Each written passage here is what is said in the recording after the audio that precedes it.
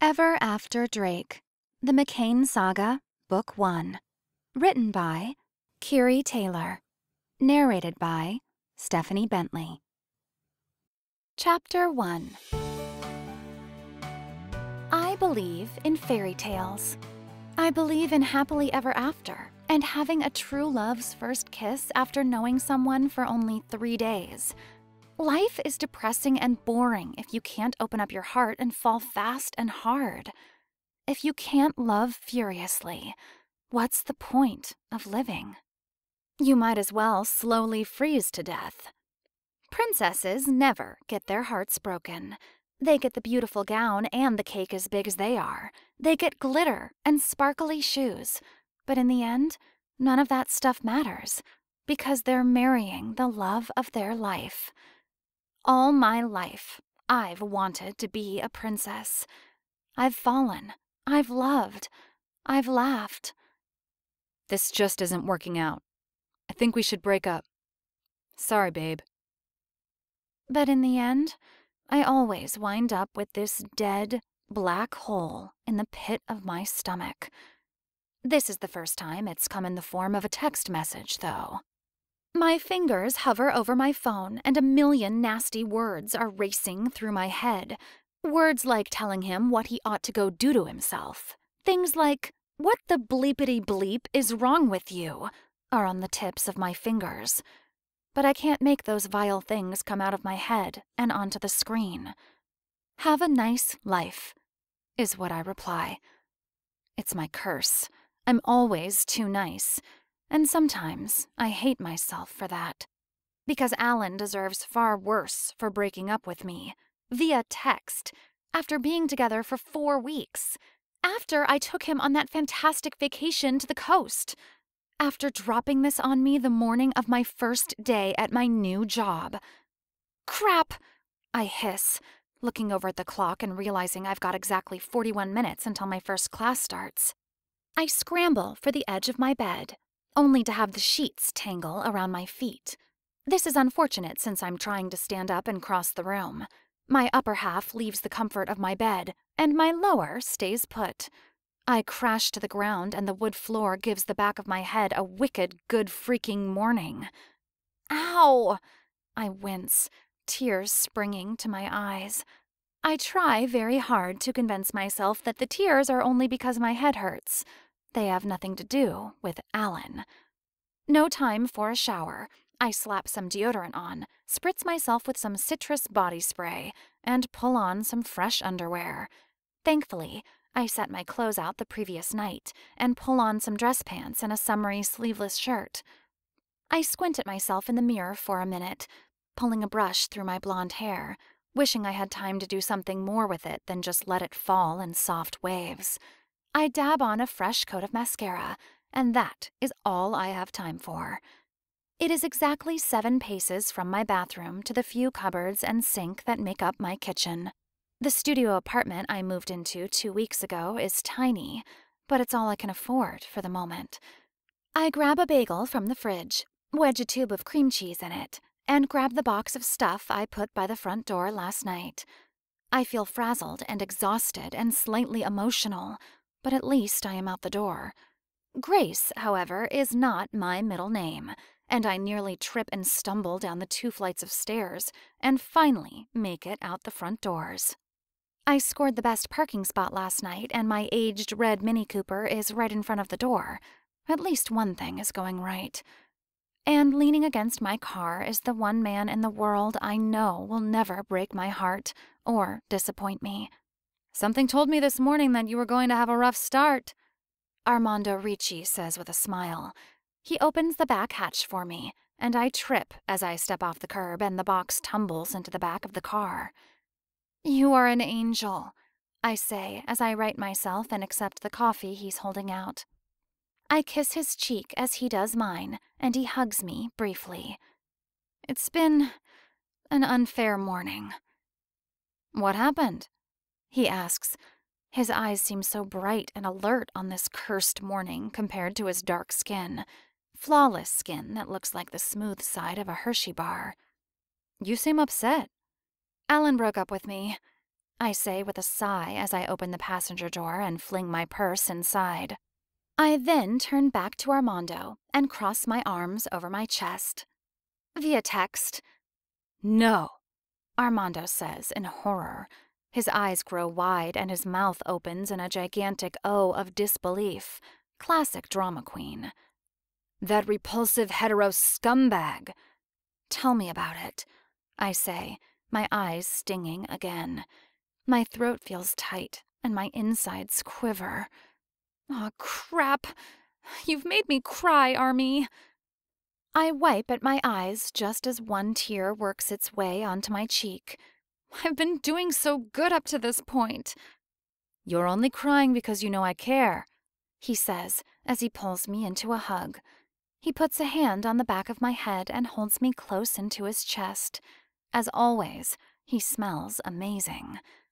Armando not only smells nice, he dresses fantastically, has money, a pretty nice car. He is the well-paid assistant to some state senator I can never remember the name of. His work keeps him crazy busy, but the times that I really need him, he's there. He listens, is always on time, never forgets my birthday, and always offers to pay for dinner. He'd be perfect prince material if he wasn't gay. I know, I huff. He releases me and I wipe at my cheeks again. Kay, I am seriously going to be late if I don't leave now. Thanks for this, I say as I lift the coffee. You're welcome, he says with a smile, flashing blinding white teeth. Now go knock some annoying teenagers dead. Or smart, 'cause what I just said sounded pretty terrible. I give something that sounds like both a sob and a laugh and walk around to the driver's side. Thanks again. I love you, Army. Love you too, Ray of Kaylee. He winks at me as I slip into the driver's seat and start the car. I blow him a kiss and pull out onto the road. My name is Kaylee Ray. I'm 23, a recent graduate of Western Washington University, and am scared to death for my first day as a high school history teacher.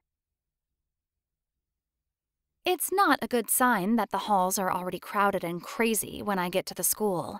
Students eager and anxious for the first day of school? What are they? Overachievers? I have to push and shove my way through the crowd to get to my classroom. This isn't easy to do when you're only 1 inch taller than 5 feet and look like you could pass for a freshman, not a teacher. Thankfully, with the 3 weeks from the time they hired me to when school started, I had enough days to get my room set up. I got out of my apartment in Bellingham, moved down, and started getting familiar with Woodinville High School. Unfortunately, my room is at the far back of the building, in the part that has yet to be remodeled. I finally break through the crowd of students into my classroom and nearly stumble through the door. I'll be lucky if I make it through this day alive. There are 30 desks in my room, all perfectly lined up in neat rows, just as I left them last night. My ancient metal desk sits to one side of the front of the room, all my things neatly lined up and in their places. Ancient green and white cabinets line the back wall, their linoleum peeling and flaking. And at the front of the classroom is a thankfully fairly new whiteboard. Unthankfully, it is so high on the wall I can only reach the lower 2/3 of the board. Short people problems. My heart breaks into a full-on panic sprint when the 5-minute warning bell sounds. I scurry across the room and set my box on the floor behind my desk and pull out its contents, a stack of syllabi a mile high. It's something that I always remember my teachers doing in high school, so I start writing my name out on the board. Miss Ray. It's one thing to be a student teacher, not that that hadn't been terrifying. But this is all on me. There isn't someone more experienced that can come swoop in and save me from destruction and humiliation at any moment. There isn't anyone coming to my rescue. I set the marker down and turn around as the first 2 students drift through the door. I know I'm really freaking out when I notice some kind of crumb on the floor toward the back of the room, and it starts driving me so crazy I have to pick it up. I only obsessively clean when I'm nervous or stressed. And right now, I am both. I give the two girls who just walked in a smile as I walk past them to that nuisance of a crumb. I grab it and turn to head back to the front of the classroom, and nearly walk right into someone. Hey, He says with a cocky smile. He's tall, well over 6 feet, so he towers over me. Then again, so does pretty much everyone else. I don't remember you from last year. You must be new. Yeah. I stutter as I awkwardly try to get around the big student who has to be a football player with his lumbering size and cocky attitude that just rolls off of him. If you're feeling a bit lost, I'd be happy to show you around the school sometime. He says, staying put at the back of the classroom as I dump the offending piece of what I suspect is ceiling tile in the trash. I step out of the way as a flood of a dozen or so students spill into the room. I think I'm okay. Thanks, I say, once again feeling beyond awkward. He gives me a wink as he settles into one of the seats. Everyone else shifts to one desk or another, and I swallow hard. The tardy bell sounds, and for some reason I expect all eyes to automatically turn to me. But they don't. Everyone just talks to each other, quietly, but excitedly. I cross to the desk and grab the attendance list. I lean back on the front of my desk. No one in the class is really paying much attention to me. Then, a horrifying realization hits me. None of them realize I am the teacher. And that cocky kid was flirting with me. I have to resist the urge to let my mouth form into an O and keep away the look of disgust from my face. Okay, I say a little more loudly than I need to. One nervous-looking girl in the front row actually jumps. welcome to Ancient World History. My name is Miss Ray, and I hope you're all excited to learn about some dead Egyptians, Greeks, and Romans. Half the class is looking at me like they don't quite believe that I am the authority figure in the room. But that boy at the back of the class has a look of slight horrification. It doesn't last long. When I meet his eyes, it slowly curls into a smug smile. Let's do attendance, shall we? I say, and don't wait a second before I start reading off names. Halfway down the list, I read, Lake McCain? Here. The smug smile crosses his face when I look up at the kid who had just been hitting on me. And my offer to show you around the school still stands. The entire room bursts into laughter, and I'm too humiliated to come back with anything. First and second period, I teach ancient world history. Third period will be my break period. Then there's lunch. Fourth period, I will teach the freshman world history class. That's A days. B days consist of first period world history, second period historical literature, third break, lunch, and fourth period once again world history. I'm lucky to get such a full-time schedule my first year, especially since there is another history teacher here at Woodinville High School. First and second period go as expected. I sound like a nervous, blubbering fool for the rest of first period while we go over the boring class starter stuff and hand out textbooks. Second period was exactly the same, thankfully without the humiliation of a student thinking I was another student and flirting with me. When third period rolls around, I close and lock my classroom door and sink to the floor behind my desk. I always had a plan growing up. I'd become a teacher because it was the perfect job until step 2 came. Meet someone amazing, get married, and think about having a family. So I stuck to that plan. I made my way through college, did my student teaching, graduated, got a few interviews, and took the first position that was offered to me. But when Alan came into the picture, I started making plans for step 2. He was cute and oftentimes charming. We'd see movies and we'd go out to dinner. And then I wake up this morning to find that text from him. What kind of a jerk breaks up with a girl through a text? I grab my phone from my desk, ready for the torture of scrolling through our old texts, looking for any signs of the bomb he'd dropped on me this morning. Always saving my life, I find a text from Armando instead. Armando. How's the first day going? With a little time, it'll be a bit easier to find the humor in this morning's situation. Kaylee. Some senior hit on me. Armando. Was he cute? Kaylee. Gross. Armando. Sorry. You know I can't help it. Kaylee. Gross again. I chuckle as I type. You know he's probably still 17, even if he is a senior. Armando. Agreed. Gross. Bad Armando. Kaylee. You'll be forgiven if you take me out for Chinese tonight. Armando. Pick you up at 6:30? Kaylee.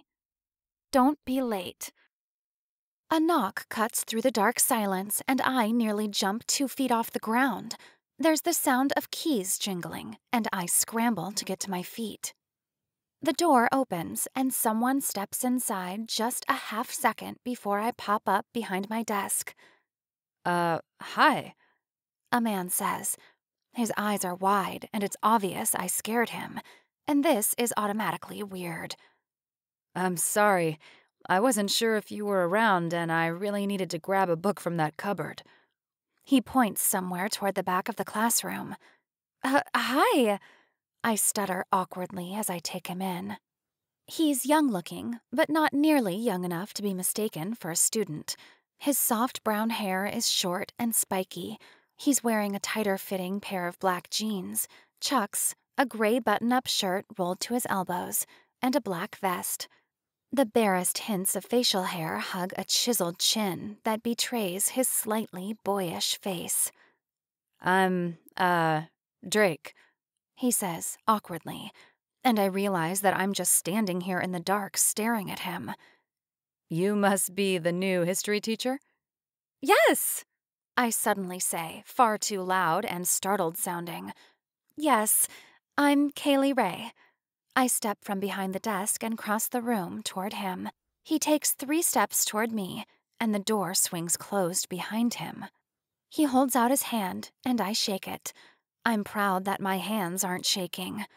Nice to meet you, he says with a lopsided smile that is completely adorable. I'm, the other history teacher. I teach US and AP. This was my classroom last year. Oh, I say, my eyes widening a bit. Yeah, I've got a box of your stuff, I think. I start to turn away from him, but my eyes stay locked on him. He gives a chuckle, and his eyes drop away from me for a moment. He looks embarrassed. I am totally staring and checking him out. My face feels hot when I tear my eyes away and actually look where I am going. I want to gouge my own eyes out. I feel so stupid. I open the far back cabinet and pull out a box. When I cleaned out my room a few weeks back, I found a handful of random books. Here you are, I say as I hand them over. He takes the box and puts it under one arm. Thanks, he says, that lopsided smile crossing his lips again. How's your first day gone? I shake my head and back up 2 steps so I am leaning against the whiteboard. It's, been a bit of a disaster? I'm too embarrassed to form it as a statement. A question is less humiliating. That bad, huh? He says with a chuckle. He sets the box at his feet and leans against the wall with one shoulder. I groan, my eyes rising to the ceiling. I got dumped first thing this morning. Ouch, he says, sucking in air. That's a rough way to start the day. Yeah, I say. And then one of my students thought I was a student and totally flirted with me. Ouch again, he says, chuckling. I can't help it when an embarrassed smile breaks out on my face. Did you get a name? Maybe it was a former student of mine. It was kind of a weird one, I say, struggling to remember. Lake? Lake McCain, I think?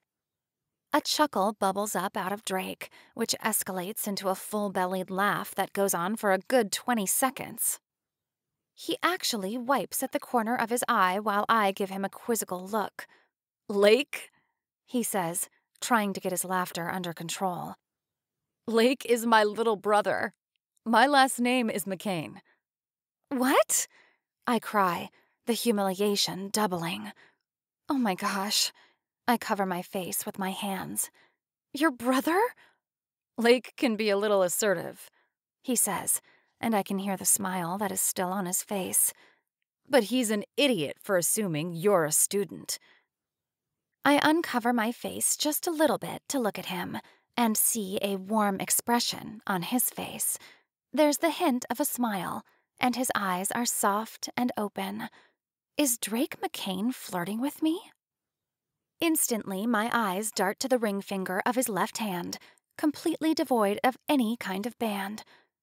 So, you teach at the same school your brother goes to? I say, moving on when I'm not sure how to react to his statement or my intense interest in his relationship status. I'm also trying to redirect the conversation from my humiliation to anything else. Does that mean you were once a student here yourself? Unfortunately, he says. He slides down the wall and keeps one knee bent up, the other stretching out in front of him. I sink down onto the floor as well. I graduated from here 8 years ago. Went to school at UW, and then, lo and behold, my old stomping grounds are looking for a new history teacher. This will be my 3rd year teaching here. That's gotta be terrible, I say as a chuckle bursts from my lips. I do the math, trying to figure out how old he is. 25? 26? It's bad enough deciding to live through high school every day for the rest of your life, but having to do it at your actual high school? I know, right? He says as he wrinkles his nose and gives a pained-looking smile. I got reamed by Mr. Keswick once in this very room for not writing a paper on time. This room? I say. Mm-hmm, he replies with a nod. It was truly horrific. He still gives me dirty looks every chance he gets. That's awful. There's a ridiculous smile on my face. What about you? He says, his eyes meeting mine in the dim light. Where'd you graduate from? I went to LaConner High, I say, home of the Braves. Then I moved on to Western for college. Nice, Drake says with a nod of his head. Just then the bell rings for lunch. You want to come eat in the teacher's lounge with me? I can show you around. I give him a side look, the strangest feeling of butterflies in my stomach kicking up. A feeling that I've felt so many other times before. Thanks, I say, but I think I'm going to hide in this dark room for a little while longer and try to prepare myself to not bomb so hard again for last period. He nods his head with a smile. Okay, he says. Maybe you'll change your mind tomorrow. He climbs to his feet and holds a hand out to me. I hesitate. There's something intimate and personal about touch. And suddenly, I realize I haven't thought or cared about Alan this entire conversation. This morning, I was heartbroken over that text, and now, just a few hours later, this very attractive predecessor of mine seems to be flirting with me. And I kind of like it. I take his hand, and he pulls me to my feet. I hope your last class goes better for you, he says as he bends over and picks up his box. Don't let them take advantage of you. They can smell fear. I'll try to be brave, I say with a smile when he hesitates in the door. See you around, Kaylee. Chapter 2. I thought only nerds hung out in the library during their free time. I lean in close, saying the words right next to his ear. Drake jerks from his position of leaning back in his chair, his feet propped up on the table, and nearly falls over. His eyes grow wide and alarmed, and then he sees me, and a chuckle comes from his lips, and he shakes his head. He tugs his earbuds out as I sit at the table across from him. I'm pretty sure every teacher throughout the course of history is a huge nerd, he says as he rights himself and leans forward with his forearms on the table. You may have a point there, I say, a smile already forming on my face.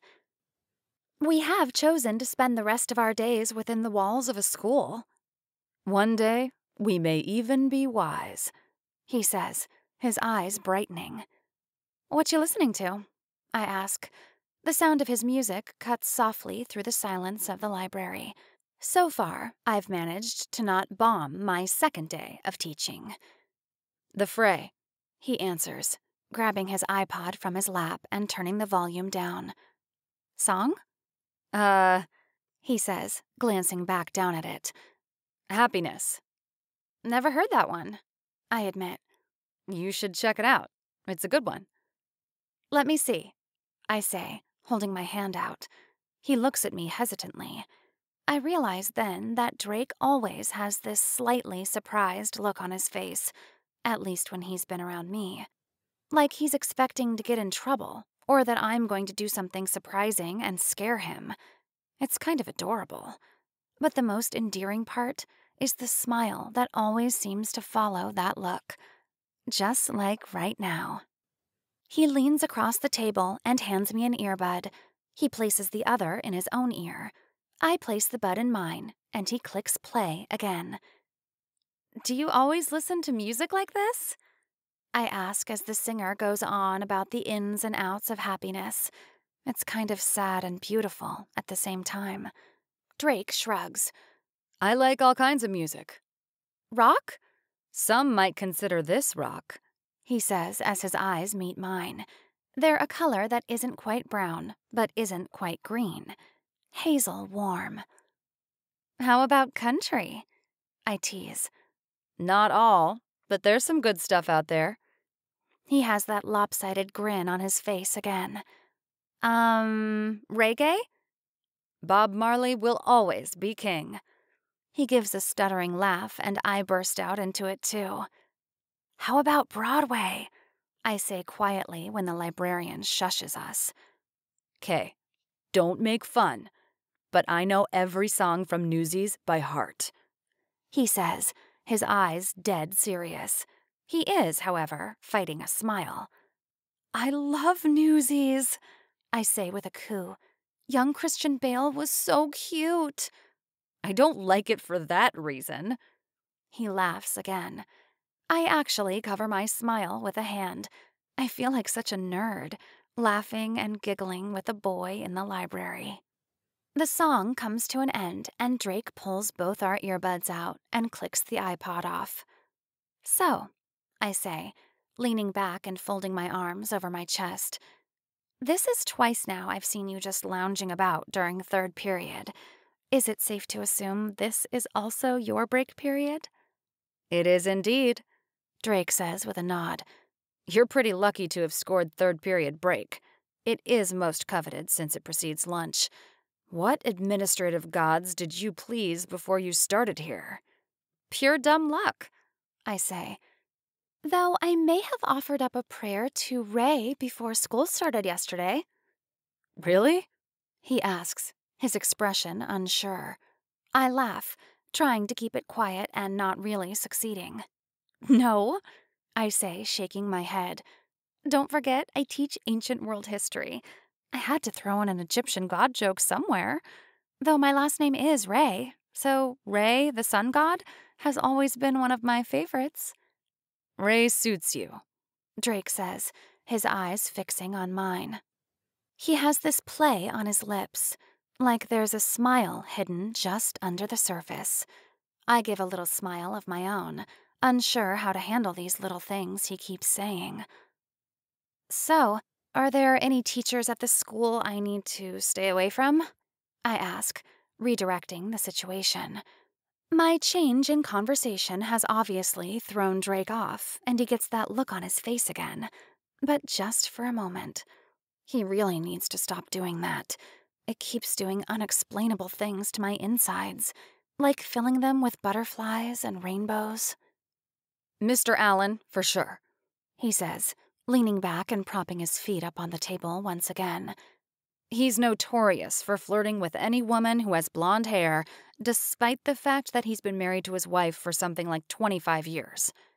That's awful, I say, wrinkling my nose and trying not to think about the fact that the name Alan reminds me of a certain ex-boyfriend who invested more into his data plan than me. And it isn't just the blonde teachers he flirts with, he adds, raising an eyebrow. Sounds like an arrest waiting to happen. That's what I've said since my freshman year here, he says with a shake of his head. Who else? Mrs. Dexter doesn't like to talk to anyone. She teaches French. Mr. Andros is pretty socially handicapped. He's only part-time and teaches all the AP math classes. Other than that, everyone else is pretty okay. Doesn't sound too frightening, I say. It can't be worse than Greta Björn, who I student taught for last year. She found it appropriate to point out every mistake I ever made, and I have a suspicion that she was constantly setting me up for failure. See, I had the exact opposite, Drake says with a smile. Kevin Duran was this old fogey about to retire, and he basically just handed the entire class over to me. He'd head for his desk at the back of the class as soon as we got started and zonk out. The man snored like a snarling wolf. I laugh again, looking around to be sure no one can overhear us. The lunch bell rings overhead, and the library is instantly flooded with noise from out in the halls. So, you brave enough to face the teacher's lounge yet? Drake asks. I swallow hard. To be honest, I'm terrified. I know how young I look. I know what other teachers think of fresh newbies. So far, I've managed to avoid pretty much everyone but Drake. Yeah, I lie, plastering on a bright smile. Let's do this. There are 2 other teachers here besides me that are brand new. Duncan Scott has also just graduated and is a fresh teacher in the biology department, and Anita Blasser transferred from somewhere in Seattle to teach chemistry. Anita's a pro and fits right into the swing of things. Duncan looks just as scared as me and sits at the back of the lounge, silent and timid. I feel bad for him. If Drake weren't so busy furiously introducing me to everyone, I'd go sit and talk with him. Everyone is welcoming, for the most part, and there is plenty of teasing and a good helping of hard times. But I'm glad I came with Drake. Sometimes it's nice to have someone around who forces you to be brave. 4th period world history finally wraps up the last of the first day droning. Maybe it's an attempt to get the classes to like me, but I haven't assigned any homework for the first class. The bell rings, and everyone practically rockets out of their seats and heads for the door. I did it. I survived my first official 2 days of teaching. Not that I actually taught anything.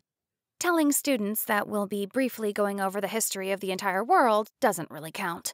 But still, they didn't kill me with their judgmental and condescending stares. I start gathering my things up. So, you found your way around the school yet? I look toward the door to see Lake leaning against it. His arms are crossed over his chest, and he's giving me this coy smile. He's quite a bit larger than Drake, but the smile is what really gives them away as brothers. I think I've managed just fine, thank you very much. I'm not sure whether to smile, scowl, or just ignore him.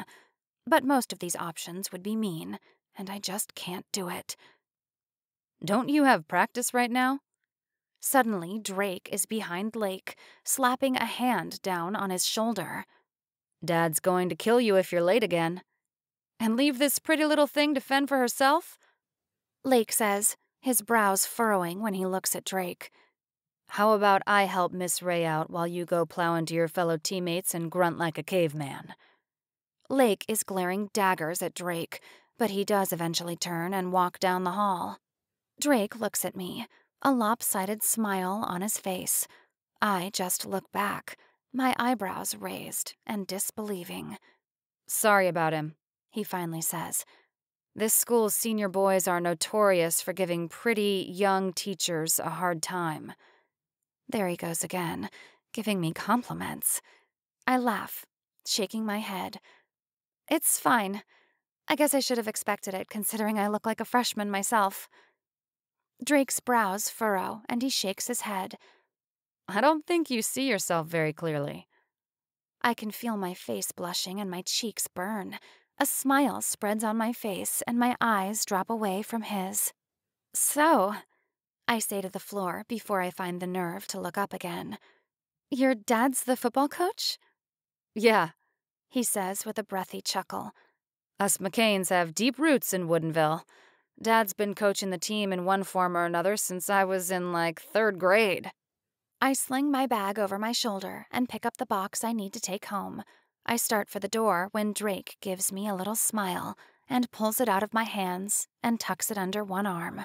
I know I'm blushing even more as we slowly start walking down the hall toward the parking lot. So, Lake plays on the team. What about you? I ask. Drake shakes his head. I'm not exactly football player stature. I would have gotten creamed.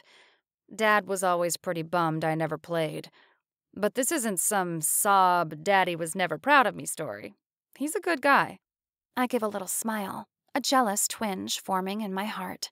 Any other brothers or sisters? I ask instead, as distraction. Drake nods. I'm the oldest. Then I have a sister next, Sage. She's a senior at UW. She'll be 21 in a few weeks. Then comes Lake, who turns 18 this year. And last is Kale, who's 13. Do you like having a big family? I ask as we step outside the doors. I dig through my bag and fish out the keys. I stop by my Mini Cooper and finally pull out my key ring. Yeah, I guess. Drake says as he sets the box in the back of the car when I open it for him. Kind of all I ever knew, you know? And I have to say, this car is very you. I chuckle. Why? Because it's tiny? Drake shrugs. Pretty much all small things are cute. Animals, furniture, cars, women. I give him a long look and struggle to hold back my smile as I do so. So, what about you? He asks as he closes the back of my car. He walks around to the front of it and leans on the hood. I follow him and prop myself up on the hood. Any annoyingly cocky siblings in the business of hitting on gorgeous teachers? I hesitate, somehow able to ignore his compliment. I hate that I feel slightly ashamed of my family whenever they're brought up. My family is kind of complicated, I think all families are a little complicated. he says. His voice is quieter, though, his tone more hesitant, like he's encouraging me to talk, but doesn't want to push things. His eyes drop to the ground, and this gives me a chance to study him for a moment. Something about Drake makes me feel immediately comfortable from the moment we met. He's easygoing, he's relaxed, he's sweet, and he seems so uncomplicated. And everything in me immediately trusts him.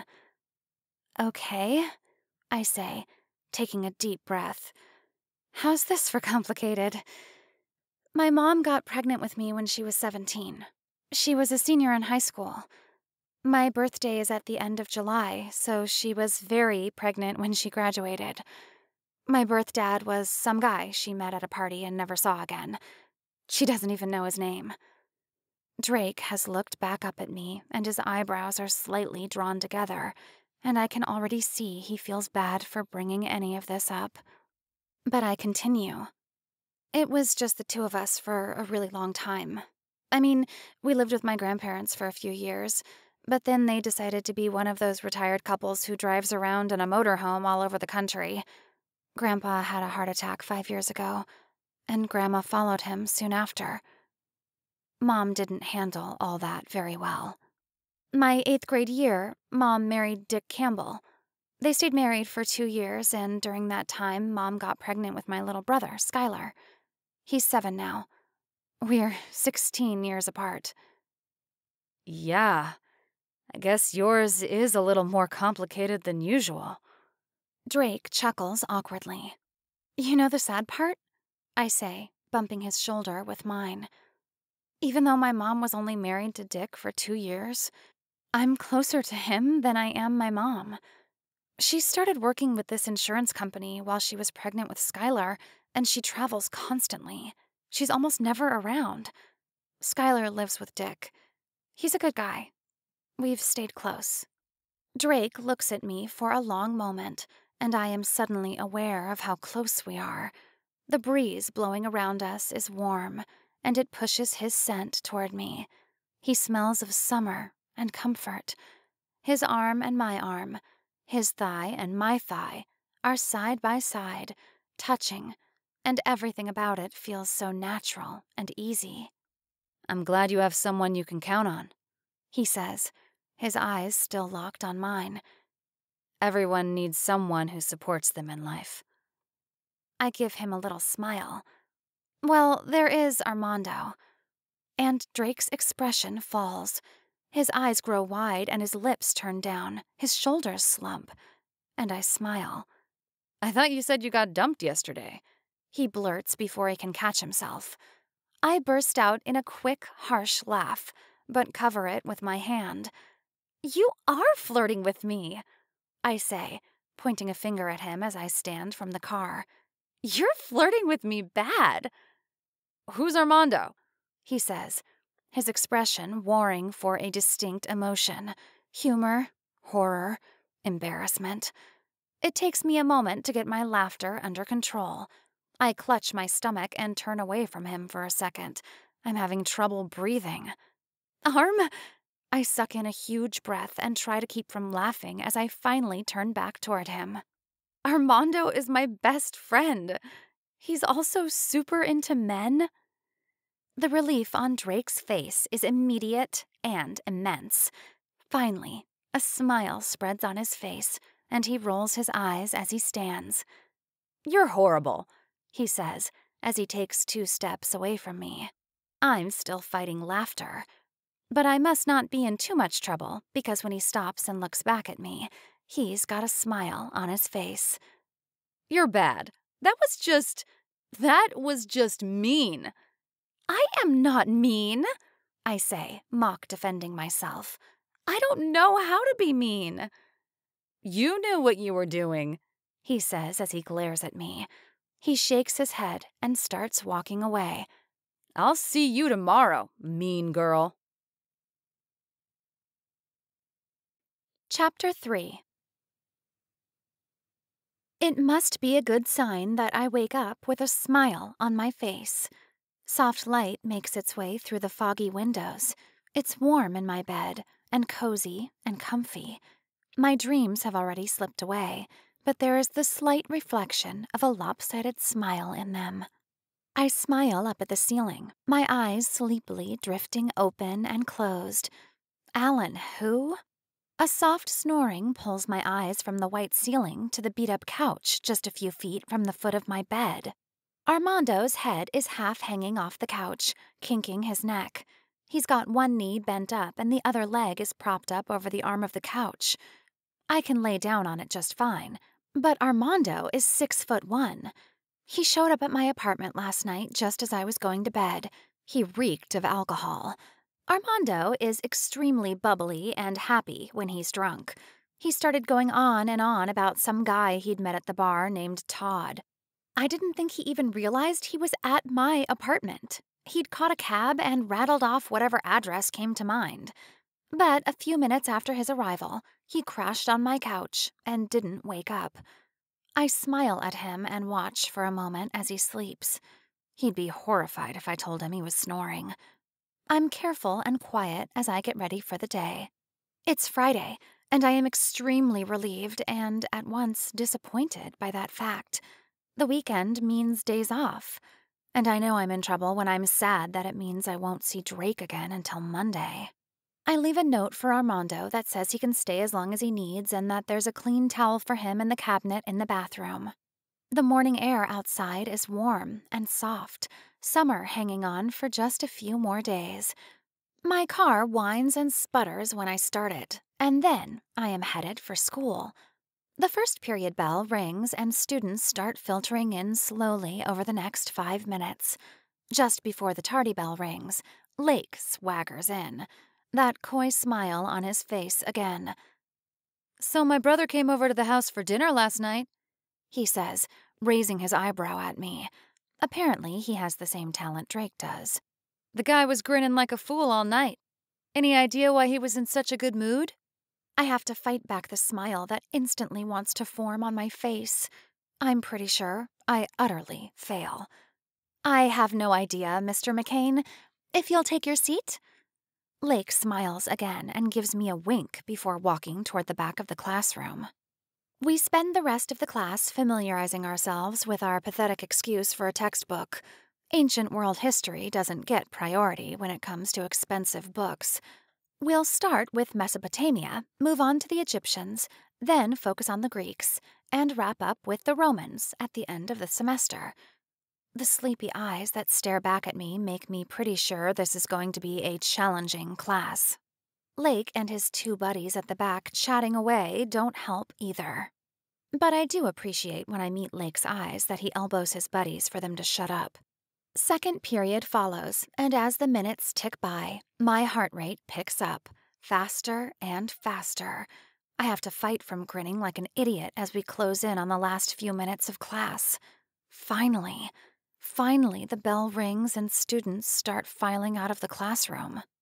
I pull out my planning binder, trying to convince myself that I need to focus on getting my lessons for next week planned out when there's a sudden scratching, static sound. "Miss Ray, please report to the library for a paramount meeting." A voice suddenly cuts through the room. My brows furrow and I start looking around for the source of the noise. It hadn't come from the intercom system. And there's not another soul in the room. "Make haste, Miss Ray." The voice comes again. Since I'm more prepared for it this time, it is unmistakable. Drake. I lean down and find a walkie-talkie taped to the underside of my desk with what must be half a roll of Scotch tape. A loony grin breaks out on my face as I free it and hold it up to my lips. "What is this urgent meeting you speak of?" I say into it. "I repeat, Miss Ray, please report to the library. Andale." "What are you up to, Drake?" I say with a laugh in my voice as I get up and head for the door. "The Eagle checking out." He comes over the radio. Over and out." I look down at the radio and find his line has been turned off. I bite my lower lip and turn the corner toward the library. The large space is quiet and smells like a library should, of old paper and wisdom. The librarian stands behind her desk, looking intently at something on the computer. There are two students at a table, looking at a few books and taking notes. I don't see any sign of Drake anywhere. I clasp my hands behind my back and start walking between aisles. No one in biographies, no one in plants or writing reference. The encyclopedias are lonely. I start passing fiction rows. A through D are vacant. E through H have nothing to yield. I've just reached the last row of the library when I hear a psst. I double-take to the previous row and see Drake peeking out from behind the shelf. He crooks a finger at me, beckoning me to come. I'm pretty sure I haven't stopped smiling from the first moment I met Drake. I can't stop it now, even if I wanted to. I halt in front of him, close, so both of our bodies are hidden behind the row of books. Drake looks down at me, his eyes intense and bright and dancing. He licks his bottom lip absent-mindedly. His thumbs are hooked in his belt loops. "What?" I say after a minute when he doesn't breathe a word. He gnaws on his lower lip for a moment, and I can see there's some kind of conflict going on behind his eyes. "You know, I've been trying to tell myself that you just got broken up with and that you probably need some space," he says, his eyes searching mine. "But you keep having that smile whenever I see you, and it's kind of hard to keep telling myself that." I take half a step closer to him, which is a trick, considering how close we were to begin with. "You know, I keep trying to tell myself that I should be feeling really awful and depressed because, I just got dumped a few days ago," I say. But I keep getting this ridiculous smile on my face every time you're around, and it's kind of hard to keep telling myself that. I bite my lower lip and loop my arms behind his neck. I don't know what I'm doing. The action is more daring than I am, yet here I am, doing it. Drake's eyes dance, and he puts his hands on my hips. They're hot, and I swear he pulls my hips just a fraction of an inch closer toward his. You don't seem very depressed, He whispers.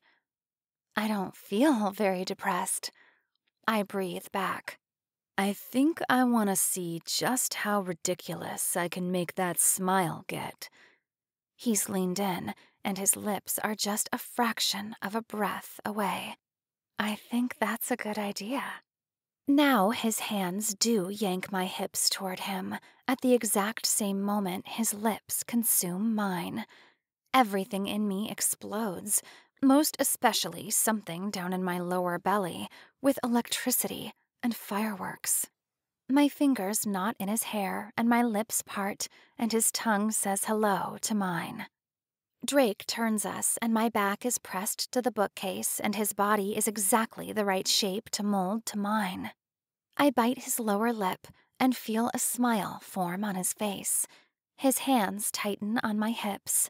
My back arches, and all those female parts in me strain toward him. What is happening, and how amazing is it? Drake's lips move from mine to my jawline and work their way down to my throat. I'm eternally grateful that I wore heels today so that he can actually reach it without having to do a half squat. Suddenly, Drake's hands slip lower and inward, and he is lifting me. My legs part and wrap around his waist as he turns and sets me on the ledge of the tiny window that looks out to the parking lot. Drake smiles down at me and presses a kiss to the space just below my ear. Yeah, I think we should make out, I say through a smile. That smile is edging toward preposterous, He says with his own as he looks back at me. I don't reply. I simply pull his face back toward mine. My legs squeeze tighter around him, and he moves his pelvis closer, igniting an electric storm in my blood. My hands move to his chest, letting them slide under his vest. His muscles tighten and strain. Drake lets one hand slide around to my back, pulling me closer, even though there is no more physical space between us to do so. Making out was a really, really good idea. Drake pants into my throat. Well, it was my idea. I tease. What other good ideas do you have? He asks as his lips trail along my collarbone. I struggle to think straight. A weekend that isn't missing you? Great idea. He growls, and I swear I feel the tip of his tongue tracing the line of my jaw. You'll come over to my place tomorrow at 9 for breakfast? He backs away from me slightly, looking in my eyes. His eyebrows draw together, his expression unsure, or disbelieving, or something. Really? Yeah, I say, uncertain at his reaction. Why is that so surprising? His hands come up to my face, and he gently presses his lips to mine once again, the heat of the previous moments past. That's just the damn sweetest thing any girl I've just met has ever done for me. I better not just be any girl, I say, gathering the front of his shirt and pulling him against my chest. The lunch bell rings, and the noise from the halls spills into the library. We hear the doors burst open, and with regret in his eyes, Drake backs away. No, He says, you're not just any girl. Let me see your phone, I say, unsure of how to handle his sudden intensity and holding my hand out. He simply gives me that lopsided smile and reaches into his pocket for it. His hair is an insane mess, but I have no intention of informing him that he needs to fix it. I want to see how long it stays that way today. It'll be our secret that it was me who styled it for him. I take his phone and store my number into it with my name. I hop down from the window as I hand it back. I give him what I hope is a tempting smile as I start to walk away. It must work. Drake hooks a finger into the waistband of my pants and yanks me back. He once again pins my body to the bookcase and crushes his lips to mine. A little moan works its way out of my throat. You know we're likely to be walked in on any moment, I say against his lips. Suddenly, Drake pulls away and wipes at his bottom lip with a thumb. Get out of here, woman, He says, trying to be serious and failing miserably. Stop putting your tongue down my throat. I give a quick ha before turning and walking toward the doors. I manage to only glance over my shoulder 3 times before walking out into the hall. For just a moment, I wonder how we got here. Drake and me making out in the dusty stacks of the library like a couple of teenagers. But I don't care. Because maybe princes exist after all. Maybe that was a true love's first kiss after just 3 days of knowing each other. Maybe, just maybe, this is the start of my very own ever after. Chapter 4. Tell me, were his hands and feet big? Gross! I squeal, scrunching my nose. Armando, let's please not go there. Well, have you at least gotten a picture of him? He pleads. He leans across the bar and bats his eyes at me. I need to evaluate him and make sure he's up to par for my ray of Kaylee. No, I say as I take his plate and turn for the sink. I rinse it off, set it on the drying rack, and turn back to the itty-bitty bar of mine we are eating at. I don't have a picture, but he's coming over for breakfast tomorrow, so I'll be sure to snap one then. And you'll text it to me straight away, right? He asks, his expression hopeful. Of course, I say. So, on a scale of 1 to 10, 1 being the worst, 10 being mind-blowing, how was this makeout session? I let my face fall into my hand and shake my head. It's been like this every time there is a man in my life for the past 7 years. Armando grills me about my men. I grill him about his. Does a 12 exist? Ooh, Armando coos. Then I hope you have plans for more than just breakfast tomorrow. Army? I screech at him, batting at his arm harmlessly. I've only known him for 3 days. Slow your horses down there.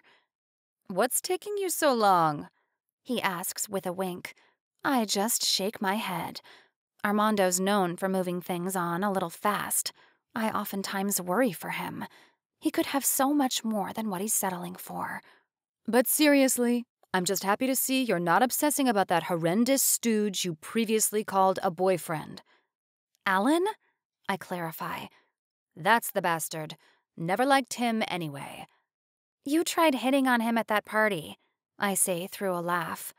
Don't forget, you're how we met. Armando cringes. Don't remind me. I'll never forgive myself for my matchmaking failure. Don't beat yourself up over it, I say as I move the rest of the dishes to the sink. Armando came over for dinner and I made fettuccine alfredo and a green salad. My kitchen is tiny and extremely difficult to do much of anything in, but I manage. I'm well over Alan, remember? Right. Drake McCain, your newest prince on a white horse. Prince Charming was boring, I say. I mean, he doesn't even really have a name. Give me a prince that sails the high seas and loves dogs. Ugh, are we talking about Prince Eric again? Armando groans. Have you seen his hair and smile? I swoon as I lean on the bar again and prop my chin up on my hands. Such a nice boy and no less boring than Prince Charming, Armando argues. Give me a bad boy who rises from nothing to take over the throne. Now that's a story. Aladdin, while good-looking, had a problem with lying, and Flynn was full of himself. I counter. You do realize we are arguing about cartoon men, right? Armando says with a smile and his brows drawn together. They aren't real. Before they were cartoons, they were literary characters, I say as I nod my head toward my one solitary bookcase next to my bed. Its shelves are lined with fairy tale books, history textbooks, a few romance novels. Though I have to admit, half the original stories are pretty awful. Did you know that in Cinderella, at the end when she marries the prince, her stepsister's eyes get pecked out by crows? They even cut off their big toes to try to get the shoe to fit. And with that lovely note, I think I'm going to go home, Armando says as he stands and grabs his jacket from his chair. Just then, there is a knock at the door. It's true, I say as I head for the door. Most fairy tales are pretty grim, which is pretty fitting, I suppose, since the Grimm brothers wrote most of them. I open the door and find Dick and Skylar waiting in the hall. Hi, I say with a bright smile. Hey, Kaylee, Dick says as he steps forward and gives me a hug. I'm really sorry to barge in like this, but there's some line that got cut in Bothell and it needs attention right now. Could you watch Skylar for a few hours? Of course, I say as I reach out and ruffle his hair. I've got to do some grocery shopping, but we'll go out for some ice cream or something after, okay? But only if it's bubblegum ice cream, Skylar says solemnly. He stares at me intently through his glasses. I glance up at Dick, looking for permission. We've been trying to cut back on the sugar, but just for tonight, I guess it's okay, Dick says with a shake of his head and a smile. Oh, Mr. Campbell, Armando says as he appears behind me. Always a pleasure. And you as well, Armando, Dick says with a smile as he shakes his hand. Thanks again, Kaylee. I'll text you when we're done and when I can pick him up. You're a lifesaver. Anytime, I say as Dick darts down the hall. This happens every so often. Dick works for a utility company as one of their lead guys. Stuff goes wrong. Mom isn't around all that often when it's not a weekend, which is when she's supposed to have Skylar. So Dick calls me, or shows up at my door. I expect that picture before 10 o'clock, Armando says as he presses a kiss to the top of my head and heads out the door. Just then, his phone rings. It must be his boss, because suddenly his expression is serious, and he disappears around the corner and out of sight. I'll do my best, I say, even though he's gone already. I close the door and turn to Skylar. So, how's school, little man? I ask, placing my hands on my hips. Your first few days go okay? My half-brother shrugs and turns to wander about my apartment. It's okay. So far, second grade isn't much harder than first. You like your teacher? I ask as I set to washing the dishes. What I wouldn't do for a dishwasher. He's nice, I guess. I look over to see Skylar flop onto his back on my bed. He kicks his shoes off. Did you hear I'm a teacher now? I ask. Oh, yeah, Skylar says excitedly and sits up in the bed. Why didn't you come to teach at my school? Having my sister work at my school would be so cool. I laugh and rinse a plate off. Maybe I'll be your teacher someday, when you get to high school. Ugh, he says dramatically and crashes back to the bed again. That'll take forever. I smile and look back at the dishes. But the truth is that I really hope I won't ever be Skylar's teacher when he gets to high school. Teaching is the plan for now. But my real dream is pretty similar to what I'm doing right now. I want my own kids someday. I want a husband who comes home from work and gives me a kiss on the cheek and wraps his arms around me from behind. For some women these days, that would never be enough. The world tells us we have to gain prestigious careers and balance everything while wearing high heels and having no body fat. But what could be more prestigious than raising other people? Than making someone else feel that they are loved beyond anything else? Because for me, it's what I never had as a kid growing up, and always wanted. Chapter 5. Eggs, bacon, pancakes, toast, I say, rattling it all off as I look around my tiny kitchen, trying to remember to breathe and function, and not to have a mind explosion.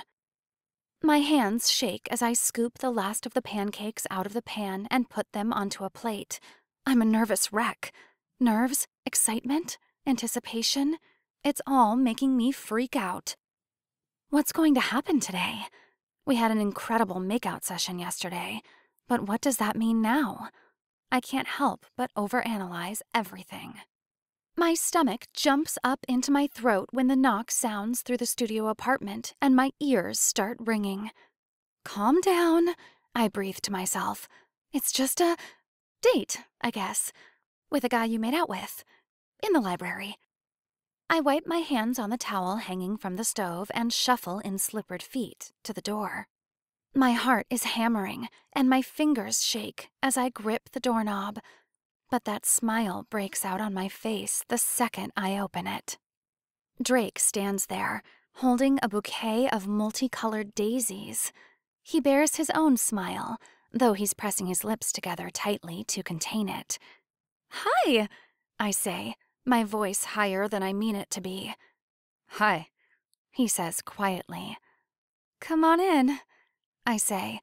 My pulse is racing and I already feel ready to float up to the ceiling like I'm filled with love-struck helium. these are for you. He says, extending the flowers out to me. "Aw, thank you," I say, taking them and turning to look for something and somewhere to put them. They're very colorful. Seriously, they are. They're neon pink, blue, green, and yellow.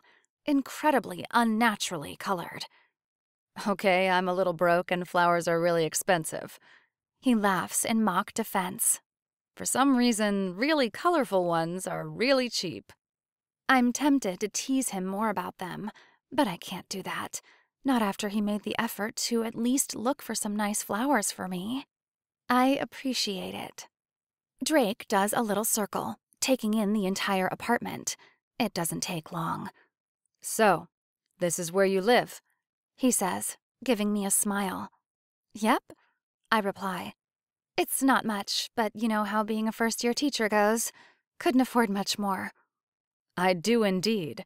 My place is maybe 15 square feet bigger than this. He chuckles. I live about a mile east of here. I scoop the last of the bacon out of a pan and set it on a plate with a paper towel on it. "You hungry?" Starving. He says as he crosses the small space to the bar. I don't have an actual dining table. There is no room for one.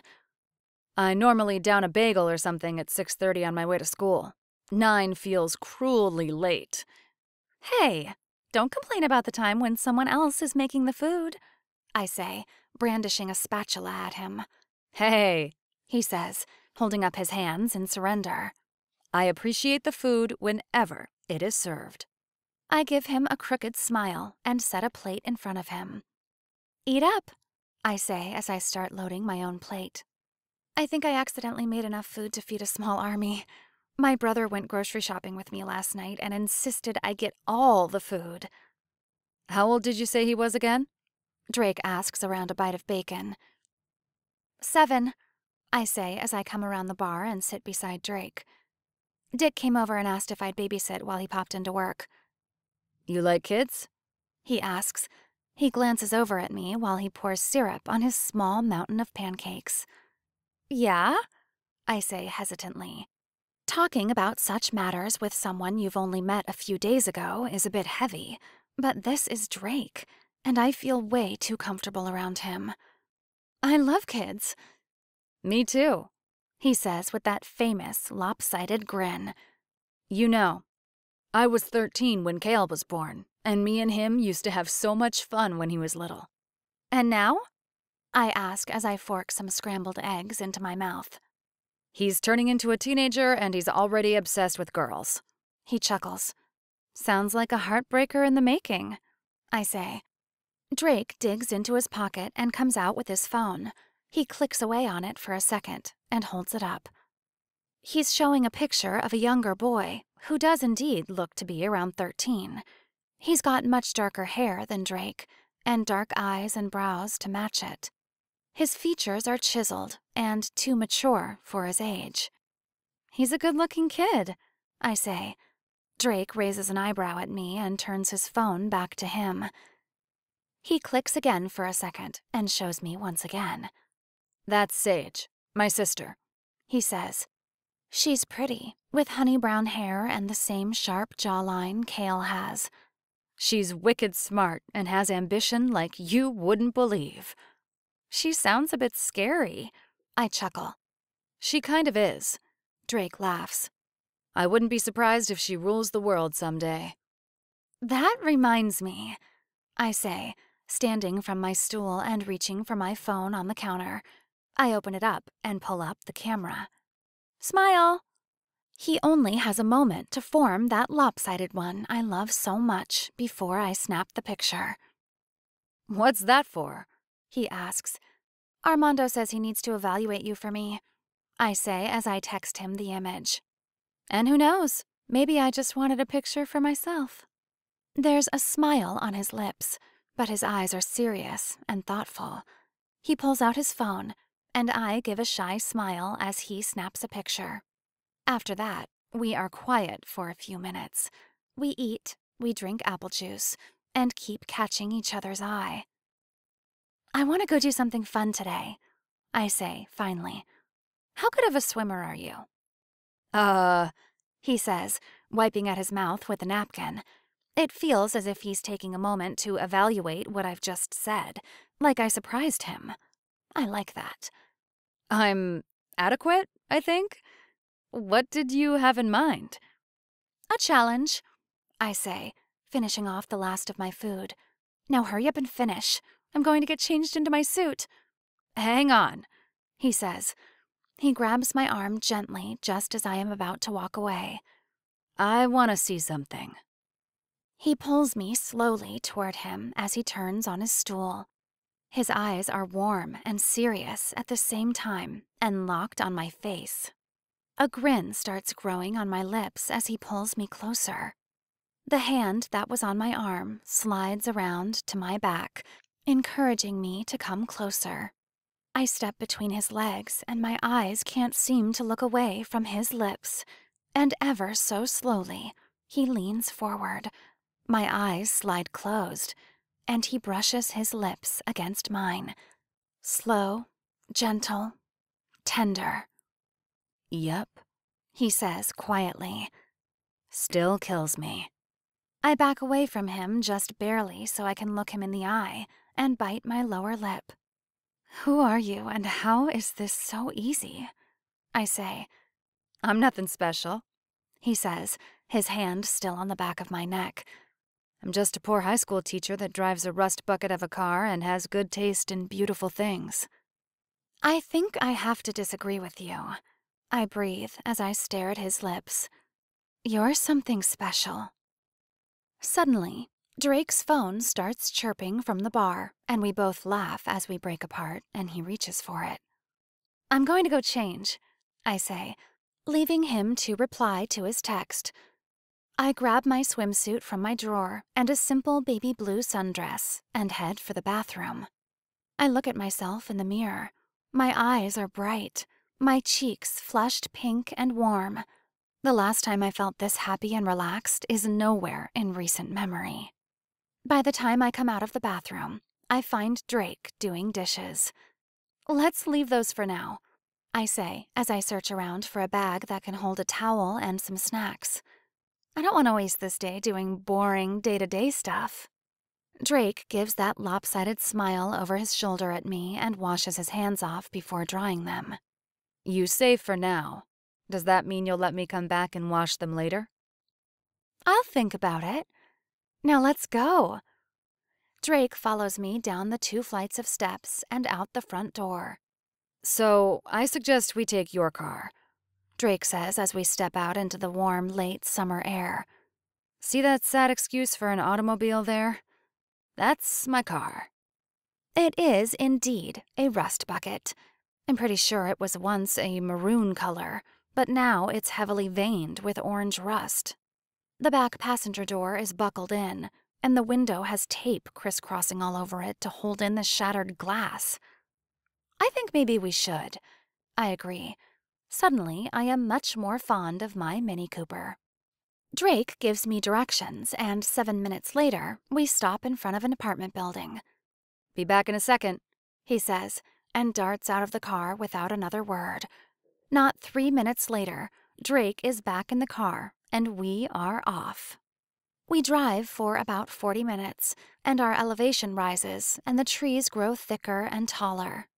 I pull into the small parking lot and look out over the lake. "I've been here once before," Drake says. "We went camping here once when I was a kid." Me too, I say. Well, I wasn't really a kid. It was when Mom and Dick were married. But it was a lot of fun. Drake looks over at me, his eyes serious and thoughtful. He brings a hand up and brushes his fingertips over my cheek. This is unnatural. Building this kind of ease and comfort with someone is supposed to take time. It's supposed to come after some kind of struggle. Belle had to tame the beast. Cinderella had to overcome poverty. Ariel had to lose her voice and grow legs. But on just day 4, I found myself deep into Drake. "Come on," I say, nipping at his hand playfully.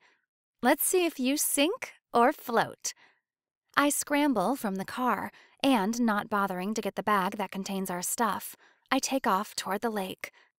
I strip off my sundress as I run, revealing my pink and white striped bikini, let my flip-flops fly off my feet, and barrel toward the water. "Think you can outrun me, short stuff?" I hear Drake tease. I make the mistake of looking over my shoulder. He's stripped off his shirt and is chasing after me, and closing the distance fast. I give a delighted scream as we both race across the dock. Drake suddenly wraps his arms around my waist right as we get to the end of it. He gives one giant leap, and we both sail through the air for just a second before we crash into the water with a tidal wave. The second my head resurfaces, I send a flooding splash at his face. He squints his eyes closed and tries to grab me, but I defend and splash water in his direction over and over. I should have known he would take it as a challenge.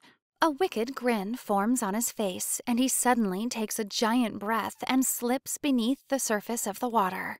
The sun is brilliant overhead, but this is a lake, and the water isn't exactly crystal clear. I don't have a prayer at spotting him beneath the surface. I push over onto my back and start kicking and stroking as fast as I can to get away from wherever Drake might be under the water. I get 15 strokes away when he finally pops up from the water with a gasping breath, not far from where we started. "How'd you get clear over there so fast?" he asks as he starts paddling his way over to me. A smug smile forms on my lips, and I tread water to stay where I am. I was on the swim team in high school. I was the backstroke champion. Still am, apparently. "So you're part fish," he says as he closes the distance between us. "Where are you hiding those gills on that beautiful body?" I smile at him, but what he said makes my mind falter. I'm short. I don't have the build that most men consider beautiful. My shoulders are broader than seems proportional to the rest of my body. My boobs are lacking in size. My thighs are thicker than I'd like. I'm built like a gymnast, and a lot of guys down the line didn't find that very attractive. But Drake has called me beautiful. "What?" he suddenly asks, and that expression of his of being in trouble and looking slightly surprised takes over his face. "Is something wrong?" "No," I say, shaking my head and smiling. I swim closer to him and loop my arms around his neck, kicking my feet slightly to keep myself above water. "Everything's perfect." "Yeah," he says as he leans in closer. "It is." His lips meet mine. They're wet and taste of lake water, but they're Drake's, and they were made to be companion to mine. And then he slips under the water. I instantly let go of him and kick to keep myself from going under as well. The water splashes around us, and he pushes himself back up to the surface. We both break out into laughter. "Maybe we should take this to the shore before one of us drowns," he chuckles. "Before you drown, maybe," I tease as we start swimming for the dock. "I'm part fish, remember?" "Part siren, more like it." He gives me a coy smile. We get back up to the sandy and rocky shore and head for my car. We retrieve our stuff and head back for the beach. We lay towels out side by side. Could you ask for more perfect weather? I say as I lie down on it and shade my eyes from the sun with my arm. It's gotta be like 75 degrees out here. It's gorgeous, Drake says. He's laid down next to me and is looking in my direction. A smile curls on my face. Drake reaches over and laces his fingers through mine. Chapter 6. Sunday morning, I wake to a text from Drake saying, "Will you be my girlfriend?" To which I instantly reply, "Yes." The following 2 weeks are filled with late-night dates, even later-night texting, tired teachers, and more than a little making out. But we did still have our jobs, and we did still have to teach classes. I couldn't wait for school to get out. It was Friday, and I was feeling the sleepless nights. Mesopotamians believed that the world was a flat disk, surrounded by a huge holed space. I try to do a drawing, but it's rudimentary at best. Above that, heaven. They also believed that water was everywhere, the top, bottom, and sides, and that the universe was born from this enormous sea. The door to my classroom opens, and in pops Drake's head. Sorry, Miss Ray," He says, looking from my second period class to me. "Could I borrow you for like 3 minutes?" I'm sure my eyes are wide and surprised. I'm quite certain my mouth hangs open just slightly. Yeah. Sarah? I say to one of my more trustworthy students. Will you be in charge for a few minutes? Everyone, please start reading through Chapter 6. This'll give you a head start on tonight's reading assignment. Sarah nods and looks back at the class. But I barely notice. I'm in such a hurry to get out into the hall with Drake. The second I am out in the deserted hall and the door shuts behind me, Drake takes hold of my wrist, and we dart down the hall. Where are you taking me and what is going on? I hiss through a laugh. Just then, Drake pulls open a door and tugs the both of us into the cramped space. It must be a janitor's closet. It smells of chemicals and sour mops. It's dark and tight, but I couldn't care less. The second the door closes, Drake's body presses me up against the shelves, and his lips are moving in frantic sync with mine. His hand slips under my shirt, lying flush with the skin over my ribs. His other hand pulls my leg up, and he presses himself into my center. A small moan works its way out of my throat, and were my eyes open, they would have rolled back. My hips press forward, trying to get all the closer to him. "We shouldn't be doing this during school," he says into my mouth. We could probably get in big trouble.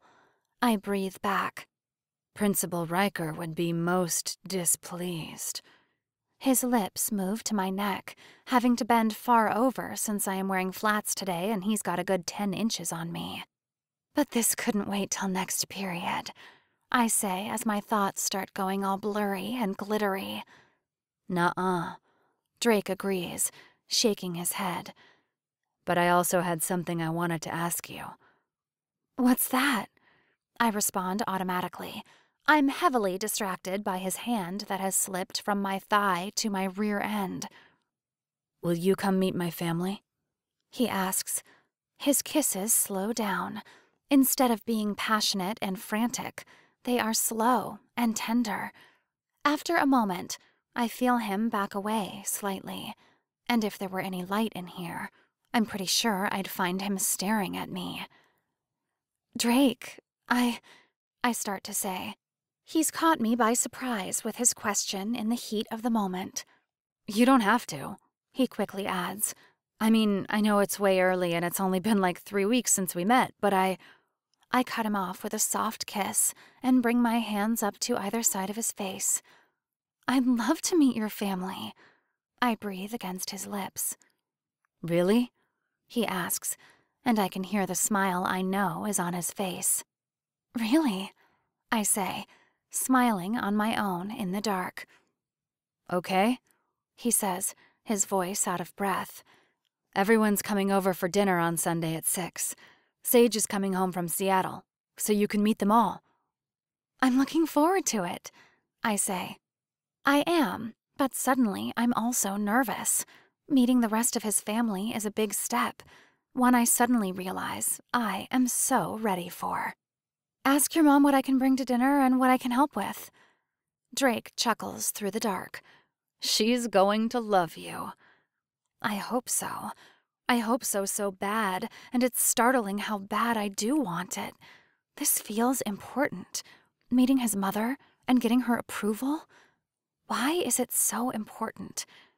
It's stupid, me asking myself that question, because I know the exact answer. I press my lips to his and cling to him in the dark for just a few stolen moments longer. I've had a total of 3 serious relationships in my life. There was Patrick, who I started dating in high school. We stayed together for a few months of college, but eventually things fell apart. Then came Aaron for just a few weeks my sophomore year. Then Alan for 4 weeks until it all ended with that text that set me free. Patrick's family was the only one I ever met, so I'm a little out of practice in the meet the parents scene. I'm scared, I'm nervous, I'm excited, and way overthinking things. What do I wear? I don't want to look like a total prude, but I also don't want his parents thinking I'm some kind of slut. I also want his sister to think I'm cool. What am I, back in high school? So I need to wear something cute. In the end, I go with a dark blue dress that exposes my shoulders but covers up my chest. I do my hair in a French braid that trails over my shoulder and keep my makeup moderate. It takes me longest to pick out shoes, though. I'm too nervous to wear heels. I'll probably end up breaking my ankles. But if I wear flats, I know everyone's first thought about me is going to be short. In the end, though, I go with a pair of white flats and tell myself to stop overthinking it all. At 6:15, there's a knock on the door, and I literally skip across the apartment to open the door. Drake stands there wearing a denim shirt with the sleeves rolled up to his elbows, black jeans, and, of course, his Chucks. His hands are stuffed deep in his pockets, and he looks up at me from beneath those long lashes. "You look," he starts, trailing off into a ... that leaves me uncertain. "Overdressed?" I say, my brows furrowing together and breaking out into panic. "I'm way overdoing it, right? Just wait a second, I'll put on some jeans." I turn away from him, and panicking in the moment, don't think about the fact that I am starting to undo my zipper with Drake right there. I knew this was too much. "I meant," he says as he crosses the space to me. He pinches my fingers and the zipper between his own and stops my hand. He leans in close, touching the tip of his nose to my upper back that I've exposed. "that you look absolutely beautiful." His lips brush my skin, and instantly there are goosebumps covering my skin. "Don't do that, or we are never going to make it for dinner." I sigh as my eyes roll back and slide closed. I relax into him as my female hormones go ballistic. "Do what?" he says as his hand drops down. I'm pretty sure he meant to place it on my thigh, but considering our height difference, it lands on my hip, and his hips press into mine. "Stop it!" I giggle as I step away from him and turn around. "I don't want to be late for the first time I ever meet your family. It'll leave a bad impression. I can't have that." "Let's forget about them for a while," he says, eyeing me up and down, and my face flushes red. "Instead, let's stay here and—" "No," I say sternly. Through my coy smile, as I walk toward the fridge and pull out the biggest bowl I own that is filled with salad stuff. "And you may want to do something about that before we get there?" I point between his legs and draw a little circle in the air. "Oh my, he says in embarrassment as he turns away and presses 2 fingers between his eyes. That's just great. Yeah, I say as I take a step toward the door. It is pretty great, actually. Drake chuckles and looks back at me and shakes his head. Now come on, I say as I reach for the door and hold it open. Let's get going. Drake takes 2 long, awkward strides toward the door. He presses a kiss to my forehead before going out. I lock the door behind me and follow him down to his car. The McCain's house is simple and older-looking, but the yard is well manicured. The garage door is open, revealing a minivan and a sedan parked inside. In the driveway are 2 older-looking cars. Drake parks on the curb. He gets out, walks around to my side, and opens the door for me. We walk through the door, and I am instantly surrounded by a multitude of conversations being had throughout the house. I know it's a worse car, but I made $700 by selling my other one. A girl I recognize as Sage from the picture says to the man I know to be their dad. I've got this stock thing down, Dad. Just wait and see. Lake! A woman yells from the direction I assume is the kitchen. I told you I need some help in here. Everyone is so busy with life and talking, they don't even realize Drake and I have walked in. It's completely different from how my own house was growing up. For forever, it was just Mom and me, and we'd eat together quietly. Or I'd eat by myself while she'd be on the phone trying to figure out how to be an adult. And then there was Dick for a while, and eventually baby Skylar. But this is wonderful. This is what a home should look like. This is what I hope my home will be like someday. Drake's hands come up to my shoulders. The gesture is calm and comforting. I relax back into him and take a deep breath. You ready for this? He breathes into my ear. I nod, and a smile spreads on my face. If you'd all stop talking for 2 seconds, you will realize I've brought someone by, Drake suddenly says loudly. Loud enough it makes me jump. My smile falters. I probably look pained. Sage and Mr. McCain look up at us, and suddenly a woman appears in the doorway. You must be Kaylee, she says warmly. She crosses the entryway and wraps strong arms around me. It is so nice to meet you. Drake has been talking about you nonstop since school started back up. Is that right? I tease as I look back at him when his mother releases me. He shrugs his shoulders. Guilty, he admits with a lopsided grin. I'm Robin, his mom says. Have you met Robert yet? I haven't, I say as Robin takes the salad bowl from me. I've seen you at a distance from school, though. He stands from the couch and crosses to shake my hand. It feels awkward. Shaking hands has always seemed cold. Hugs are so much better. I'm glad Robin seemed to agree. So, you're the pretty little thing that's got Drake acting like a fool lately, Robert says with a grin. Guilty? I mimic when he lets go of my hand. There goes the first short reference. Kaylee? Drake steps in. This is my sister, Sage.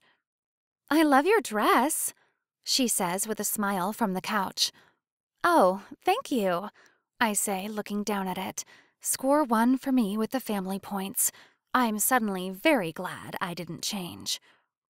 Kale! Drake suddenly yells. What? Someone from right behind us snaps. Oh, didn't see you there, Drake says as we all turn. This is Kaylee, my girlfriend. Sup, Kale says with a smirk and a tip of his chin that makes him look way too grown up for his 13 years. He wears a pair of basketball shorts, but lacks a shirt. So all the McCain boys are relentless flirts? I say with a smile that shifts from Kale to Drake. I taught them well, Robert says as he heads for the kitchen, following Robin.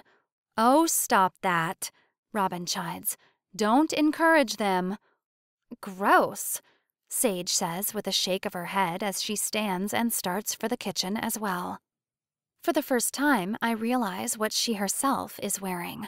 A black pencil skirt, simple white shirt, and 5-inch black heels. She's as tall as Drake with them on, and looks nothing like a starving college student.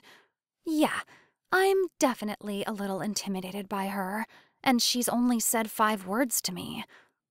"We are good at it," someone says from behind. I turn to see Lake giving me a smirk. At what? I question, my brows drawing together. "Flirting, of course," he says as he raises an eyebrow and makes his way into the dining room. "I told you to cut it out or it's war," Drake says, placing his hand on the small of my back. "I'll jump in on that battle," Kale says. "You know she likes this." He suddenly flexes, his biceps and pectoral muscles jumping in contrast against his well-tanned skin. "Put a shirt on, fool," Drake says, shoving his hand against Kale's face and pushing him away. I cover my mouth to hold in the laugh. Did he just flex for me? I squeak. "He flexes for everyone." Drake shakes his head. "Okay, that's enough, boys," Robin says as she wipes her hands on a towel. "Act like human beings instead of cavemen before poor Kaylee thinks we're all insane. Let's eat." Chapter 7. My ancient world history classes continue learning about the Mesopotamians. My world history freshmen start learning about China. In historical lit, we start in on the grim fairy tales. It's too busy of a week to do much with Drake. School is in full swing now, and we've both got hours of homework to grade each night. I barely have time to think about him. So when there's a knock at the door Thursday night, and I know it isn't Drake, I'm not too happy about it. I get up from off the floor, surrounded by a circle of papers, and cross to the door. "Mom?" I say when I open it to find her standing in the doorway. "Hi, honey," she says with a small smile. Her fingers are linked and she's squeezing them together tight. Her eyes are too bright, and her smile is twitchy. She looks nervous. "Hi," I say, trying to recover from my shock of her being here in the flesh. It's been at least 3 months since I've seen her last. Come on in." I step aside and let her inside. She walks through the door and observes my living space. "I've been here almost a month now." I start babbling. I scoop up the papers from the floor and lay them on my bed. "It's cheap and pretty close to work." "It's nice," she says with a smile. She takes a seat on the couch and lets her purse slide down to the floor. I stand next to my bed awkwardly, unsure of what to say or do. "I just got back from a business trip to Los Angeles," she offers. "This one was a killer. I was there for almost 2 weeks. "Oh," I say, giving an awkward nod. She gives me this look, like she is very well aware of how uncomfortable this situation right now is, like she knows she's been absent for far too long, like she knows it's not okay that she's not been a part of my life now for quite some time. "How's your new teaching job?" she asks, instead of trying to give any explanations or apologies. "Good," I say with a nod as I sink down onto my bed. "I've got a full-time position, so that's pretty great. I wasn't sure if I'd find one or not." "Your students treating you well?" she asks. "Yeah," I say. "Except this one that keeps flirting with me. He's kind of relentless." Mom's brows furrow. "That's inappropriate. Have you spoken to the principal about it yet?" "It's really not a big deal." I give an awkward chuckle and laugh. "He's harmless."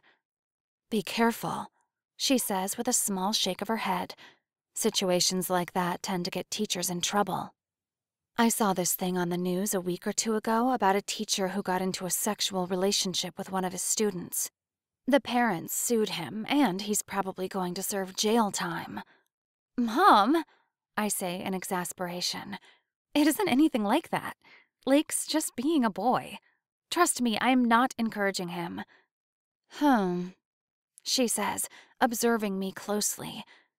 So, how's Alan these days? He seemed like such a nice young man. What you told me about him, anyway. A startled chuckle erupts from my chest. Mom's brows draw together again, and she gives me a harsh look. Alan broke up with me through text message over 3 weeks ago, I say with a shake of my head. Just then, my phone starts ringing. I grab it from my nightstand and see Drake's name on the display. Just a second, I say to Mom. Hey, can I call you back later? Yeah, sure. He says. His tone says this was obviously not the hello he expected.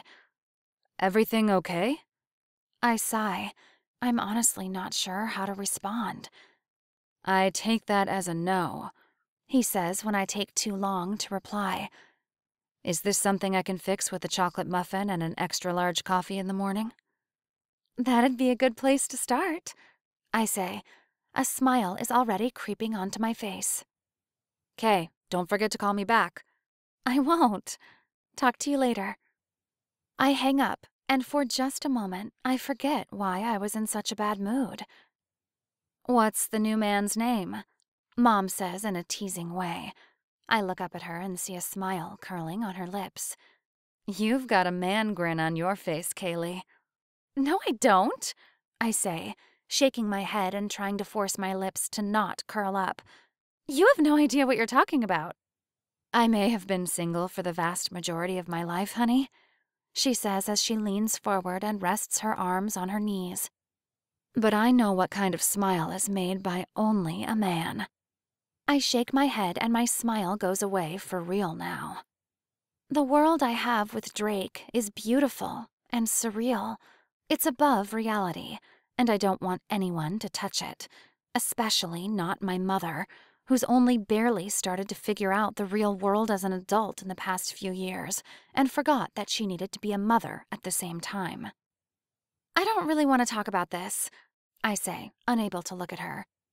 I stand and fold my arms over my chest like a high schooler throwing a fit. Be around more, bother to check in more than once every 3 months, and maybe I'll want to talk to you about the men in my life. Kaylee, A quick knock at the door cuts her off, and not a second later, Skylar comes walking in. Mom? He says, his tone shocked. He bolts across the room and throws his arms around her. She looks just as surprised to see him for just a moment. Finally, she melts into his hug and gathers him tight to her chest. Karen? Dick is just as shocked as everyone else to see my mom. He strides in cautiously, hands stuffed in his pockets. I didn't know you were back. I just got in an hour ago, she says, stroking Skylar's hair. Oh, He says. There's hurt in his eyes. It's hard for him to be around my mom. He loved her, loved me, and she acted like she'd grown out of him. I was going to see if you could watch Skylar, Kaylee. I've got something I have to go take care of. As much as I'd love to spend some more time with my brother, I think Mom would love some time with him even more, I say, my tone harsh as I look at her. She can hear every accusation, and her eyes war between anger and hurt. Of course, she says, hugging him tight and looking down at him. He looks up at her with cautious adoration. I've missed you so much. Missed you too, Mom, he says, but he doesn't sound so certain. Mom may not have known what the heck she was doing with me, having popped me out just weeks after she graduated high school, but she was at least always there, until the very end of my high school days. But Skylar? He barely knows this woman. I've got some papers to grade, I say, my voice chilly. I should really get back to work. Of course, Dick says. He crosses my tiny apartment and gives me a quick hug. He presses a kiss to my forehead and gives me a sad smile before looking at Karen. She just gives him a blank look, and he walks out. Finally, Mom takes Skylar by the hand and starts for the door. See you later, little man, I call to him. I feel bad for basically ignoring my brother. Bye, he says quietly. I can see on his face that he's uncertain, But I also saw the love he had in his eyes when he first walked in and saw Mom. "I'll call you," Mom says as she looks over her shoulder. "Maybe we can go out to dinner?" "Yeah," I say, because I can't be mean to my own mother, even when she deserves it.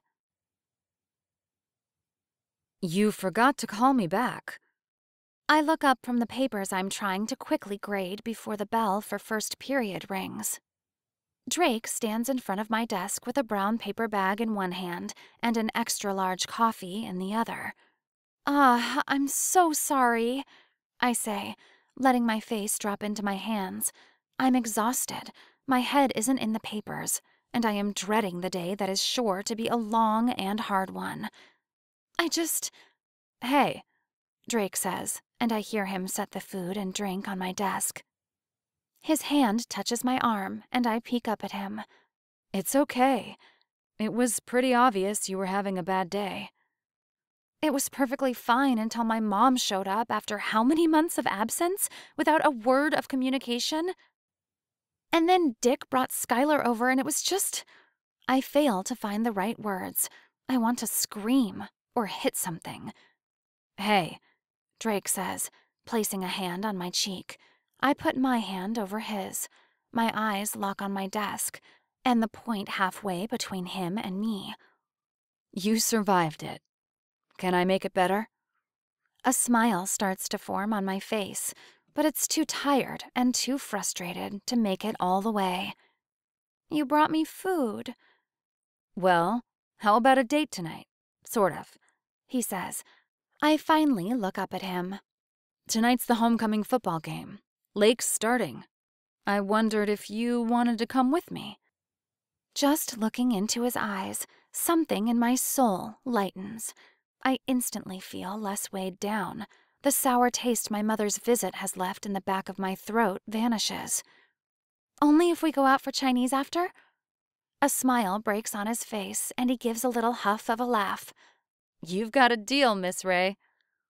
He leans forward and presses a kiss to my forehead, just as the warning bell rings. I can hear the pounding feet on the stands, the trumpeting of the marching band, and the excited voices of students the second I climb out of my Mini. I had to park out on the street, clear across the school, and on the other side from the stadium, the lot was so crowded. I fight my way through students and parents and finally see the entryway to the stadium. Leaning against the wall to the school, waiting for me, is Drake. His hands are stuffed into his pockets, his ankles crossed. I smile the second I see him, and he smiles when he sees me. I swear my body will explode from all these things he makes me feel. I can't contain myself. I bound forward, closing the space between us, and press my lips to him. So I guess we're done hiding this from everyone? He chuckles against my lips as his arms slide around me. "I don't care anymore," I say as I shake my head. I hug myself tight to him. Oh, Mr. McCain! Someone calls from behind us. Already snagged the new teacher. I turn to see some senior leering at us. He and his buddies smile and laugh. Nothing I want you to see here, Drake calls. Move along, gentlemen. They heckle for a moment longer and finally go into the stands. It's nice that the students respect Drake enough to give us space, even with the teasing. It's easy to tell Drake is a well-loved teacher. You know the crap we're going to get if we really do make this public? He says, looking down at me. Despite his cautious words, his arms around me don't loosen 1 millimeter. "Let them bring it on," I say, leaning into him again, letting my lips hover a breath away from his. "So long as we don't get fired, I don't give a damn." I don't think I've ever heard you swear before. He chuckles. "That's how much I don't care." I smile. He presses a soft kiss to my lips, brushing my nose with his. Okay, we should probably talk to Principal Riker about it, though. He may accept it a bit more if he doesn't feel like we're going behind his back. "Meet me at his office at 7:30 Monday morning?" I say quietly. I will be there. Hand in hand, we walk into the stands. Chapter 8.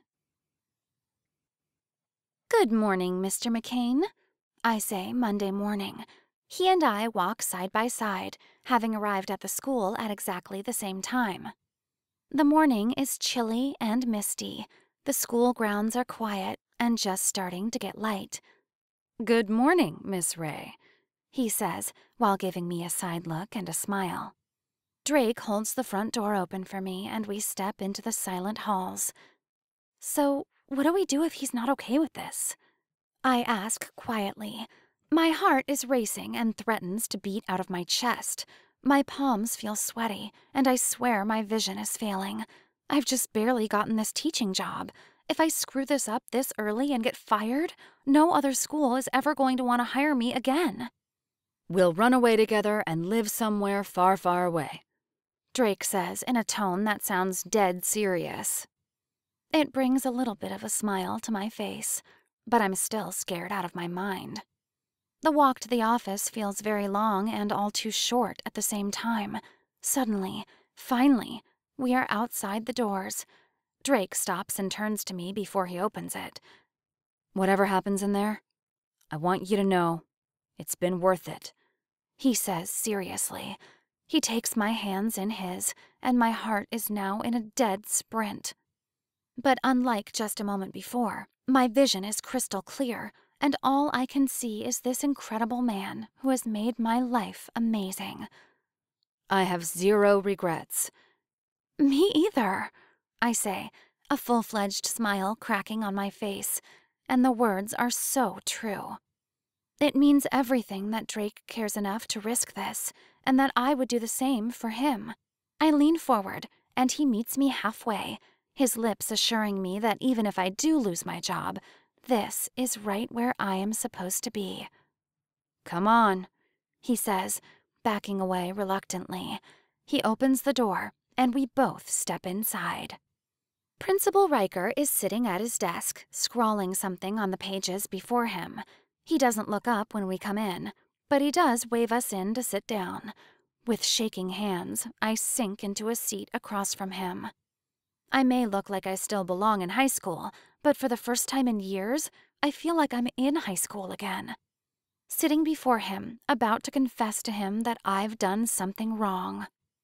Drake and I sit before him for 2 very long minutes before he finally puts his pencil down and looks up at us. Good morning, he says with a smile that I can't tell if it is friendly or annoyed. I'm not sure about much of anything at this moment. Morning, I mutter quietly. Thanks for meeting with us, Sam, Drake says. His voice sounds nervous, but at least it's working, unlike mine. I know it's early and you're busy. Not a problem, he says, even though he's looking back down at his papers, gathering them up and stacking them into a neat pile. I always have time for my teachers. Well, Drake says with an uncomfortable courtesy laugh. We appreciate it. So, what's this about? He says, setting the papers aside and folding his arms on the desk. Drake says, that surprised, caught, red-handed look of his crossing his face. Miss Ray and I wanted to talk to you about something personal. He and I are dating, I suddenly blurt. It takes me half a second to realize I actually vocalized the words and that I didn't just say them in my head. I slap my hands down around my mouth. Drake looks at me in horror for a second, and I just stare back at him wide-eyed. And then Drake breaks out into a very awkward-sounding chuckle. Yeah, he says even more uncomfortably, looking back at Principal Riker. That's what we wanted to meet with you about. Kaylee, Miss Ray, and I. We've recently started up a personal relationship, and we wanted to make you aware of that. I'm quite sure I still have a look of complete humiliation on my face. Sam has a look on his own face that I'm not sure if it's boredom, annoyance, anger, or complete disinterest. He looks from me to Drake, and back again. I think so long as the two of you know how to keep your personal interest out of the school and off-school grounds, you two know how to be adults. He finally says after what must be the longest 30 seconds in the history of mankind. Keep it to yourselves, and I don't really care what you do outside of class, so long as you never reflect poorly on Woodinville High School. Really? I say, my voice high-pitched and breathy. Now both he and Drake laugh. Sam nods his head. Really? I slouch back into my seat, which I've been perched on the edge of up until this point, and heave a huge breath. I prop my head up with the heel of my hand and rest my elbow on the arm of the chair. You look like you've been dreading this conversation, Miss Ray. Principal Riker teases. I have, I admit with a chuckle. I really didn't want to get fired. We'll have none of that, he says kindly. Not when we've been getting such good feedback from our students about you, and such good grades from your classes. A smile pulls on my lips, and I sit myself up again. Thank you. Yes, Drake pipes in. Thanks for understanding. We'll keep this on the down low. I expect you to, Sam says with a nod of his head. He is serious and stern, but I can see the corner of his lips trying not to smile. I wonder if he has ever felt the way I do when I'm with Drake. Maybe Sam has. Maybe that's why he's giving us his blessing. If you'll excuse me, I've got some things to take care of. Of course, Drake says, and he and I both stand. Without another word, we walk out of the office. We don't get more than half a dozen steps away when Drake wraps his arms around me, picking me up clean off the ground and twirling me in a circle. I barely manage to contain the delighted squeal that wants to erupt from my lips. Our eyes lock, and he sets me down slowly. My lips ascend to his and linger for a brief but sweet moment. Drake holds me close, in danger of breaking the deal we made just moments ago, but that look on his face tells me he doesn't care one bit. His eyes stare into mine, and I feel all those beautiful emotions he evokes in me wake to life. How'd I ever have a life without you? He whispers. He brings his hand up to brush his fingertips lightly over my cheek. I don't think we were ever supposed to exist without each other. I close my eyes and press my forehead to his chest. We get to stand like that for 5 blissful seconds before Drake's phone dings with a text message. We step apart just as the first 2 students come through the front doors. Ugh, Drake grunts as he looks down at his phone. Again? What is it? I ask, concern on my face as we start walking in the direction of our classrooms. About 3 weeks before school started, my ex and I broke up, he says, sliding his phone into his pocket and looking forward. Diana and I were together for about 6 weeks. It was pretty rocky the whole time. She's been texting me on and off the last few weeks. She just said she wants to talk. Jealousy instantly roars up in me and my entire body stiffens. Drake must notice because he grabs my hand and pulls me to a stop. I don't want to talk to her. Things are and were done over a month and a half ago. You really, really don't have to worry about this. And I'm sorry I didn't say anything about it before. I just figured she'd go away. I take a deep breath as Drake drops my hand because he has to. I nod my head and try to calm the million angry fire ants that have suddenly replaced my blood. Yeah, sorry. I just instantly got a little possessive there. This brings that lopsided smile to Drake's face. You have no idea how bad I want to kiss you right now. You're cute when you're jealous. Shut up, I say, giving a big shove to his chest. He rocks back, off balance, but that's the extent of my damage. Get to class, Mr. McCain. Chapter 9.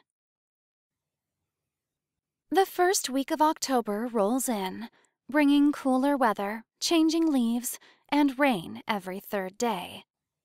Finally, after trying to get a hold of Armando for a week, he knocks on my door one Saturday afternoon. "Where have you been?" I say with a glare as I let him into the apartment. "I've been calling and texting. Has work really been that bad?" Oh, Kaylee, he says wistfully as he dramatically flops down on my couch. I've had the most amazing 8 days of my life.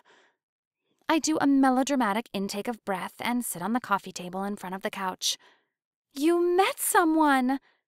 I did, he says with a sigh as his eyes slide closed. His name is Anthony.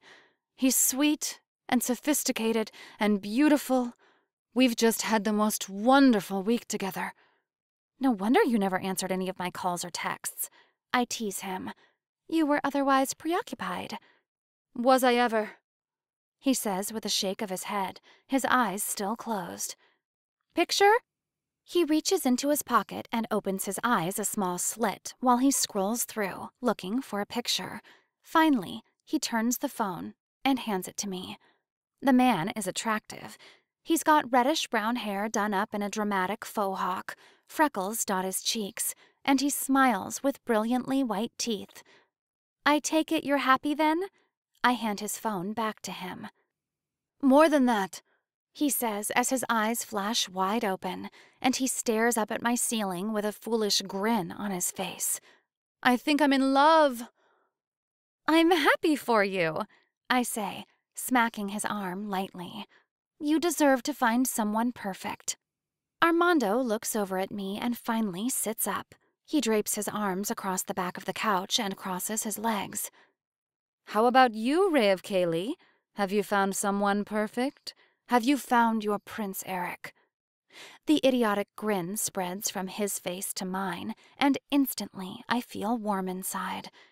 "It's so bad and so good at the same time," I confess. "I'm just so deliriously happy when I'm with him. It's been the best 4 weeks of my life. Easy." Are you saying you're in love? He taunts. I didn't think it was possible, but my smile grows bigger. I won't say it for the first time unless it's to his actual face. But, as if he can't already tell, Armando grins. Sweetheart, you've been glowing nonstop since you met that man. If you're not in love with this man, there is absolutely no hope for the rest of us to ever know what that word means. My phone dings and I look down to see a text from my mom. "Please," she says, "I have to go out of town again in 5 days. Can we please meet and talk?" She's been texting and trying to call. She keeps asking me to meet her. She says she's sorry for our fight the other day. And lately she's been saying I need to forgive her and move on from all this, like it's no big deal. I sigh and look up at Armando. "What do you think? Do I act nice and talk to my mom?" Armando's nose crinkles. Absolutely not. That woman needs to learn what her priorities are. "Yeah," I say as I look back down at my phone. "I don't think she's going to get that, though, until someone very specifically spells it out for her." "Fine," I text back. "Meet me at Stanoli's at 7. We both stare at our food and silently eat. We've said little more than hi and how are you since we arrived at the restaurant. We ordered, got our food, and now we're avoiding any real conversation. I've never really been close with my mom. She was always there, but she didn't really see me. She always took care of my needs. I was an idea that needed to be constantly addressed. But me, actual Kaylee, I was invisible. I'm still not sure she's seeing me. I've upset her and she wants to set this right. But am I more than an idea that needs to be addressed? Does she see Kaylee sitting in front of her? A girl who believes in fairy tales, who gets flirted with by students every other day? A girl who loves summertime and rocking out to any good song that comes on the radio in her car? I'm honestly not sure. "How long are you going to be gone on this trip?" I ask, finally breaking the silence. She says, wiping her mouth with a napkin. "About 2 weeks again. This is a big client in Chicago." I nod, chewing on my lower lip. "Does Dick have any help with Skylar while you're gone?" He seems to be doing okay lately, Mom says, not quite meeting my eyes. She reaches out for her glass. Her hand shakes as she brings it to her lips. And he has you to help him out. The temperature of my blood starts to rise. My hands curl into fists. And you don't feel any guilt walking away from your son for 14 days at a time? Kaylee, Mom says, narrowing her eyes at me and her brows furrowing. I have to work. I have to earn money to help support your brother. But you have to work at a job that takes you away from him for weeks at a time? Why can't you find something that you can be around? My voice is slowly rising, and my insides grow harder. I'm finally making good money, she says, her voice hard. I have a real career now. Surely you can understand that. No, I say, shaking my head. I can't. You've all but abandoned Skylar. And that would be fine if you just cut and dry walked away from him, but he never knows when you'll waltz back into his life and pretend like you care. He's always hoping that maybe you'll be around for a little longer this time. He hopes maybe you'll come to his t-ball game or his soccer matches. What do you think it's doing to him? I'm making it so he can have a good life, my mother says. Her eyes lock on the table. I know you were too young when you had me, and you never got the chance to be a real grown-up and get a good job when you wanted. You had me to deal with, and you dealt. I say, my jaw is set hard and my stomach churns. And I know you're proud of yourself for getting this job and finally figuring stuff out, but you're still a mother. You still have a 7-year-old little boy who needs a mom to tell him bedtime stories and sing him silly songs about brushing his teeth and doing his homework. He doesn't need an absent moneymaker. What is that ever supposed to mean to him? I sit back in my chair, suddenly feeling out of breath and exhausted. Tears sting the back of my eyes, and my hands feel shaky. You know, I say, crossing my arms over my chest, I have met someone. Someone I can't imagine not being in my life. Someone I'm pretty damn sure I want to spend the rest of my life with. Someone I want to raise my own kids with. And if we do, I'm going to make sure I'm there for them. Every second. Because you're supposed to love your kids that much. Skylar loves you, but I'm not so sure you love him back. I can't take another second. I stand and drop a $20 bill on the table, because it's all I have on me, and I walk swiftly toward the door. I pull my phone out and dial Drake. I'm not watching where I'm going, so when I step off the curb, I bump right into Mom's lime green Beetle, which is parked right in front of the doors. Hey, Drake answers cheerily. Can you meet me at the school? I say as I right myself. My voice shakes and betrays the tears that threaten to break onto my cheeks. My limbs tremble as I make my way down the street to my own car. Now? I'll be there in 5 minutes. I am 10 minutes away, further than he is from the school, and Drake's car is in the middle of the parking lot when I get there. When he sees my car, he climbs out, closes his door, and leans against it. And the second I see him, those tears I've been holding back spring out like a waterspout. I bite my lower lip and erupt from my car the second it is in park. I sprint the small distance between us, and my arms lock around his neck, and I crush my lips to his. The tears continue to roll down my face. Hey, he whispers against my lips. What's wrong? I squeeze my eyes closed harder, pushing more tears down my face. I shake my head and press my forehead to his chin, because it's as high as I can reach. She's screwing it up so bad, I say, shaking my head still. This isn't what a family is supposed to be like. What happened? He says, rubbing a hand over my back. The other holds me to him tightly. I shake my head again, and my trembling eases slightly. Nothing. That's exactly it. Mom's exactly the same as she's been all along. Drake brings his hands up to the sides of my face and forces me to look up at him. I don't know exactly what's going on, but I know you're strong enough to get through it. Humans make stupid decisions. Nobody's perfect. You are, I say, looking up into those hazel eyes. The storm inside me begins to calm and is replaced with that sense of comfort and ease. No, He says with a breathy chuckle. not even close. Pretty close, I say as a smile slowly begins to form on my face. You're kind and caring. You always want to make things better. Drake presses a soft kiss to my forehead, proving my point.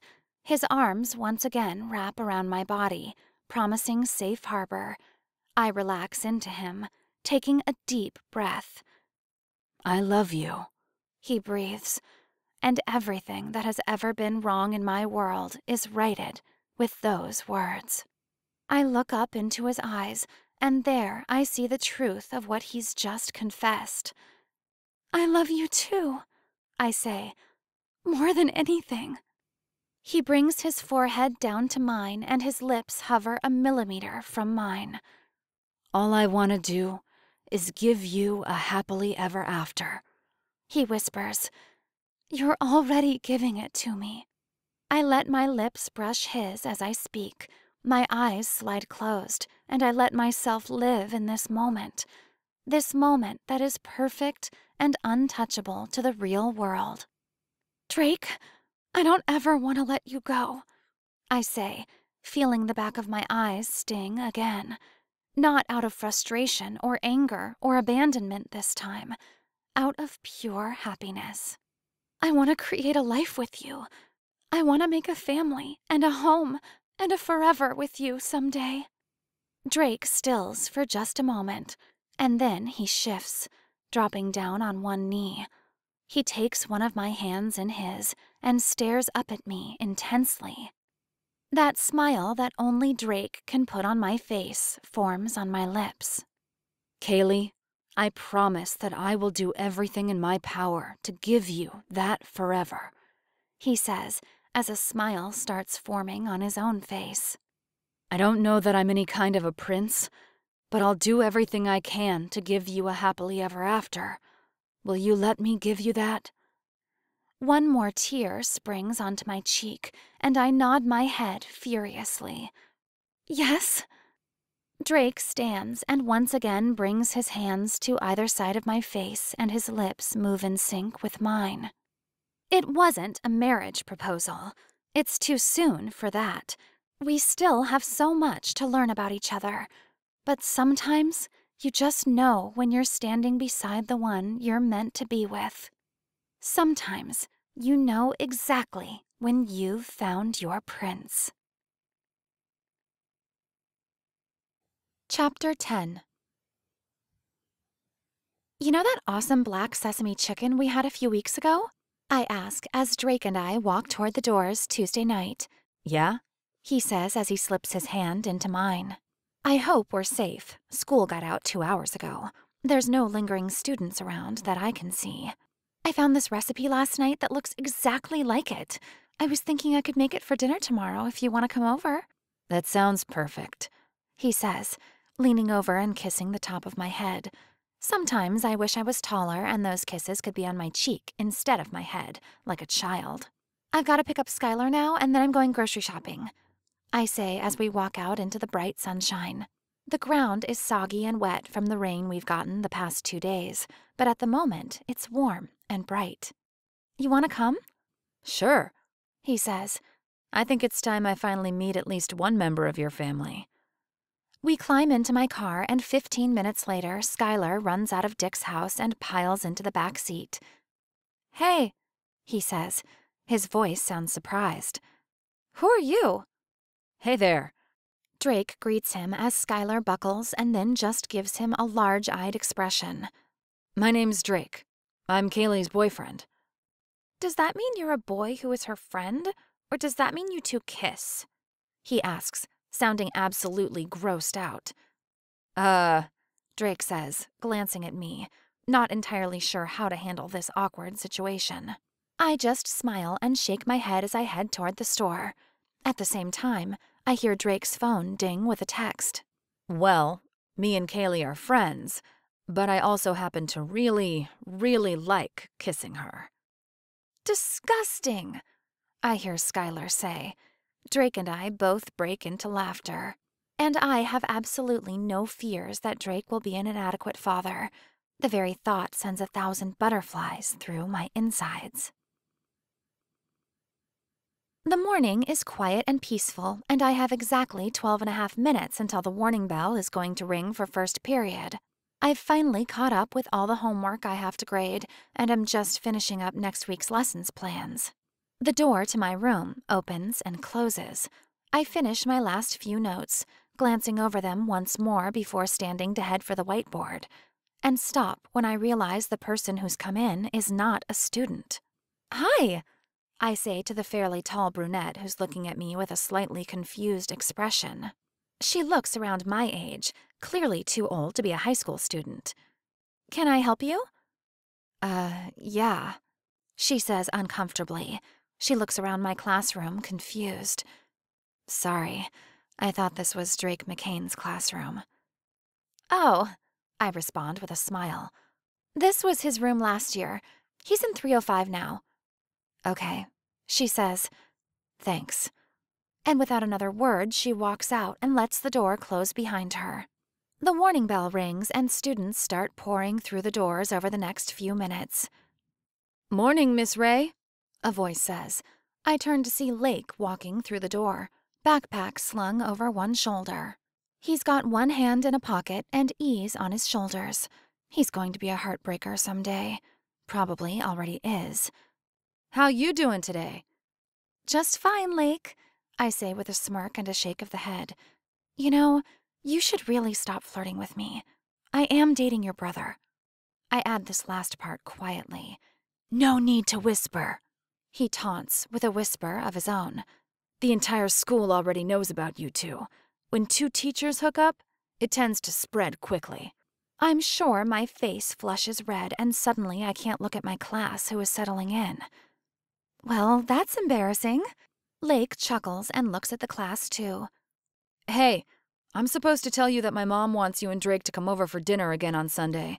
Something about her wanting to get to know you better." "Oh," I say, taken off guard. "Yeah, tell her I'll be there." Lake gives me a smirk and finally makes his way to his seat. "Okay," I say when the tardy bell has rung and I've taken attendance.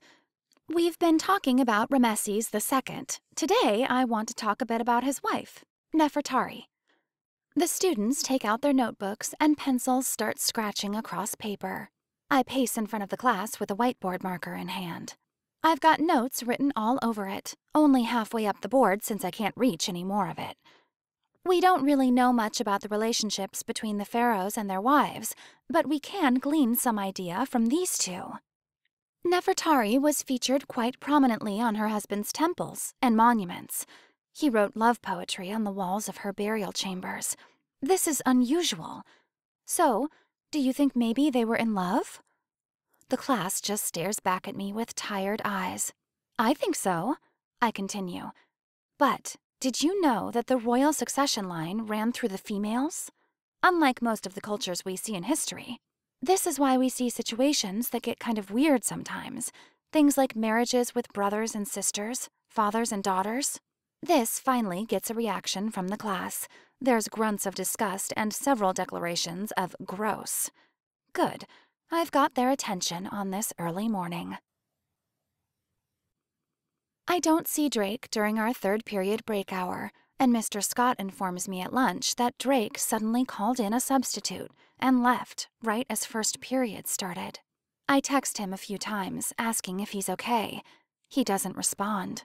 It takes me clear until I'm headed home after school to remember the woman who came looking for him this morning. What did she want, and who was she? And what could she have said that made him leave so quickly?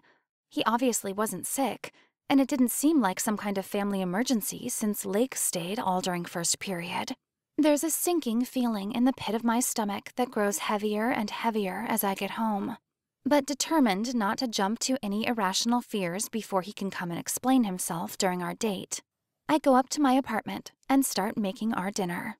What I am preparing is complicated and time-consuming, which is good for keeping my mind from thinking up dramatic scenarios. I chop the vegetables, cut the chicken, start the noodles soaking, fry the ingredients together. I put dessert in the oven. and watch the clock tick closer and closer to 6:30. I turn the heat down on the stove and let the food simmer, dump the noodles in the pan. I sit at the bar and stare at the clock as it ticks down the final 2 minutes until Drake is supposed to arrive. 6:30 comes, then 6:35, 6:50. And just as I am about to put the food into containers to move to the fridge, there is a knock at the door. I don't know what is coming, but I feel full of lead and ice as I get up and walk to the door. I pause for just a moment with my hand on the knob and stare at it. How do I know that something is about to happen? Is it premonition or something instinctual? Maybe it's just that extra female sense, the one that just knows. Finally, I turn the knob and pull the door open. Drake stands in the hall, his eyes on the floor. His hair is a mess. It stands on end like he's been pulling at it. The top 3 buttons on his shirt are undone, and one sleeve is rolled up to his elbow. The other hangs open around his wrist, and his face is pasty white. Drake? I breathe. Finally, he looks up at me, and there is nothing but sadness and dread in his eyes. What's happened? I ask. Suddenly, his eyes redden and well. I reach out for his arm and gently pull him inside. I close the door and lead him to the couch. He sinks down into it with a limp flop. I sit on the coffee table, my hands pressed firmly together between my knees. There's a rock in my throat that threatens to suffocate me, and I don't even know why it's there. She kept... Drake's voice cuts out before it even really begins, strangled and hoarse.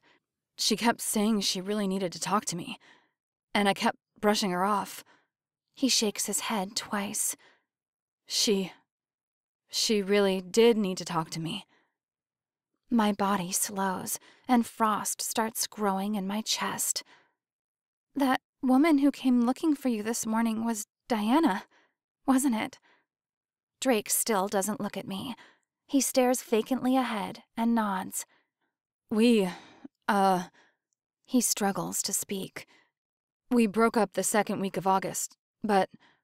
3 tears leak out onto his cheek. He presses a fist to his lips and shakes his head. Kaylee, I don't want to tell you this, but we had sex a week before that. We used a condom, but... More tears leak down his cheeks, working their way past his closed eyes. I stop breathing, and time seems to stop. I'm not good at math, but even I can put this together. The beginning of August was roughly 10 weeks ago. She'd been trying to talk to Drake for 2 or 3 weeks now. Diana's pregnant, I whisper. I bite my lower lip, as if I wish I could take back the words I've just spoken and make them untrue. You're the father. Drake collapses back into the couch, and his eyes open to stare at the ceiling. He shakes his head. He's stark white and looks ready to vomit. Yeah. He barely gets out. Silence is painful. It's heavy and suffocating, and when no one is saying anything, it can let your imagination torture you. But silence is what takes place in the absence of words. I'm not sure how long we sit there, saying absolutely nothing. Time ceases to have any meaning. But the future, the one we had talked about so recently, it becomes expertly clear. Drake is a good man. He will make a wonderful father, and he will do the right thing. He'll be a part of his baby's life. And I have no right being a complication to that. I hear Drake shift and look down to see him sitting forward. His forearms rest on his knees. His eyes are red and puffy. His skin is white with red splotches. He looks like a wreck. But he still looks like my Drake that I wanted to be my future husband and future father to our future children. I could kill myself, Kaylee, he says, but his voice is little more than a hoarse whisper. I promised you things I had every intention of keeping. Things I want so bad I can't even breathe right now, but... But you've got to make this right. I finish for him when he can no longer say the words. He swallows hard, and his eyes drop to the floor. I never knew my father, I say. It hurts to speak. My throat is so tight. My voice doesn't sound like my own. I literally don't know his name. And being a kid without a father is no way to grow up. It isn't fair. So, Drake, you've got to forget about any feelings you may have for me. This is more important. I meet Drake's eyes again. They well heavy, and not 2 seconds later, they run down his cheeks again. He shakes his head, and a gut-wrenching sob escapes him. He collapses forward, his head resting on my chest, and his arms wrapping around my middle. He may as well have just stabbed a knife through my heart. It's been hard enough, keeping it together these past few moments when all I want to do is cease to exist. But his touch is the seal of obliteration. No sounds come from me, unlike Drake, who sobs loud and hard. I cry silently. I cling hard to Drake, our frames shaking. It's killing me to be near him like this right now. But I know I'm going to truly die inside the second I have to let him go. Chapter 11. I call in a sub for the next 2 days. I stare at the ceiling. I lie in my bed. I don't shower or dress. I don't eat.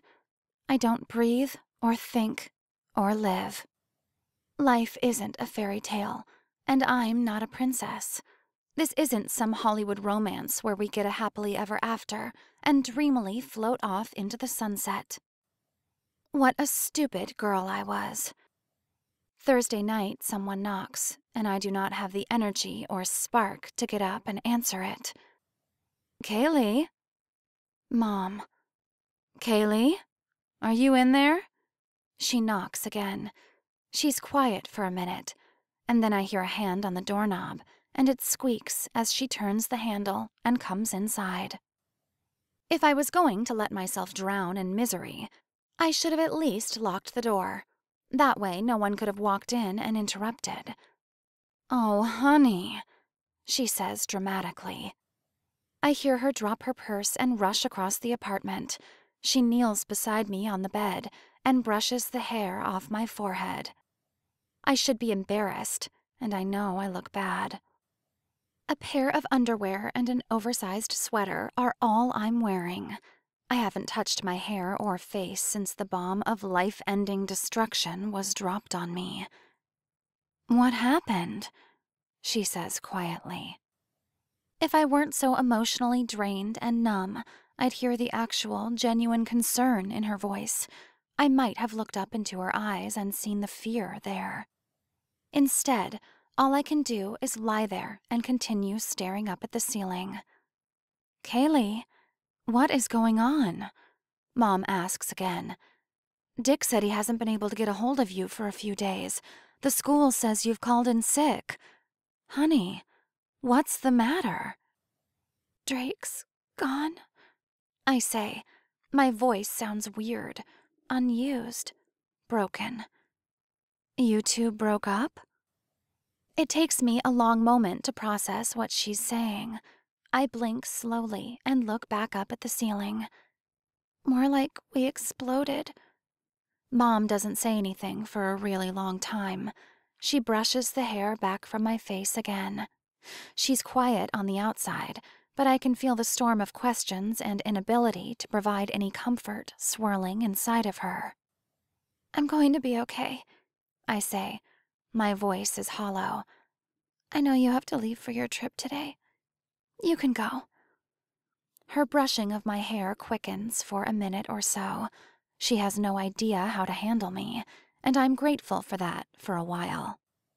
For just the smallest of moments, I can focus on feeling angry at her, instead of trying to tell myself not to feel anything. Call me if you need anything, she says quietly. She leans over and presses a kiss to my forehead, and then climbs out of my bed. I hear her retrieve her purse and cross the room. She pauses in the doorway, and after a minute or so, I hear the door close. I flop an arm over my eyes just as the tears start rolling again. In the morning, I hurt. I hurt from not moving for the past 60+ hours. My stomach hurts from lack of food. My head hurts from lack of water. And my heart hurts for obvious reasons. First, I roll to the side of the bed. My head spins violently for a minute when I first sit up. My legs shake slightly when I force them to stand. I stumble my way across the apartment to the kitchen. I fill a glass and slowly sip at it until it's gone. I grab a banana from the counter and choke it down. Second, I stumble back toward the bathroom. I turn the shower on, hot as it will go. I strip down, only now realizing how terrible I smell. I take my time in the shower. For the first 15 minutes, I simply stand with my body and head under the water, letting it run over me. But finally, I wash my hair, wash my body, and climb out. Third, I force some clothes on my body. Simple black dress pants, a turquoise button-up shirt. I brush my hair straight back, fix it into a bun, and secure everything with a thin, black, elastic headband. I don't have the energy for makeup. I stare at myself in the mirror for a long while. I look tired, empty. I look like a ghost. With only 20 minutes until first period starts, I grab my things and go down to the car. It faithfully carries me to the school parking lot. I sit in my car for a while. Everyone mills about so normal. They smile and laugh and tease one another. They carry on like nothing has happened. Like no one's world has just come crashing down on them. It doesn't seem fair that they're allowed to continue feeling so normal when my world has been spun on its head and then smacked with a baseball bat.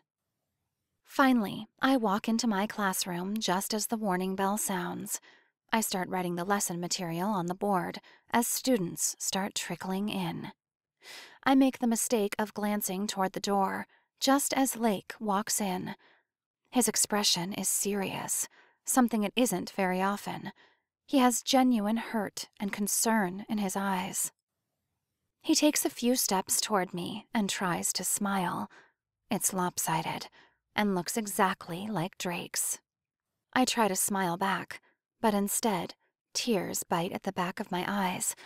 I look back at the board, unable to look at Lake any longer. "So, Miss Ray," A student in the seats says, "I heard you and Mr. McCain are hooking up." and the next second, I hear flesh meeting flesh. I whip around to see another male student, Chris Tate, half on the floor, half hanging off the side of his desk, cradling his jaw. Lake scrambles after him, gathering the front of his shirt in his fist. "You shut up about that!" Lake bellows, raising his fist again. "Lake!" I bellow, darting across the room and grabbing the back of his shirt. "Stop it! Stop!" He doesn't swing, but he's still got blood in his eyes as he stares down at Chris. "It's fine," I say, my voice shaking just slightly. "Let him go." Lake finally looks back at me, his eyes still angry but without the violence. He shoves Chris away and turns to sit in his seat. "I'm sorry to hear about what happened. It sucks, and it's not fair." I glance around at the class, all of whom are staring at us. The tardy bell rings. "Yeah," I breathe as I turn and head back for the front of the class. Second period is drama-free. We talk about ancient Egypt, the bell rings, and they leave. I have no idea what to do during my break period. Since I had a sub the last 2 days, I have no homework to grade. I'd outlined all my lesson plans for the next 2 weeks at the beginning of this one. Normally, on days like this, I'd seek out Drake. I can't do that now. Once the halls are quiet again, everyone settled in for third period, I cross my room. I turn out the lights and lock the door.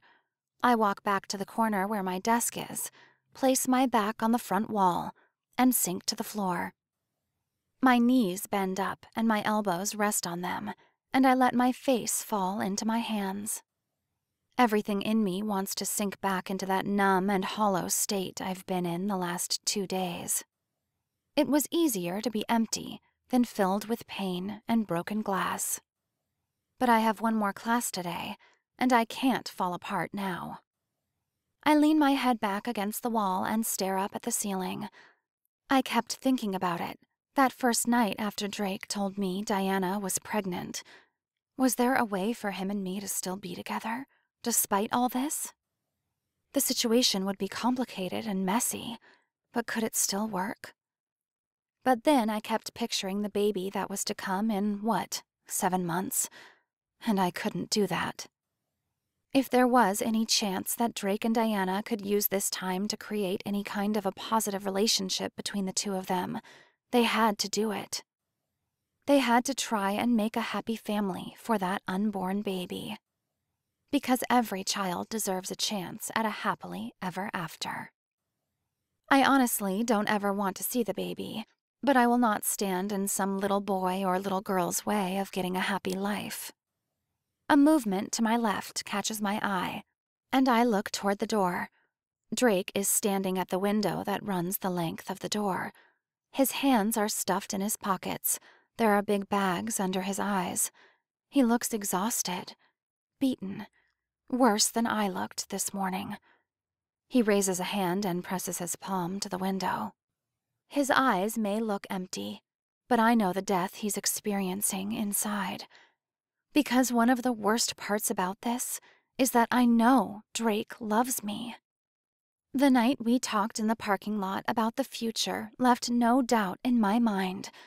Drake loves me, and I love him. We just can't be together. Chapter 12. Time passes. It grates over you like sandpaper when you're already left bleeding on the rugged road, leaving you raw and hardly able to move. But it does pass, even when you're pretty sure you're dead. 2 weeks somehow go by. Drake and I don't say a word. The first few days he'd looked through my window every break period, just looking. And then he missed a day, and then was back. And then he missed 3 days. And then he stopped. I saw Diana once, after school. Drake was walking out to the parking lot. Diana was waiting at his car. He tried to give a little smile when he saw her, but it was broken and weak. She gave him a smile that was pretty similar. I wonder how she feels about this. Does she want a relationship with Drake again? Does she remember how sweet and kind he is? Does she get butterflies in her stomach just thinking about him? If she doesn't, she's a fool. Ray of Keary, you've got to eat something. Armando actually sounds mad. I snap out of whatever alternate pain-free world I've zoned into and focus on his face. We're at a Chinese restaurant. There's a huge platter before us, a sampler of everything on the menu, and I haven't touched a thing. I know you complain about your thighs, he continues, giving me a glare. But, sweetheart, you don't have anything to lose. I know for a fact that you used to weigh 111 pounds.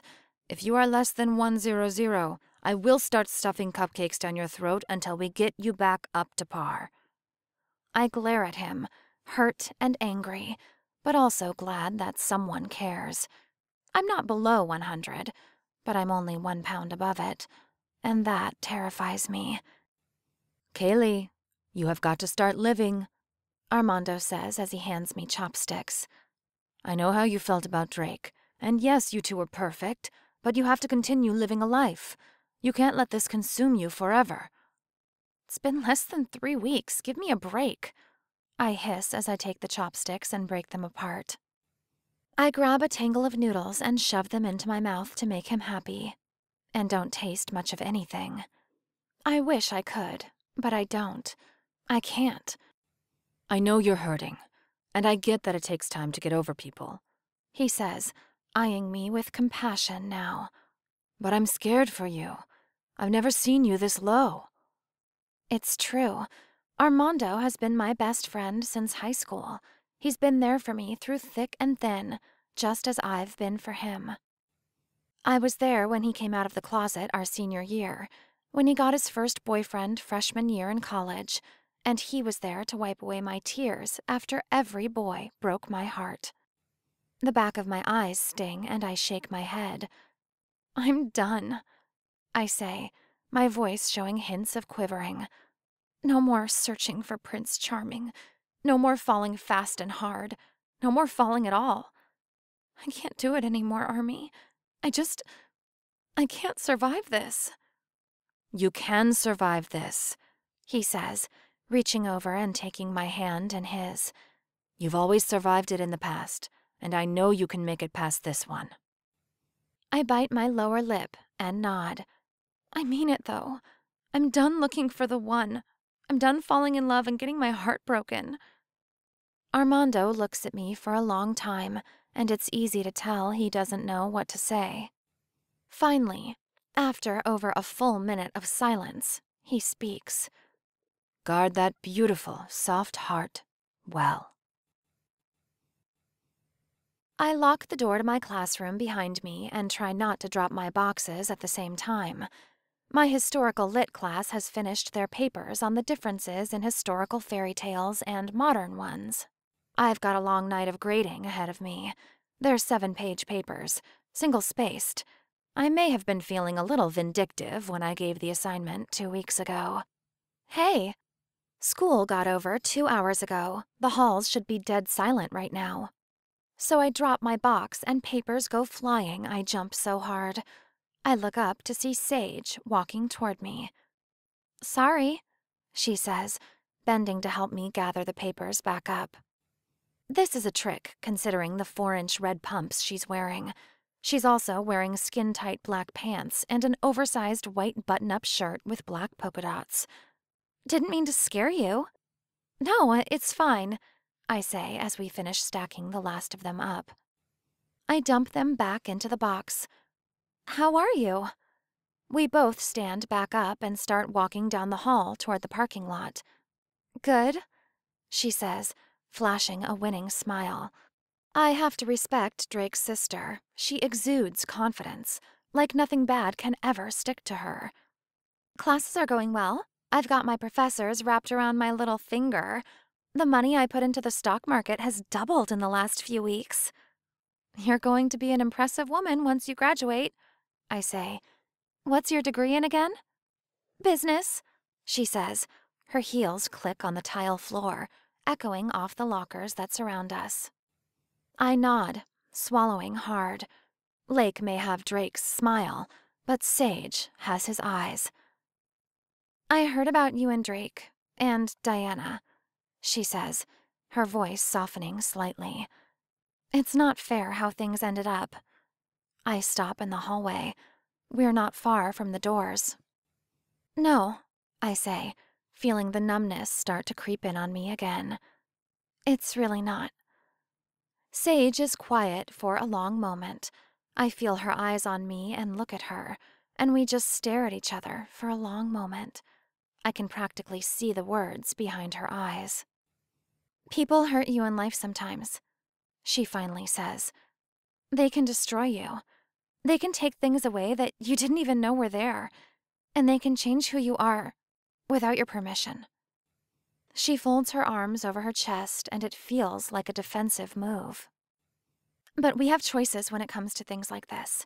We can let them wreck our lives, or we can use them to make us stronger. You have the power to decide that this will not hurt you anymore. You can choose to not feel it 1 second longer. Use the pain and the hurt and learn a lesson from it. It's not that easy, I say, shaking my head. No, it's not, she says, and there's complexity in her voice. Her strong gaze falters for a moment. But you're a woman. Set your mind to it, and make it better. Realize that men are not the only things that make life worth living. Realize how amazing you are and make a name for yourself. And don't feel sorry for doing it. I see her teeth clench hard, the muscles in her jaw flexing. Her hands roll into fists, and for just a moment, there is a bit of uncertainty in her eyes. I'm about to say thanks when she turns and walks back in the direction of Drake's classroom. I watch her as she goes. Sage is determined and strong and confident. There's no doubt about that. But what in her past has made her say the things she just did? The girl has been through what must be more than her fair share of hurt.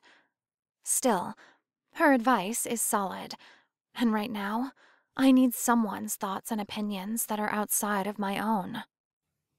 Who am I outside of the girl that just wants to find her true love? Chapter 13. You got it? I ask Skylar as I help him balance the camera. Yeah, I know how to work a camera, he says with a dramatic eye roll. I back away, hands hovering close to the camera. It's not particularly expensive, but I won't be able to replace it if he drops it. "'Kay," I say, turning and picking up the poster board that's lying haphazardly on my couch. I stand in front of the camera and hold the poster just under my face. "Smile," Skylar says. I do, and he snaps the picture. "Let me see," I say, setting the poster down and reaching for the camera. Instead of handing it over, he pushes the review button and brings up the picture he just took. It's clear and easy to read. In big words on the poster, I've written, "My name is Keary Ray. I'm trying to find my birth father. You met my mother, Karen Ray, at a Halloween party 23 years ago in Burlington, Washington. She was dressed as a bumblebee. She says you were dressed as a pirate. Please share." I chew on my lip as I read it over again. I saw a picture online a few weeks back of a woman looking for a girl she'd given up for adoption with a similar sign. It's a huge long shot. I don't have a name. I don't know his hair color or where he lived or anything at all. With a one-night stand, whoever my birth father is, he probably didn't even know my mom's name. But Sage was right. I need something else. I need to find out who I am without a man. I need to stop making finding the perfect man my main goal in life. I need to be okay with just being Keary Ray. And finding who made up the other half of my genetic code seems like a good place to start. "It's like a real-life mystery," Skylar says as I turn the camera off and pull the memory card out. We sit at the bar where my laptop waits. I slide the card into the slot in the side of it and copy the image from the card into my files. "Yeah," I say, "it kind of is." "Maybe your dad is someone famous," he says excitedly. He pushes his glasses up his nose. They're so dirty, I'm not sure how he can even see through them. "And super rich. Maybe he's the king of some crazy country." "Maybe," I say with a smile as I look at him. He's so hopeful and full of dreams. It's sweet and heartbreaking at the same time. I want to go back to feeling that way, but I don't think that's ever going to be possible again. I pull up Facebook and start uploading the picture. In my status, I write, "I am looking for my birth father. Please share." I gnaw on my lower lip, my finger hovering above post. "Are you scared?" Skylar asks insightfully. "A little bit," I admit. "This is kind of a big deal." "That's sort of sad you don't know who your dad is," he says. "That's why I'm doing this," I say, clicking and sending it out into the world. It's pretty much impossible to not sit glued to my computer all night. Skylar and I watch as my picture gets 10 shares before our pizza gets delivered. By the time we're done eating it, there are 26 shares. When Dick comes to pick him up, there are 71 shares. Around 11, I climb into bed with the laptop propped on my knees. Its screen glows bright through the dark. My eyes are tired and heavy. I've got the beginnings of a headache, but I can't seem to tear my eyes away. 138 shares. It's so many, but it doesn't feel like nearly enough. At some point during the night, I fall asleep. When I wake, I have less than 20 minutes to get ready and get to school. But I check the photo just as class is about to start.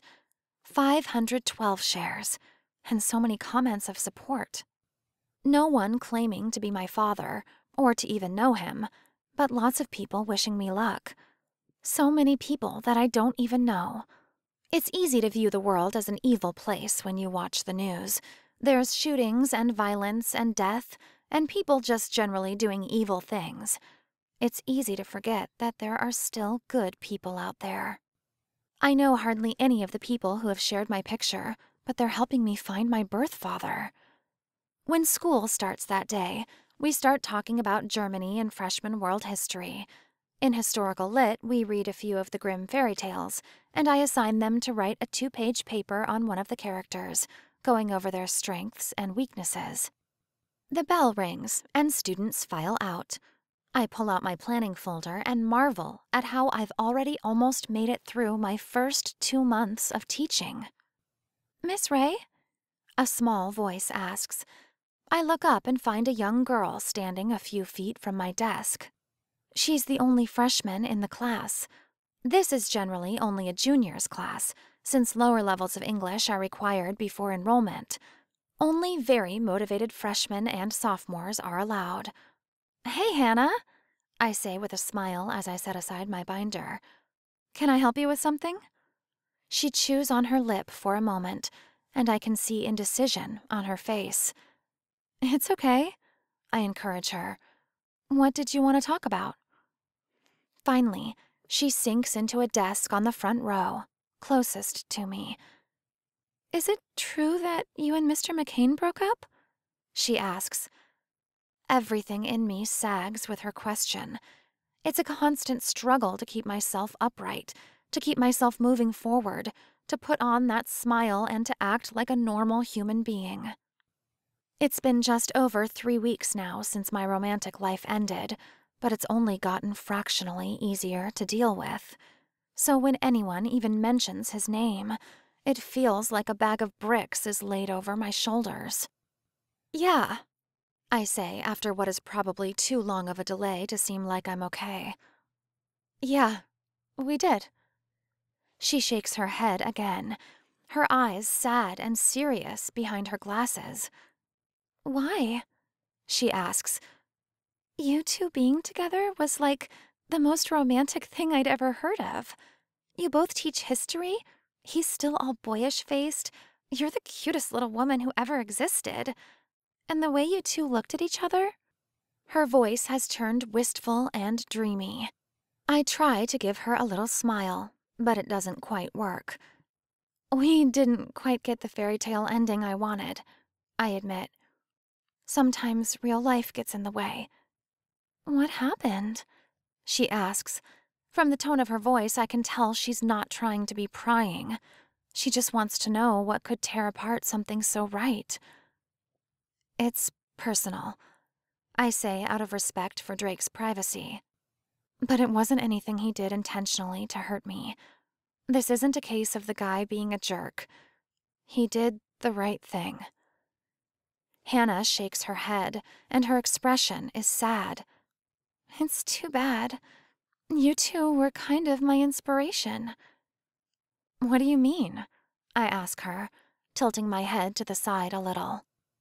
She sighs and leans back in the desk, folding her arms over her chest. "So, there's this boy," she starts, as I suspected she would. "He's basically made to be my other half. I'm a painter. He's a genius with charcoals. We're in advanced art together. He makes me laugh, and I make him laugh. We're both considered nerds and weirdos at this school." "But he doesn't see you that way?" I guess. Just talking about this makes my heart ache for her. I remember so well what it was like to feel this way. Ricky James was the love of my life sophomore year, but he was so out of my league and never talked to me outside of biology. Exactly, she says, exasperated, throwing her arms up in the air dramatically. The tardy bell rings and her eyes grow wide and panicked. Don't worry, I say, holding a hand up to her. I'll write you a slip. Thanks, she says appreciatively. As I was saying, he doesn't see me as anything other than the girl from art class. And the drill team formal is on Saturday, and I really want to go with him. A smile pulls on my face, the first real one I think I've smiled in a while. Even though Hannah is a freshman in high school and only 15 years old, this is nice, to feel like someone needs me for being a woman. Sometimes men just don't get it. They're full of hormones, but they don't know how to direct them. Is he with anyone else? Hannah shakes her head. Thank the man upstairs, no. I think you should just be direct. Focus that scattered teenage boyness. Ask him out. Just like that? She asks, her eyebrows drawn together like I'm talking crazy. Sweetie, I say, folding my arms on my desk and leaning forward. If he can't see a great girl like you when you show him you're there, then he doesn't deserve for you to think about him for one more second. So, make him see me, or stop thinking about him? She asks. She looks a bit scared, but I can see enlightenment brightening in her eyes. No sense hurting any longer than you have to, I say, trying to convince myself of my words as well. Hannah is quiet for a minute. She's struggling with logical wisdom and her heart. That's never an easy thing. Finally, she nods, and a forced smile comes upon her face. You're right. I'm going to ask him. Art is our last class of the day. I'll talk to him after school. Go get him, girl, I encourage as she stands. I write her up a tardy excuse slip and hand it over. She starts for the door. Thanks, she says, pausing with her hand on the knob. I really appreciate you talking to me about this. It's just not easy to talk to your own mom about stuff like this, you know? I do, I say with a nod. Hang in there, Miss Ray, she adds. You'll find your ever after. Hannah opens the door and walks out into the hall. During lunch, I check the shares on my picture. It's up to 1,022. Lots more comments that take me most of the lunch break to scroll through, but no one claiming to be my father. After last period, I hurry and gather my things and make a dash for the art room. Most everyone has cleared out by now, but through the hazy glass window next to the door, I see Hannah talking to a boy with dark shaggy hair, skater shoes, black pants, and a vest covering some print shirt. Hannah talks quickly and excitedly, using her hands a lot to suggest just how nervous she is. I can imagine how scary this must be, laying it all out on the line. I'm a hypocrite, telling her to put herself out there and to give it a chance, when not a few days ago I told Armando that I'm done looking for love. And I meant it. But I'm glad I told her what I did when the boy smiles brightly, and I can tell his lips form the word yes. Hannah's smile ramps up to blinding, and they both stand there awkwardly for a minute while they talk, like they're not sure what to do with their bodies. I turn, about to leave, satisfied that I've done some good, when I nearly run into someone. Mr. Scott, I say, stumbling back a step. I chuckle when he reaches out and grabs my arms to keep me from falling over. He laughs awkwardly, too, and lets go. Sorry, I didn't mean to sneak up on you, he says, placing his hands on his hips. Everything about his body language suggests he's feeling uncomfortable right now. I tried calling your name, but I guess you didn't hear me. Sorry, I mimic him. Helping play matchmaker apparently dulls my other senses. Duncan looks through the window when I point at it. A smile curls on one side of his mouth, and he gives a little nod of his head. Nice. For the dance this weekend? Yep, I confirm. I incline my head toward the parking lot and he starts walking with me.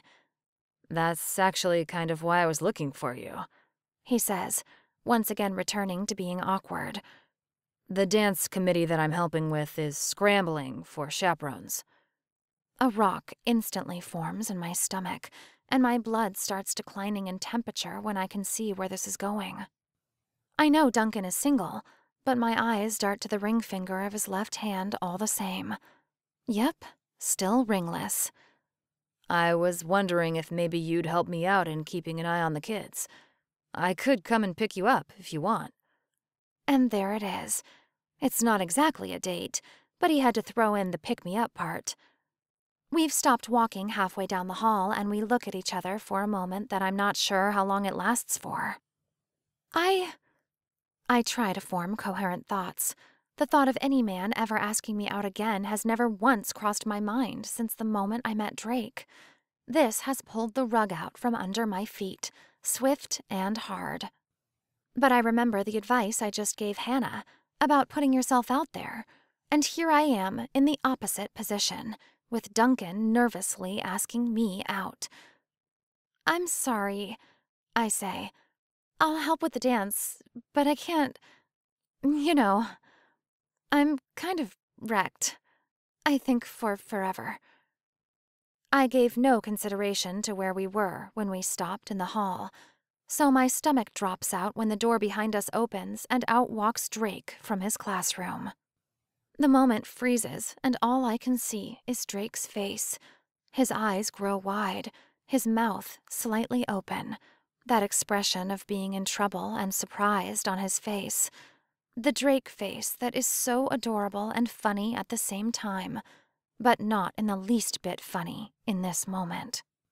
His eyes dart from me to Duncan and back to me, and then time speeds up and that look goes away. Drake stuffs one hand in his pocket, the other adjusting his grip on his briefcase.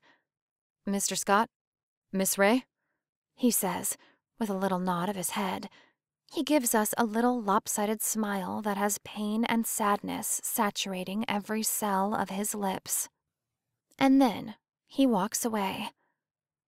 Like I said, I breathe as I watch him go. For forever.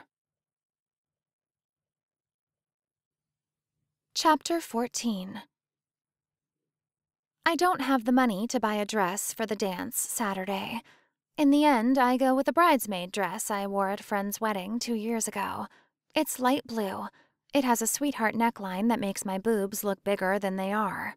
A satin tie wraps around my waist, and the skirt flows soft and long to the floor. They had to hem 5 inches out of it so I didn't step on it. I put on a pair of white pumps, and I'm almost normal height. This dance is nothing like the girls' choice dances at my high school. Those we dressed extremely casual, if we even wore dresses. But this is as dressed up as any prom. Gowns, tuxedos, the whole 9 silky, glittery yards. But the rest of it is exactly what I expect. Students grinding up on each other, loud music, bad decorations. Refreshments that Principal Riker guards personally. I keep checking the women's bathroom to be sure no one is doing unspeakable things in it. Duncan checks the men's, and I keep catching him looking at me. It's not all the time, and he's not being gross about it. I feel horrible. He's sweet and timid and shy, and had I not been wrecked by finding perfection 2 months ago, he might have had a shot at catching my attention. But I can only smile sadly whenever I catch him looking. I try very hard not to look at him too often, though. It just makes my insides hurt. Instead, I look for Hannah and find her and the art boy toward the back of the gym. She looks adorable in a light blue dress that has sparkles that fade as they stretch toward the floor. Not that it stretches far. It ends a good 4 inches from her knees. Contrasting with her very girly dress, she wears black fishnets and black army boots. She's done her hair in pigtails and curled the ends. I'm proud of her for being herself and not dressing like every other girl here.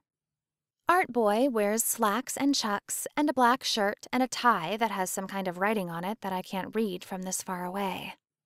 They hold each other close for the first 20 minutes of the dance, and then I spot him leaning in, and he kisses her. I realize then why dating is so scary, because in the end, you basically either end up breaking up or married. No wonder relationships are so terrifying. As the end time of 11 o'clock grows closer and closer, more and more students filter out of the gym. I know I'm getting old and uncool when I'm a little nervous thinking what other activities they might be leaving to do. They'll find other happenings like drugs or alcohol or sex. Not all of them are like that, but plenty of them. I wouldn't be here if kids their age didn't do those kinds of things. I am a result of a hookup. And now I'm a woman looking for some guy who dressed up as a pirate at some party. I cringe thinking of the fact that I was conceived 24 years ago, the day before yesterday. Gross. We get the dance cleaned up quickly, and I start walking for the doors, tired and ready for bed, when I feel a soft hand on my arm. I turn to see Duncan behind me. Thanks for helping tonight, he says quietly. He looks unconfident, his shoulders pulled tight to his body, his head not quite held high. He looks really nice in his suit. You're welcome, I say, putting on the best smile I can. I was happy to help out. Hey, he says when I turn to go. I just wanted to say that I get it. I know you and Drake had something special and things ended. I know what that's like. It took me a long time to get over my ex. But it'll get better. Eventually. Thanks, I say, surprised how much I mean it. It's hard, but it is getting a little easier. Just a little. He gives me half a smile and a little nod.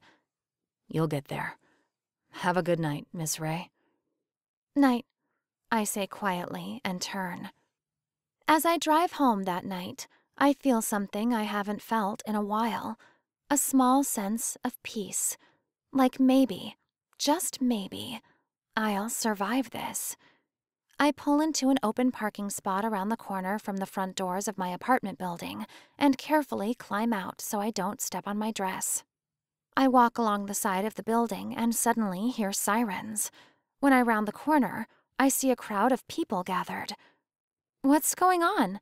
I say to no one in particular. The sirens grow louder and louder.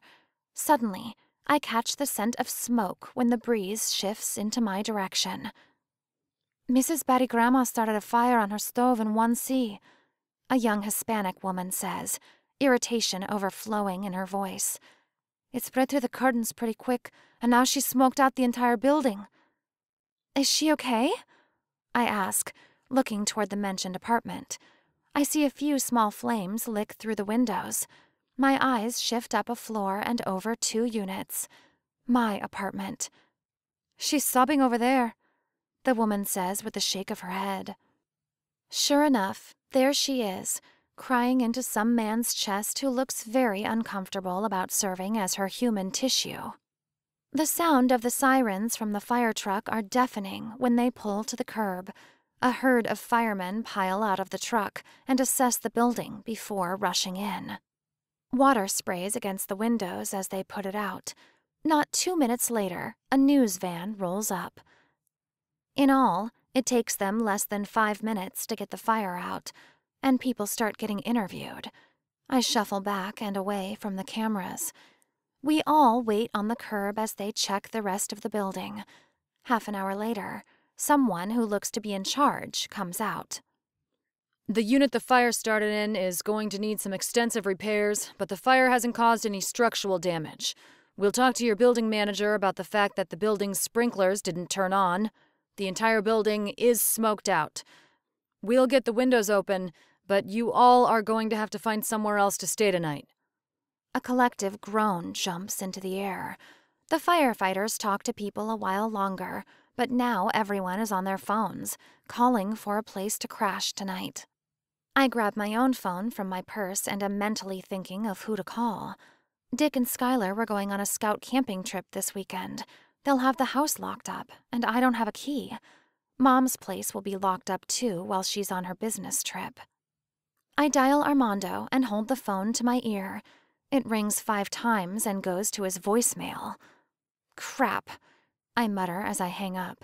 He's probably with Anthony. They've gotten really serious lately. They spend pretty much every waking moment with each other. Kaylee! My heart drops into my stomach and the world grows very quiet as I turn. Drake darts out of his car, his face utterly terrified looking. He runs right up to me, his hands grabbing my arms as he looks me over. You okay? He asks, out of breath and high-pitched. I saw on the news there was a fire and I could see the smoke from my place. Yeah, I breathe, still not sure if he's actually here or if I'm having a really bad dream about my apartment catching fire and him coming to rescue me. It started before I got back from the dance. They've got it out now.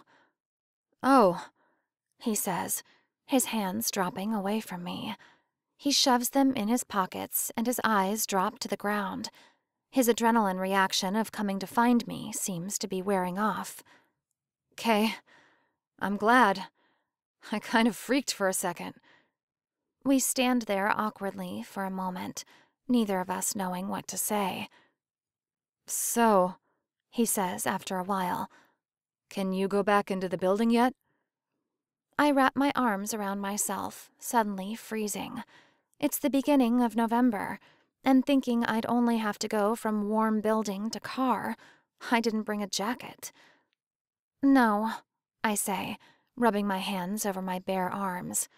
It's too smoky in there. They said probably tomorrow. "Do you have a place to stay?" he asks. I'm not sure what that is there in his eyes, and I can't bear to analyze it. Dick and Mom are both out of town, I say. Drake strips his jacket off and wraps it around my shoulders. I give him an appreciative smile and tug it closer to me. I nearly cry, though, when I'm enveloped in his scent. Armando's out with his boyfriend, I think. He's not answering. "Want me to give you a ride to the hotel down the street?" Drake offers. He's stuffed his hands in his pockets again, holding his arms stiff and tight to his body against the cold. I shake my head and try to ignore the sting at the back of my eyes. I don't have the money. "Right," he says with a little bit of a breathy laugh. "Teachers don't have money for that kind of thing." I try to laugh back, but it comes out harsh and awkward sounding. I've been poor all my life, but I've never quite been homeless. Drake looks at me for a long moment, and I wish I knew what he was thinking. Does it hurt for him to breathe, too, whenever he's around me? Does he feel a little part of himself die every time I meet his eyes? "You can stay at my place," he says quietly, almost too quiet. I can barely hear him over the noise from the people that surround me. "I can sleep on the couch." The sting behind my eyes grows worse, and I give the smallest shake of my head. I think that's a really bad idea, Drake. Just saying his name is like a knife in the heart. He's quiet for a moment and he stares at me. His eyes redden just slightly. I'm sure he can see in my own how hard this is. "I know," he says, his voice a hoarse whisper. "But where else are you going to sleep tonight?" The back seat of my car is pretty comfy. I try to joke, but Drake doesn't smile. "A car is no place for a princess to sleep." And a couch is no place for a prince, I say without thinking. "I'm no prince," he says as his eyes drop away from mine. And I'm not a princess. And this isn't a fairy tale, I think to myself. "Come on," he says as he turns. He doesn't wait for me to follow as he heads for his rusted-out car. I hesitate for a moment. Something feels different when he walks away. Drake's presence and something I can describe as nothing else other than him starts fading away instantly the further he gets, and I am an addict who can't resist it. I follow him to his car. The inside of the cab has grown chilly by the time we climb back inside. Drake blasts the heat and pulls away from the curb. Neither of us says a word as we drive the few blocks to his apartment. He parks in the parking lot, walks around to my side of the car, and opens the door for me. I climb out without looking at his face, and we head for the doors. When Drake and I were together, we were always out doing something. Dinner, movies, hikes, something. We didn't spend a ton of time at either of our apartments unless I was making dinner. I've only been to Drake's apartment once. The building is even older than mine, and the stairs groan and creak as we walk up the 3 flights. The halls are dimly lit, and the wallpaper on the walls is peeling. Drake pulls his keys from his pocket and unlocks a door. I remember back to what feels like forever ago, Drake saying his place was only barely bigger than mine. And it is. The wall his bed is pushed up against is all exposed brick. A couch is pushed up against the foot of the bed. It's worn out and saggy. A small kitchen and an even smaller dining table occupy one corner. There's a door leading to a bathroom. It's cluttered with books and a skateboard, and clothes are strewn about random places. But the thing that bothers me most is the pack of cigarettes sitting on the table. "You smoke?" I ask, my voice accusatory sounding. Drake closes the door, and his eyes fall to the pack. He stutters as he slips his hands back into his pockets. "I used to. Pretty much all through college. I thought it helped me focus. I kept telling myself I'd quit when I got my first teaching job. So I did." "And you picked the habit back up?" I ask. I have to admit to myself that I'm looking at him a bit differently now. I'm a harsh judge of people who willfully put harmful things into their bodies. He shakes his head and gnaws on his lower lip. "It's been tempting. I went to this gas station when I first found out, and everything fell apart." His voice is rough and shaky. "I walked out and was going to light up. But then I looked up and saw you drive by. And I put it in my pocket, went home, and then set it there on the table." His eyes are pained and still a little red. Being this close to him, knowing how we both feel, it's more than I can bear. "The last 4 weeks have been hell," he admits. "I've grabbed that box and headed outside with a lighter more times than I can count. But I keep turning around and putting it back there on the table." I give a little nod, feeling too exhausted for words. Drake takes this as a cue and turns to the rest of the apartment. I take a few more steps inside and watch as he pulls some sheets out and puts them on the couch and grabs an extra blanket and pillow. He opens a drawer of his dresser and pulls a few things out. He turns and extends them out to me. "You can sleep in these. They'll drown you, but they should be comfortable." "Thanks," I say with a sniff. My nose always tries to run when I get emotional. I take the clothes from him and head into the bathroom. The light is dim, but the space is clean and fairly organized. I lock the door behind me and observe so much of Drake that surrounds me. His shampoo in the shower, his razor and shaving cream on the shelf, his towel on the hook, a blue toothbrush in its holder. I brace my hands on the counter and stare at myself in the mirror. This night here will break me. I've been going through life the past 4 weeks as a broken mirror, with tape holding me together. I splinter and grate as I move, but I've been moving. I've been learning how to be a person existing like that. Tonight may undo it all. I pull the zipper and slip out of the dress. The cold air hits my bare breasts and goosebumps flash over my exposed skin. I kick off my heels and inspect what Drake gave me to wear. There's a pair of well-worn sweatpants and a The Fray t-shirt. I recall the second day we met, when we listened to music in the library. We listened to that song Happiness. It said that happiness damn near destroys you. And ain't that the truth? I pull on the shirt, and it has to be too big for Drake as well because I am swimming in it. It hangs clear down to my knees, and the sleeves go to my elbows. I scrub at my teeth with my finger and a bit of toothpaste. I use his bathroom, and then walk back out. Drake looks at me. Some men's eyes might automatically drift down and sweep over my legs, or search for certain places on a woman who isn't wearing a bra. But Drake just stares into my eyes, and there are a billion unspoken words that pass between us.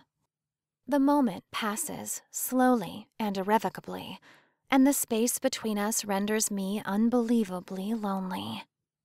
The ping of rain on a metal roof sounds loud and quick. A storm rolls in, the wind picking up and whistling through the windows. Like all the most painful moments do, this one comes to an end when Drake walks past me and goes into the bathroom. He locks the door, and I faintly hear him swear. He turned down the bed, an invitation to know I am welcome to sleep there. I climb on in, noisy springs squeaking as I adjust positions to get comfortable. The sheets smell like Drake, and that nearly undoes me. How I keep it together and don't melt down to that blubbery, numb mess I was just after we found out we could no longer be together, I have no idea. 3 minutes later, the door to the bathroom opens and Drake steps out and turns out the light. I watch him as he crosses toward the door and flips the switch that turns off every light in the apartment. A faint orange glow comes through the window from the streetlights below. While in the bathroom, he changed into a t-shirt and the sweatpants I decided to forego. His shoulders are stiff and tight as he walks back across the apartment toward the couch. I hear him settle into it, tossing and turning to get comfortable. And finally, he's quiet. "Drake?" I say through the dark. "Hmm?" he responds. "Thank you for giving me somewhere to stay tonight," I say. "Of course." We're quiet on the outside, but oh so loud in unspoken feelings. My breathing picks up and keeps catching in my throat. Electricity starts waking in my veins, fireworks begging to be lit. I listen to the sound of the rain, the howl of the wind. The storm raging outside matches the one going on inside of me. Every fiber of my being knows I shouldn't be here. My presence here is only making things harder, more complicated. I think of Diana and the baby, and how in just about 4 weeks they're going to find out if they're having a boy or a girl. It's pathetic, but I've been keeping track of roughly how far along she is. But being here ignites something in me again. Knowing Drake is only inches away makes me feel warm for the first time in so long, like my blood and heart haven't really been turned to the frigid tundra of Antarctica. I don't feel quite so dead anymore. I can't be here. I shouldn't be here. Something bad will happen if I stay here. I scramble from the bed, nearly tripping as I do. I grab my things I set on the nightstand and start for the door as my eyes well, and I feel as if I'm going to suffocate. "Hey," Drake says, and I hear him get up from the bed. "Where are you going?" "I shouldn't be here," I say as I stub my toe on something, trying to make my way through the extremely dim light. The crack of thunder sounds outside. A single tear makes its way past my lashes onto my cheek. "Wait, stop," he says as I finally make it to the door. He crosses the space without trouble and grabs my wrist. "Where are you going to go?" "I don't know," I say as I shake my head. My hand grips the doorknob with everything I've got. "But I don't belong here." Drake tugs on my wrist gently, pulling me away from the door. His other hand rests lightly on my hip. The distance between us closes, and I feel my chilled form warm with the heat coming off of him. "You always belonged here," he says quietly. His hand lets go of my wrist and comes up to my cheek. His breath brushes across my face, warm and sweet. My eyes slide closed, and my heart betrays me by breaking into a soaring sprint. "You always belonged here," he breathes again, as a bolt of lightning flashes across the night sky outside. His words brush across my lips, he's so close. The hand on my hip slides around to my back, and he pulls me closer. My breath hitches slightly when my stomach touches his. Drake brushes a thumb over my cheek, his other fingers tangling in my hair. He touches his forehead to mine, and 2 more tears push out onto my face. I feel him breathing, fast and quick. "Drake," I get out. My voice is strangled and rough. "This hurts so much." "I'd say you have no idea, but I think you know exactly how damn much this hurts." I barely feel his lips moving against mine as he speaks. I'm sure I'll melt from the heat and intensity between us. I nod slightly. "I wish there'd been no one else before you, Kaylee Ray," he says. I can't fight it when my arms wrap behind his neck. "You're the only one I want for there to ever have been." The knife in my heart gets a good twist, and the fire deep down in me gets gasoline poured onto it. "I love you, Kaylee," he breathes into me. I'm a horrible, horrible person, because I can't fight it any longer. I take his lips with vengeance, my fingers knot in his hair. His hands come to my hips, and he hoists me up and my legs apart, pinning me to the wall as he presses into me. He is hard and his want aggressive. My lips part and his tongue invades my mouth. A panicked and relieved sigh erupts from my chest, and my center pushes into him quickly and frantically. One of Drake's hands holds me up at the hip, the rest of me supported by his body. His other hand comes to my cheek, sliding down to my neck, my collarbone, and on downward.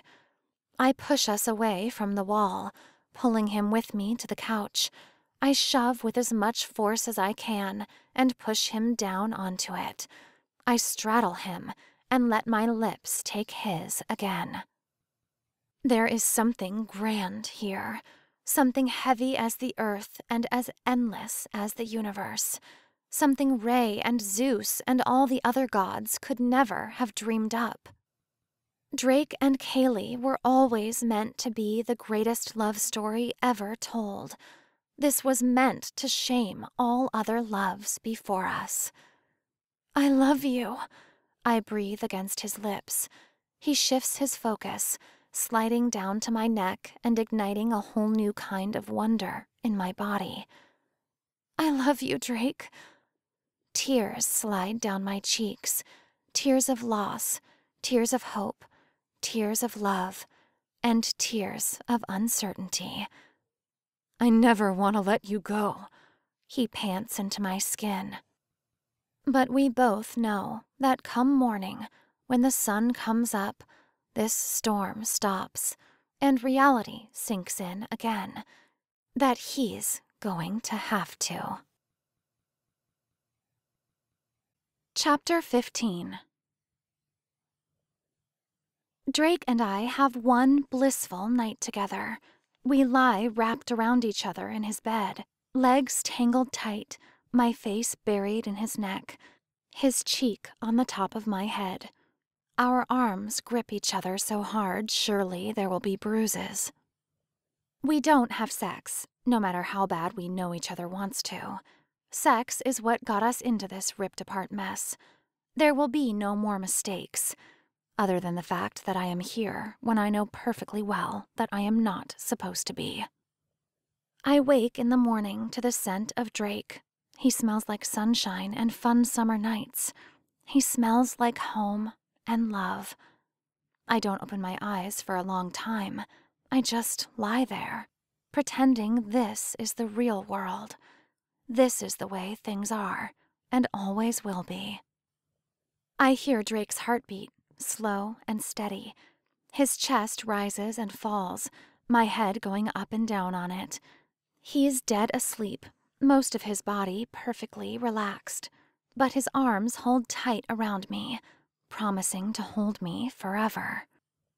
It's pure instinct when there's a noise from the next apartment down, and my eyes open, and the reality of what we did last night slaps me across the face. There, on his nightstand, propped up against a book, is an ultrasound picture. Ever so careful, I slip out of Drake's arms, somehow not waking him. The morning has dawned a dull gray, left over from the storm that raged all night. Drake's apartment is dimly lit and feels cold. I grab my dress from the floor where I dropped it by the door and the jacket Drake lent me, and go for the bathroom. I'm a panicked mess. I'm too scared to even pee, fearing the sound of the toilet flushing will wake Drake. I just want to slip out and not have to face what we did. I change back into my dress silently. I fold his shirt and set it on the counter. I slip back into his jacket because I know it's going to be freezing outside and it's going to be a long walk, even the few blocks it is to my apartment. And I still probably won't be able to get inside, but my car is there. The door to the bathroom squeaks just a little when I slowly open it. I peek around the corner and look at Drake, still sleeping. He looks concerned, sad even, in his sleep. There's a little line between his eyebrows. His lips are turned down slightly. I hate seeing him like this. It's not fair that even in sleep he can't escape the pain of reality. Something stings at the back of my eyes. Something cracks and folds. That tape I've been using to hold myself together the last month is getting tired, and it's sagging. I turn and head for the door, and I'm only 2 steps away from it when one of the wood floorboards gives a terrible creak. I look back over my shoulder at the same time Drake jerks awake. We've both got the same expression on our faces, surprised and caught. It's his normal Drake face, but it's the first time I've ever worn it. "Are you leaving?" he asks, his voice slightly accusatory. "I should go," I say, my voice nearly a whisper. My heart has jumped up into my throat. It's morning and—" You were just going to leave without saying anything? His voice is hurt-sounding, edged with anger. "What am I supposed to say, Drake?" I hiss, feeling the temperature of my blood rise. What is there to be said after a night like that? "I don't know," he says as he climbs out of the bed and takes a few steps toward me. He crosses his arms over his chest. "But pretty much anything would be better than just walking out without a word." "Drake, I don't know what you want me to say," I argue. I wrap my arms around myself, an emotional, defensive move. Last night was amazing, but it was so wrong. And you know it. And it just— "Nothing about last night was wrong," he defends, his jaw clenching. "You know it, and I know it. That was the way things are supposed to be." "But they aren't!" I yell. My hand, not clutching my shoes, jumps to my hair to fist in it. "They aren't, Drake. And there's no use pretending like you didn't knock some other woman up, and that you don't have an obligation to her, and that I don't deserve to be anywhere near that picture. I mean, what the hell were you thinking coming to my apartment last night?" The Drake look is suddenly back on his face. He stands there, silent and with his mouth hanging slightly open. His hands shift down to rest on his hips. "I don't know," he says quietly, his eyes falling to the floor. "I wasn't thinking much at all. I just reacted." "You can't save me, Drake," I say quietly, all the anger seeping out of me, leaving me tired and heavy. "And you need to realize that I'm not part of your story anymore." He gives a nod. I see the muscles in his jaw tighten and relax several times. His eyes don't come back to mine, and for that I'm glad. I turn back to the door, open it, and walk out. I don't remember walking down the hall or down the stairs, but suddenly I'm out in front of the building. The day is gray and not very warm, but at least it isn't raining. I slip my pumps on and start walking down the sidewalk. My phone dings with a text message. I pull it out of my purse and see it's from Armando. Sorry, worked late last night and then Anthony came over. You okay? Kaylee? I look up from my phone and search for the source of the voice. A minivan has pulled over to the curb with the window rolled down. I duck down just a touch to see who's inside. It's Drake's mom. Hi, Mrs. McCain, I say, trying to force a smile onto my face. It's good to see you, sweetheart, she says, a genuine smile on her own face. You look beautiful, though I'm not sure why you're walking around town dressed that way. It's a long story, I try to explain. But the short of it was I came home from school last night and my building had gotten smoked out. Robin looks at me for a long moment and I can see conflict in her eyes. I'm very obviously walking back from her son's apartment. I'm glad Drake gave you some place to stay, she says. I know how much he's missed you. That's all it takes to make my eyes well and redden. Oh, sweetie, she says as she shifts into park. She reaches over to the passenger side and pushes the door open. Get in. You look like you could use a good breakfast and an ear to listen, and maybe even some words of advice. I bite my lower lip, hesitate for just a moment, and climb inside.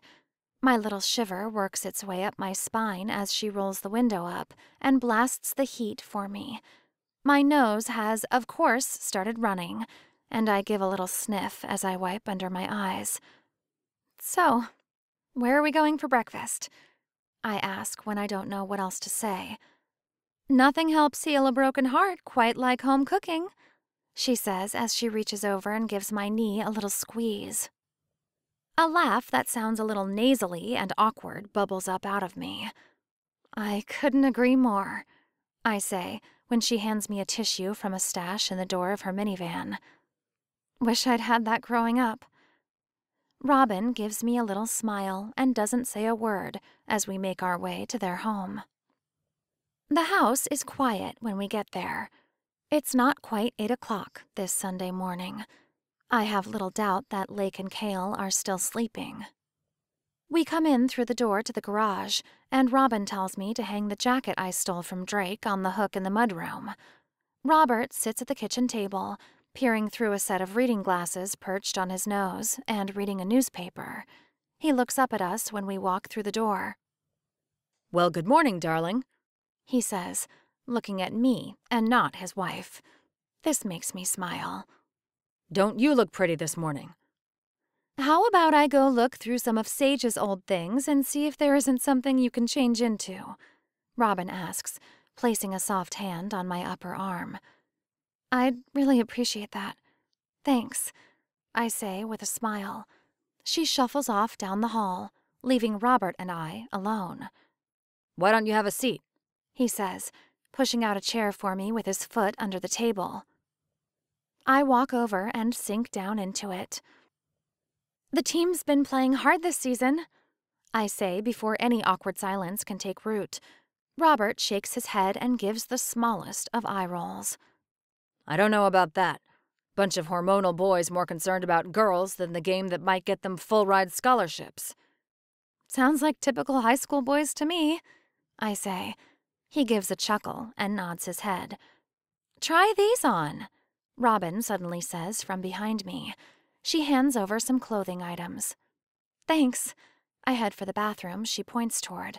I'm nearly there when Lake shuffles out of his bedroom.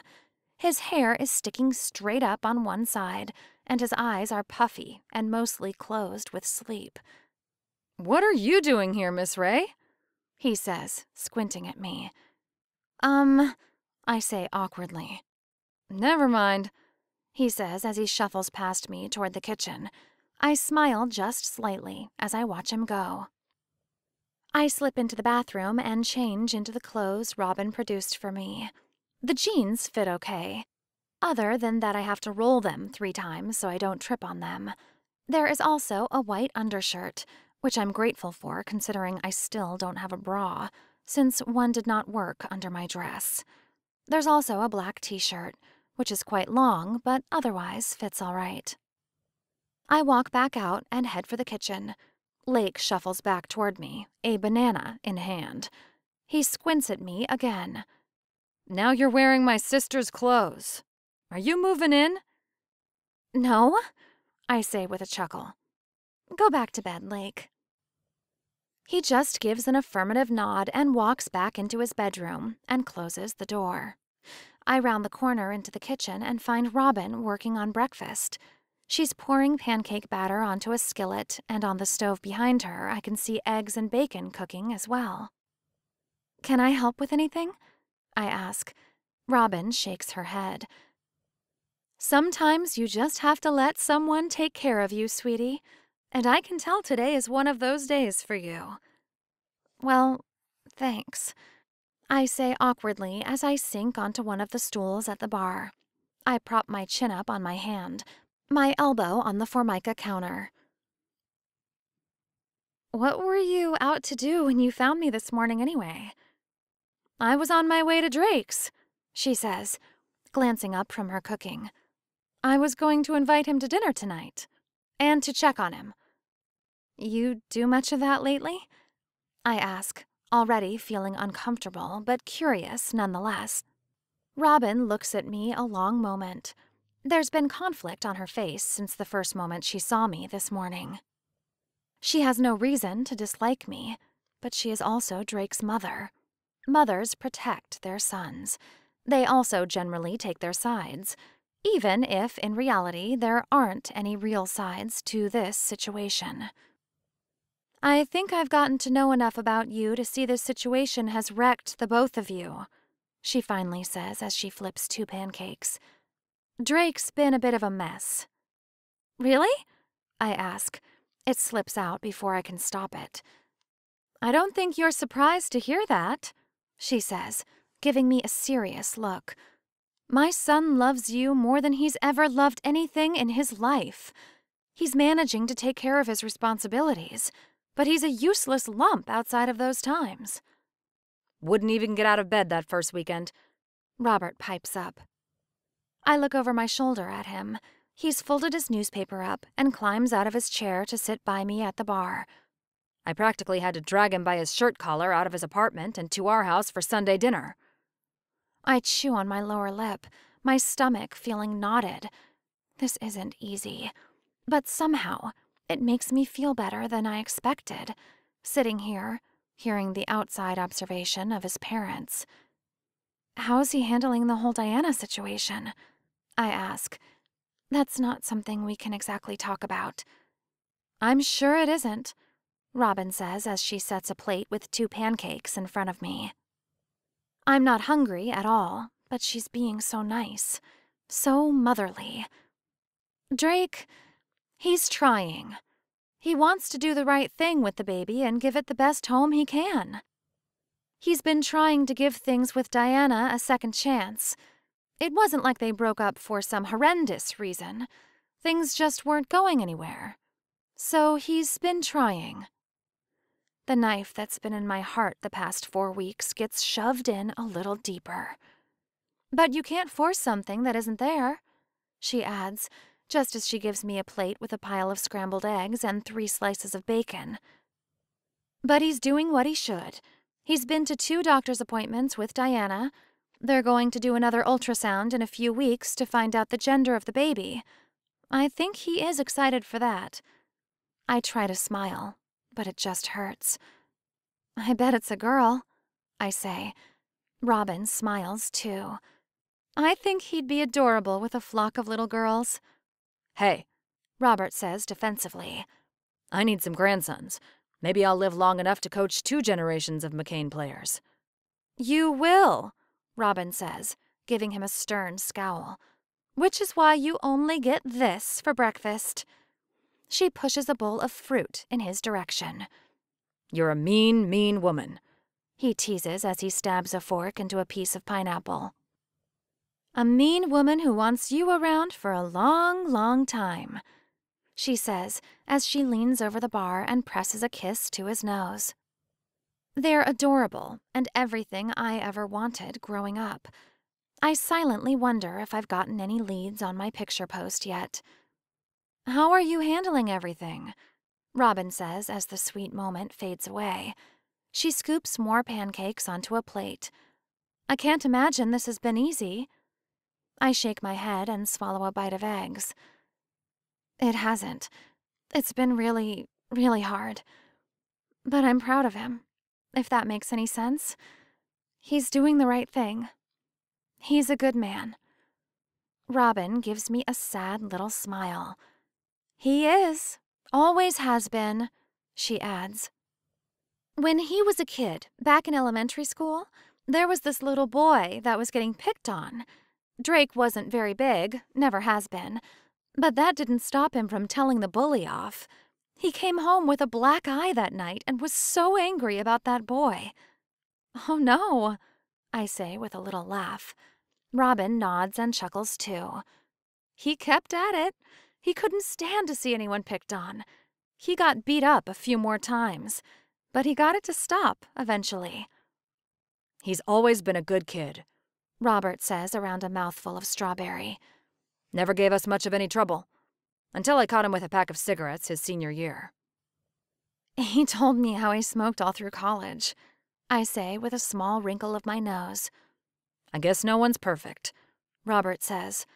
Could have killed him for doing that to himself, though. Hope he doesn't get lung cancer someday 'cause of it. That brings a rock to my stomach. You better have saved some of that for me. We all turn to see a sleepy-looking Kale in the doorway of the kitchen. He lurks there with his dark hair wild, standing in every direction, and wearing nothing but a pair of boxer briefs. Everyone chuckles. I need bacon, now, he says as he half-zombie walks into the kitchen. And OJ. Robin reaches into the fridge and pulls out a jug of orange juice and hands it over to him. He unscrews the cap and starts chugging it down. Don't worry, Robin says with a shake of her head. That jug is just for him. I've got another for the rest of us. I thought you and my brother broke up, Kale says after a long pull. Kaylee needed somewhere to spend the night. Robin pipes up, looking over at me. Her apartment got smoked out, so we're giving her a place to spend the night till she can go home. Isn't that right, Kaylee?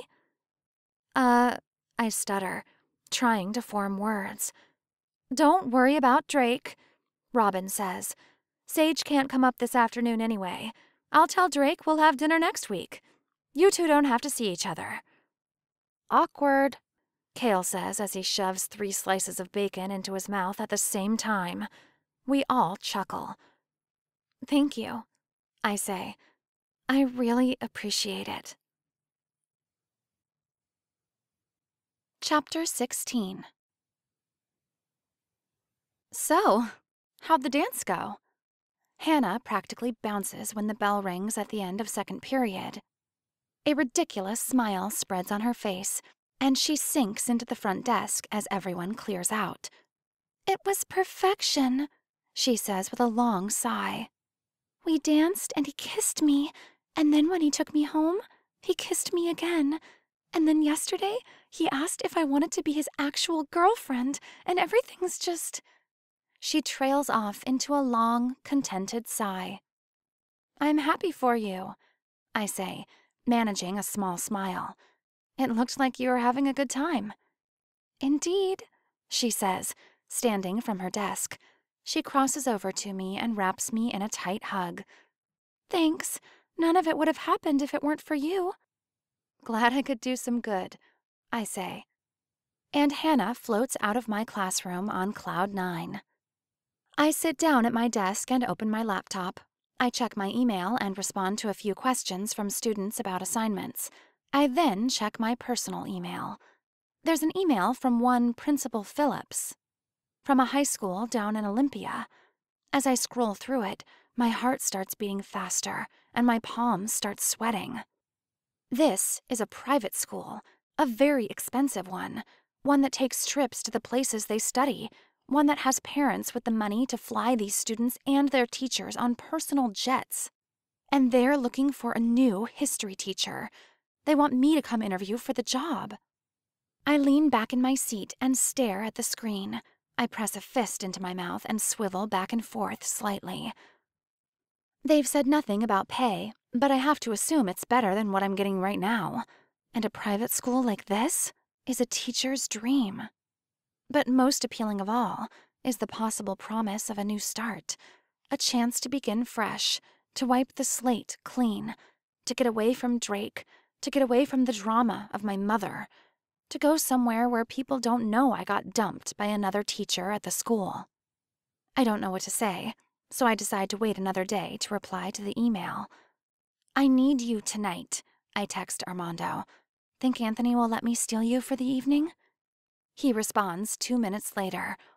Told lover my bestie needs me tonight. I'm all yours. See you at 7. Armando knocks on the door at exactly 7, and I open the door and immediately grab his wrist and start pulling him down the hall with me. Walk with me, I say before he can ask for an explanation. I need to move and think today.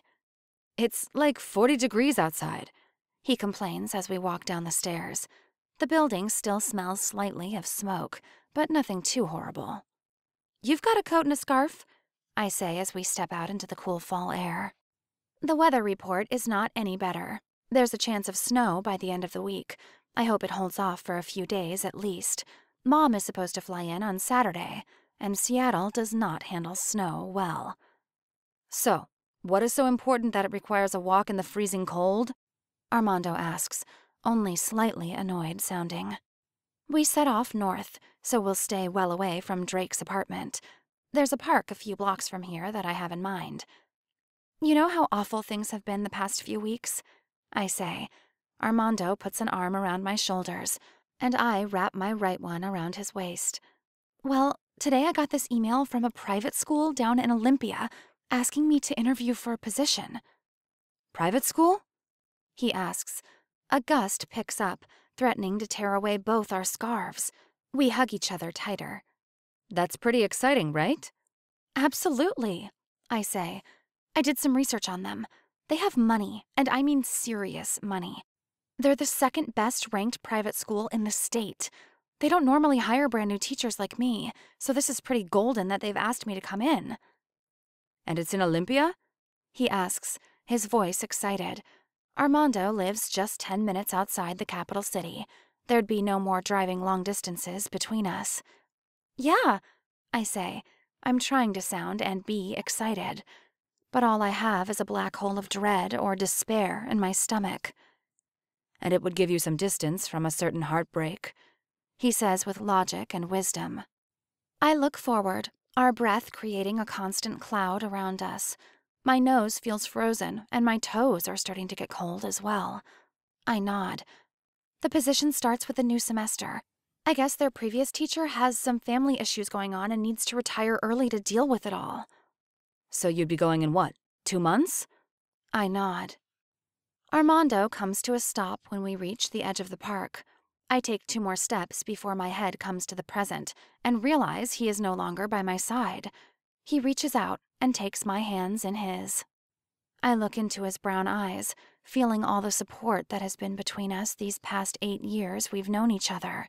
He'll know what is best for me, because I have no idea. I would love having you so close by, he says, and I can tell he knows he isn't necessarily telling me what I want to hear. He knows why this is so difficult. I think you're at the point where you're ready to discover who you are, as a real-deal grown-up and person, Ray of Cayley.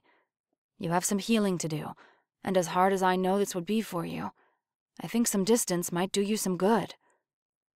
I don't say anything for a while, just stare at him and feel all the fragile pieces in me crackle and threaten to break. You think I should go for the interview?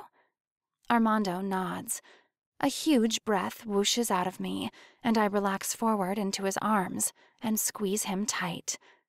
Thanks for always being there for me, except for that fire over the weekend," he says as he presses a kiss to the top of my head. "I'm sorry I was too preoccupied with Anthony. You always come first. You know that, right?" Yeah, I say, tears pricking at the back of my eyes. I do. Just as I walk through the door when I get home that night, my cell starts ringing. It's Dick's house number. Hello, I say, pinning my phone between my ear and my shoulder as I unlock my door. Have you checked the picture today? Skylar's excited voice comes through. There's something there. What? I say, and my grasp on my keys falters. I hurriedly get it open and rush over to my computer. How do you know? Dad's been watching the picture online, Skylar says. He sounds excited and keyed up. Can I talk to him? I ask as I log into my account. It shows I have 78 notifications between shares and comments. I click to the comments and start reading through them. "Hey, Kaylee," Dick says. "You on the computer?" Yeah, I say distractedly as I continue reading through the comments. Most of them say things like, hope you find him, good luck, and God bless. "Check the one that's the fifth from the last," he says. I can almost hear the smile on his face. I scroll right to the bottom and backtrack 5, and there the comment is. I was at that party. My friend was dressed as a pirate and disappeared with a pretty little bumblebee. Message me. Oh my gosh, I breathe. Dick, this guy was friends with my birth father. "Sounds like it," he says with a little happy chuckle. "I think you should get off the phone now and talk to this guy." Yeah, I say with a laugh. A genuine smile has broken onto my face. It's huge and it feels so good, but I'm also nervous. Yeah, I think I should. "Good luck, kiddo," he says. Thanks, Dick, I say and hang up. I click on the name next to the comment, Donnie Setter. He looks like he's about 40, about the age my dad should be. His profile picture is him with a woman and 2 teenage boys. Their skin is as dark as Armando's. They're all smiling and happy. I click on the message section and set to typing with nervous fingers. You commented on my picture that your friend might be my dad. Can we talk? I click send before I check to see where he lives, but it doesn't show in his profile. It's hard to be patient. It might be days before he sees my message. Some people never log into their accounts. But when making a comment like that, one that could be so important to someone's life, I would hope he'd be checking frequently. I leave my laptop open on my bed as I start getting ready for bed. I distractedly plan out my lessons for next week and keep looking up at the computer. Finally, just before 10 o'clock, a notification comes up. A message. "Hi there. Yeah, I think I might be able to give you some answers. We should get together and talk. Promise I'm not a creep." I chuckle and set my fingers to the keyboard. Where do you live? I'm in Woodinville. "I'm in Seattle. Maybe we could talk tomorrow evening?" Tell me where and when. Chapter 17. Just when you're sure your life has come to a standstill and that you'll never move forward from the worst times of your life, things suddenly speed up. I would love to interview. I respond to the email from the private school. I can come in any afternoon. I click send during my lunch break and nervously wait for a response. It comes less than 5 minutes later. We set up an appointment for me to come down tomorrow afternoon. My stomach keeps getting butterflies and then killing them with nervous acid that I swear will eat all of me up. School gets out. I head home and stare at the clock, waiting for it to be time to go. As I walk to my car, I wonder if maybe I should have had Armando come with me. This Donnie guy said he wasn't a creep, but anyone can say anything online. But I'm Kaylee Ray, and I can't help but see the best in people. From our few words back and forth, it didn't seem like he had any sinister motives. It's a 15-minute drive to where we're meeting in Seattle. We're on the outskirts, thankfully, so we'll miss most of the chaotic roads and expensive parking.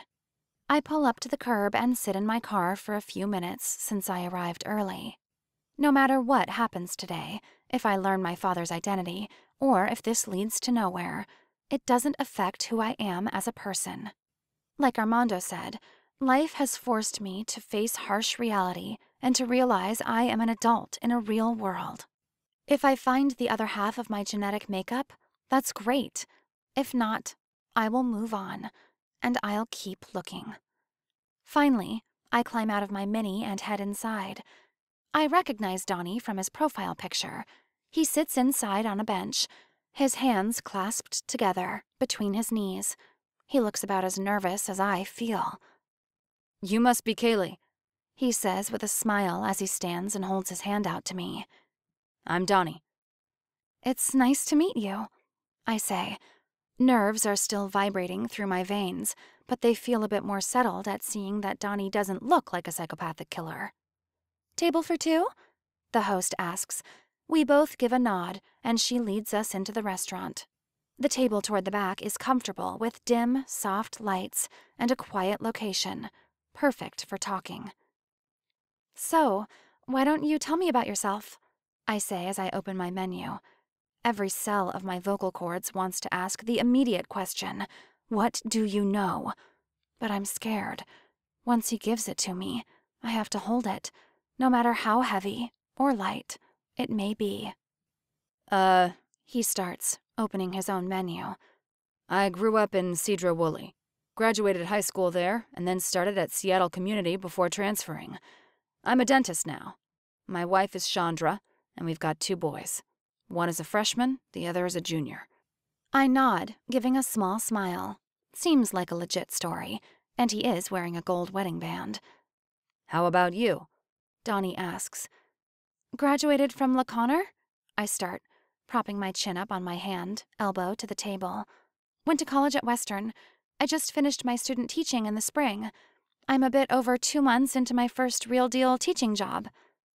"Oh," he says with a smile and a nod. "You're a high school teacher, I'm guessing." "Correct." I laugh. There's something about Donnie that is easygoing and relaxed. "I teach world and ancient history, and one period of historical literature." Just then, a waitress shows up to take our orders. We rattle them off, and she disappears once again. "So," he says after a few moments of awkward silence. "about that picture you posted." "The reason we're here," I say uncomfortably.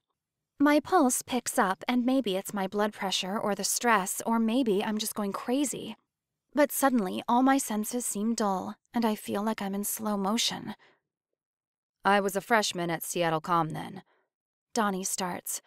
His fingers wrap around his water glass as he spins it slowly, leaving a ring of condensation on the table. "Like I said, I grew up in Cedar Woolley, which isn't far from Burlington, where that party was, as you know. We heard about this big costume shindig that was going on, so we decided to go home for the weekend. It was Halloween." I stare at Donnie, who's looking right at that water glass like it's a movie screen, and he can see history playing before him. "I went as a rock star. It was a lame costume, but I didn't have much to work with." He chuckles. "There were 7 of us from our high school that went, like an impromptu reunion. We went to the party, and it was pretty awesome." He looks up at me finally, and my heart jumps into my throat. "Josh always had a way with the ladies," he finally says. The rock drops from my throat, and I suddenly feel light. Light enough to float away. A name. Josh. "He spotted this pretty young girl at the party, dressed like a bumblebee, of all things." He smiles at the recollection. "My mom," I say quietly. "Her name is Karen." Donnie nods. "Josh the pirate spent the whole night talking to that bumblebee. They laughed and danced, and then after about an hour, they disappeared." I know what the next part of the story is.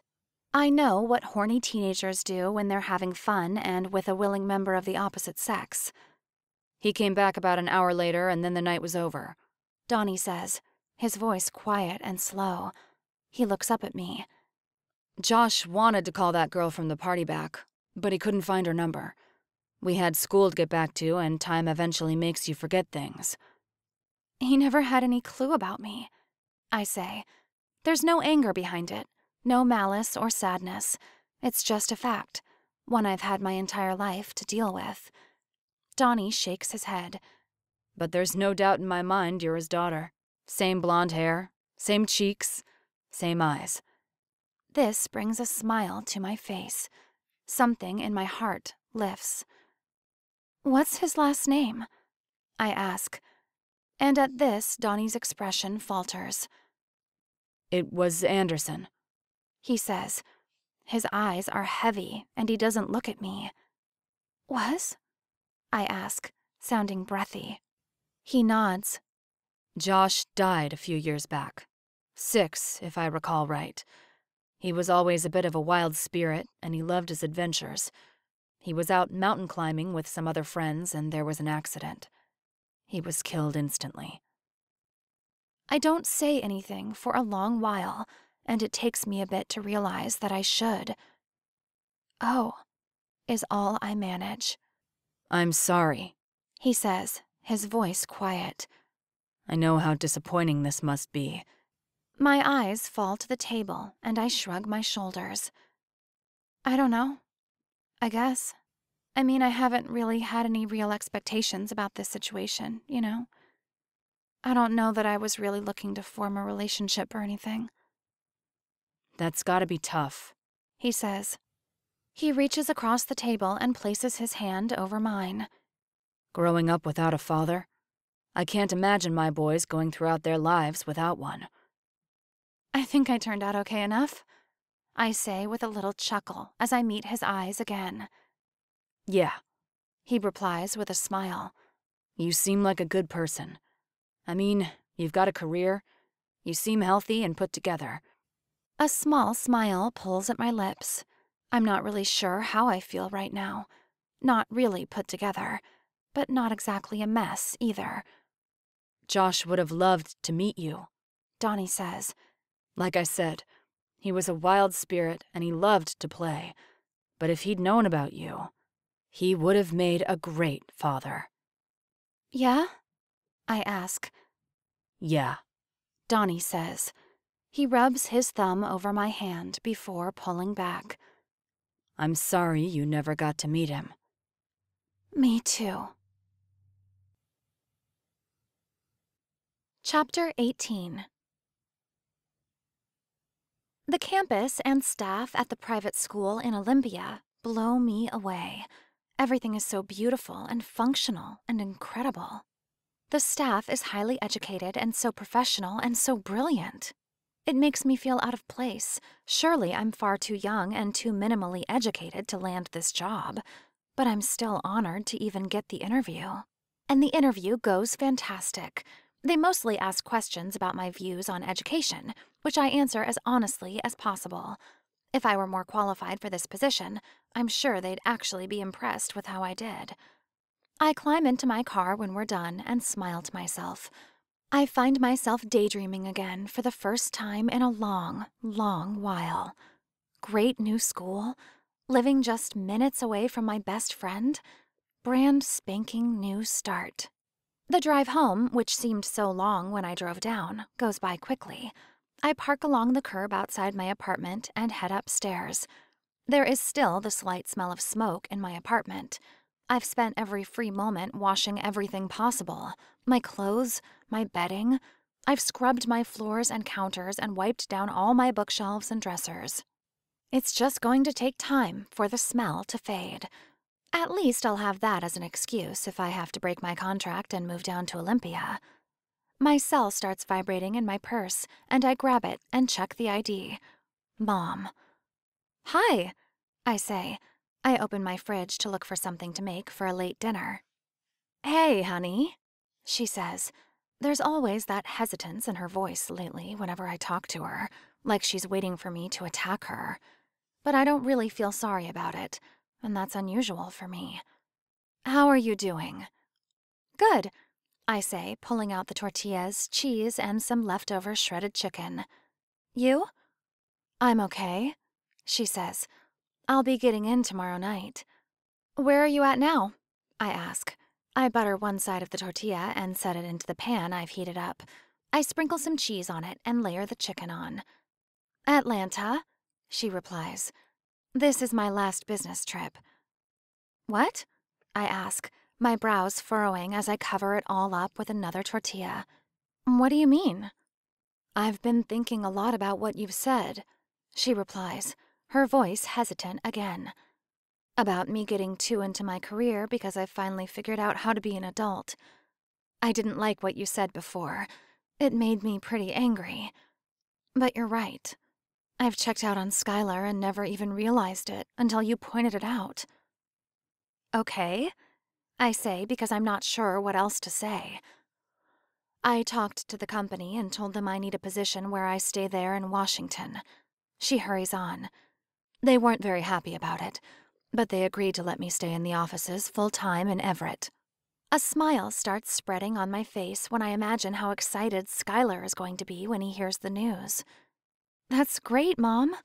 I'm really proud of you for making this decision. Thanks, she says.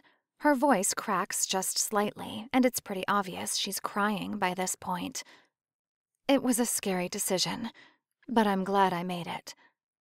You made the right choice. Something tightens in the back of my throat, and it's hard to swallow, so I just flip my quesadilla instead. I want to take you and Skylar out for dinner tomorrow night, she continues. I thought I could come pick you up first after I get in at the airport, and then we could both go surprise Skylar with the news. That sounds really great, I tell her, a smile forming on my face. I'll see you no later than 6. See you, Mom. I love you. You know that, right? She pauses for a moment, and I hear her sniff. I know, sweetie. I love you too. See you tomorrow. We have a meeting the next day during lunch. All the teachers are in the library, and Principal Riker drones on and on about stuff. Emergency drills, budget woes, parking lot issues, drug problems in the school. I'm sitting toward the back of everyone, honestly trying to stay awake and pay attention to what he's saying. But it's so hard. No wonder half of the students look at me with that glazed-over expression. Do I sound like this? My eyes keep drifting to Drake, though. He's seated in the row ahead of me, over 2 seats. He's close enough I keep catching little drifts of that smell of his. That smell of home and summer and all things peaceful. But he looks so beaten. He looks sad and tired. His shoulders slump. There are bags under his eyes. He blinks slow and heavy. I pull my phone out and discreetly start typing. Are you okay? I faintly hear Drake's phone vibrate. His eyes drop to his pocket, and he pulls it out. I see him start to turn his head my direction, but he seems to think better of it. His eyes drop to his phone, and he starts typing. A few seconds later, my phone vibrates in my hands. Not really sure what that word means anymore. The pain in my chest is sharp and leaves me breathless. I close my eyes and shake my head. Something pricks at the back of my eyes. I shouldn't have ever texted. What good was it going to do? The best way to work through this situation was to just keep our distance and hope that time would heal all wounds. Because every time we come in contact, the scabs rip back open. When I open my eyes, I see Drake looking at me. I love this man. I love him with everything I've got. If I get offered that job down in Olympia, I should take it without looking back. But that's the problem. I keep looking back. And I will always look back. And it will kill me to cut off that ability if I move away. I always knew I would never take that job. Because of a man. Because of a prince. Because even though I am not a princess, maybe I still want to be. Even though I know I never will be now. Chapter 19. Saturday is so normal, I almost feel as if I have a life again. A half-empty one, but a life. I go for a morning run. I clean my apartment. Armando and Anthony come over and I make them lunch. We laugh and joke, and I sometimes manage a real smile. They're so adorable together, holding hands when they think I'm not looking, stealing little looks at each other. When you're miserable, it's really hard to be around people who are happy. I shower and get ready for dinner with Mom and Skylar at 5. I dry my hair and curl it into soft waves. I pull on a pair of jeans, don a white long-sleeved tee, and wrap a dark blue scarf around my neck. I've been thinking about telling Mom that I learned who my father was. Normally, this would seem like important information to share. Hey, Mom, remember that guy who knocked you up? His name was Josh Anderson. But I've decided to keep it to myself. Mom made peace with her decision a long time ago. She doesn't bring him up, and I may as well have been a miraculous pregnancy for all she seems to have thought about him. His identity won't mean anything to her, even if it meant finding peace for me. I decide to wait for Mom at the curb and head downstairs. I hadn't realized it had dropped temperatures so much. It's well below freezing out here, unseasonably cold, and it rained earlier today. For a second, I'm tempted to text Mom and tell her to drive careful, but what good will that do if she checks it while she's driving? 6 o'clock rolls by. Then it's 10 after. At 6:15, I step inside the doors to the building because I'm absolutely freezing. I dial Mom's cell phone, but it goes straight to her voicemail. At 6:25, I call Dick. Hey, has Karen shown up to pick Skylar up? I ask when he answers. Haven't seen her yet. Thought she was going to get here about 5 minutes ago. He responds. He sounds slightly irritated. This is classic Mom, always showing up late. Would you let me know if she does show up? Maybe she decided to grab Skylar first. I'll text you if she gets here, He says. Thanks. Over the next 20 minutes, I try calling Mom 4 times and get her voicemail every time. Finally, at 7, I give up and walk back upstairs. She's trying, I tell myself as my blood starts to boil. She's trying to make a positive change and make an effort. She's going to start being there for Skylar. But where is she? I flop down on my couch and grab the remote to my ancient TV. I start clicking through channels, looking for something to zone out to. I settle for some documentary on the ancient Egyptians. It's nothing new to me, but it keeps my brain from focusing on other unpleasant things. Forgiving someone is really hard when they just keep screwing up. I jerk upright, my neck protesting at the awkward angle it's been resting at. Something vibrates loudly, and my eyes search through the dark for it. The TV glows softly, and there, lying on the coffee table, I find my phone. I fully expect it to be my mom, calling to apologize for not showing up, but I don't recognize the number. Hello? I say, glancing at the time on my phone. It's just after 10 o'clock. Kaylee? I'm so glad you answered, someone on the other end says hurriedly. It's Robin McCain. Something awful has happened. There was this accident and we're at the hospital. Drake is going ballistic and none of us know what to do. What? I gasp, searching my apartment for my purse and keys. Is he okay? How bad is he hurt? It's not Drake, Robin says with a sob. But he needs you right now. He won't listen to any of us. Lake is on his way to your apartment to pick you up. He should be there any minute. Can you meet him outside? I'm headed out now, I say. I pull on a coat and run down the stairs. Just as I walk out the front doors, I see Robin's minivan screech to a halt in front of me. It literally slides across the road and bumps harshly against the curb. The roads still have a layer of ice on them. Lake meets my eyes through the windshield with panic in his own. I dart around to the passenger side and climb in. The second I'm in my seat, he whips around and starts heading in the direction of the hospital. The closer we get to town, the better the roads are salted. What's going on? I ask, trying to brace myself as I attempt to get a seatbelt on. What's wrong with Drake? This is bad, Miss Ray, Lake says. shaking his head as he drives recklessly. There's a seriousness in his eyes that I've never seen before. There was this huge accident just a block from Drake's place. Was Drake in a car when it happened? I demand when Lake pauses, weaving between two other cars. It feels like no one will give me a straight answer. Lake shakes his head. It was Diana. The air grows still and quiet. It takes me a few moments before I find my voice. Is she okay? Lake doesn't respond for a moment, and a lump forms in my throat. And the baby? Is the baby okay? Finally, he shakes his head. It was really bad, Kaylee, he says. I see the hospital coming up ahead. I mean bad. They can't even identify the other driver. My hand comes to my mouth and a sob breaks out. The baby's gone, Lake finally says in a rough voice as he pulls into a parking spot. Diana's on life support. They don't think she's going to make it. A heavy breath forces its way out of my chest. My body feels stiff and tight. Tears prick the backs of my eyes and my throat swells.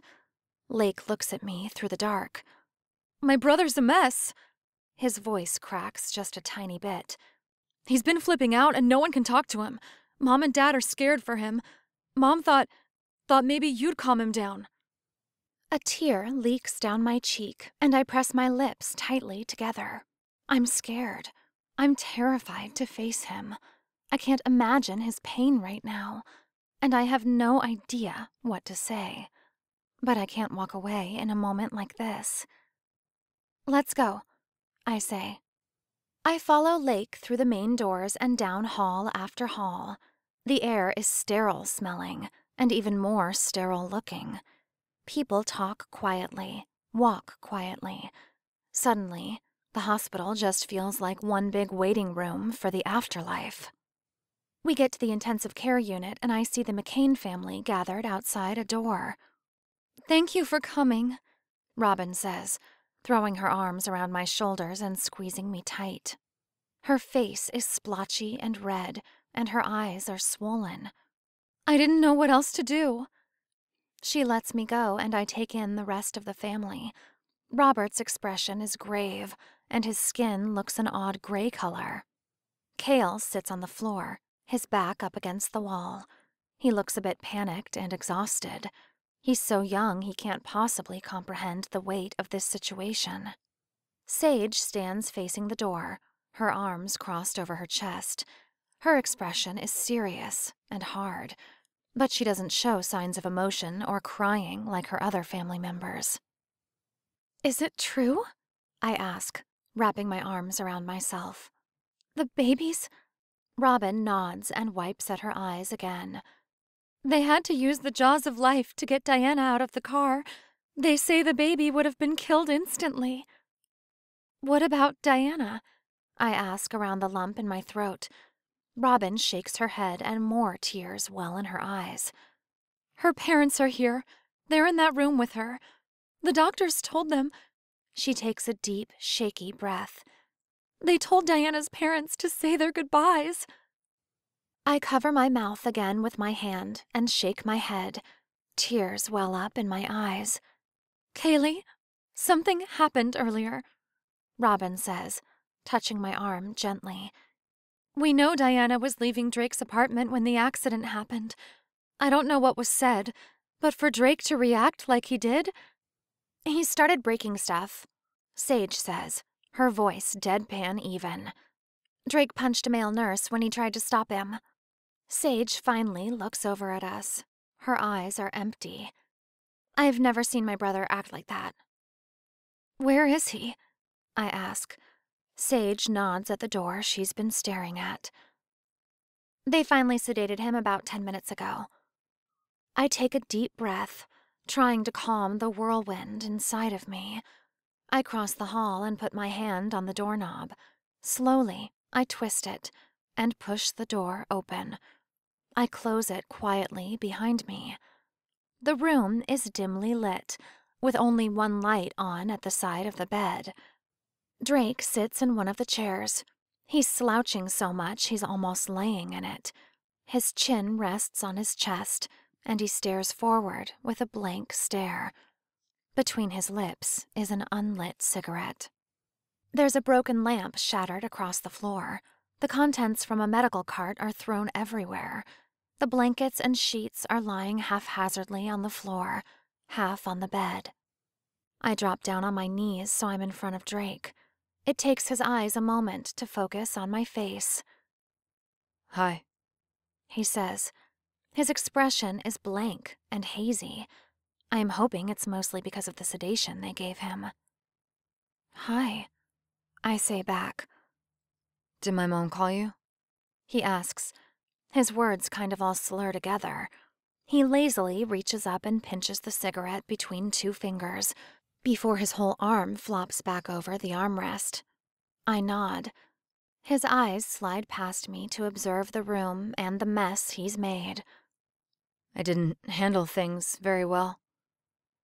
I don't think there was one right way to handle them, I say quietly. I sniff, feeling all the apprehensive parts of me start to calm down. He's not rampaging. He's quiet. But I have to wonder if he's later going to be able to recall anything we say here.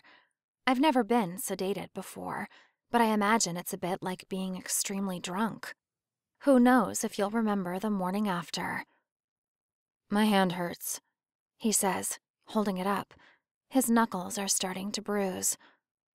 I'm pretty sure I punched someone. Someone with a very hard head. Would you like some ice? He holds his hand to his chest and nods. I stand and walk back to the door. I open it just a crack. Can you get him some ice? I ask Sage, who is still standing there staring at the door. Sure, she says. I close the door once again and turn back to Drake. He sits back up in the seat, no longer looking like he will melt right out of it. I pull over the rolling stool that sits in the corner and sit in front of him. Drake stares at me. His expression is still glazed over, and I hate seeing him like this. But I suppose it's better than what his family saw not 20 minutes ago. How come your life can change so fast? So easy? Drake says, staring at me intently as he can in this state. He absent-mindedly twirls the cigarette between two fingers. There's certain points in my life where I can very clearly recall having it whiplash change direction. And I'm never prepared for them. No one is ever prepared for them, I say. There's a quiet knock at the door, and I cross back to it. Sage hands me a rag with a bag of ice in it. I thank her and walk back to Drake. I take his injured hand in mine and gently press the ice pack to his knuckles. He doesn't even wince. He just stares at me. Diana texted me earlier. Said she wanted to talk. He says, his eyes never leaving my face. I told her to come over because I had so many papers to grade.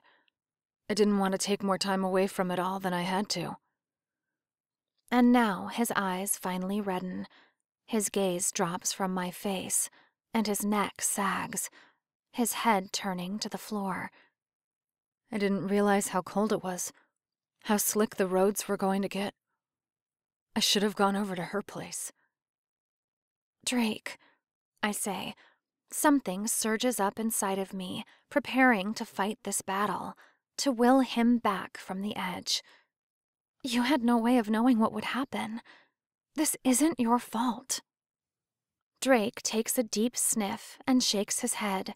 He brings it back up, looking anywhere but at me. He clears his throat, and one tear leaks down his face. I feel really weird right now, he admits. His eyes are misty and hazy. Like I'm either really heavy, or I'm going to float away at any moment. And my head is full of cotton. They had to sedate you, I say. I take his injured hand back in mine, holding the ice to it. Yeah, he says. He blinks heavy, and I can tell he's getting tired. Diana came over. She was nervous.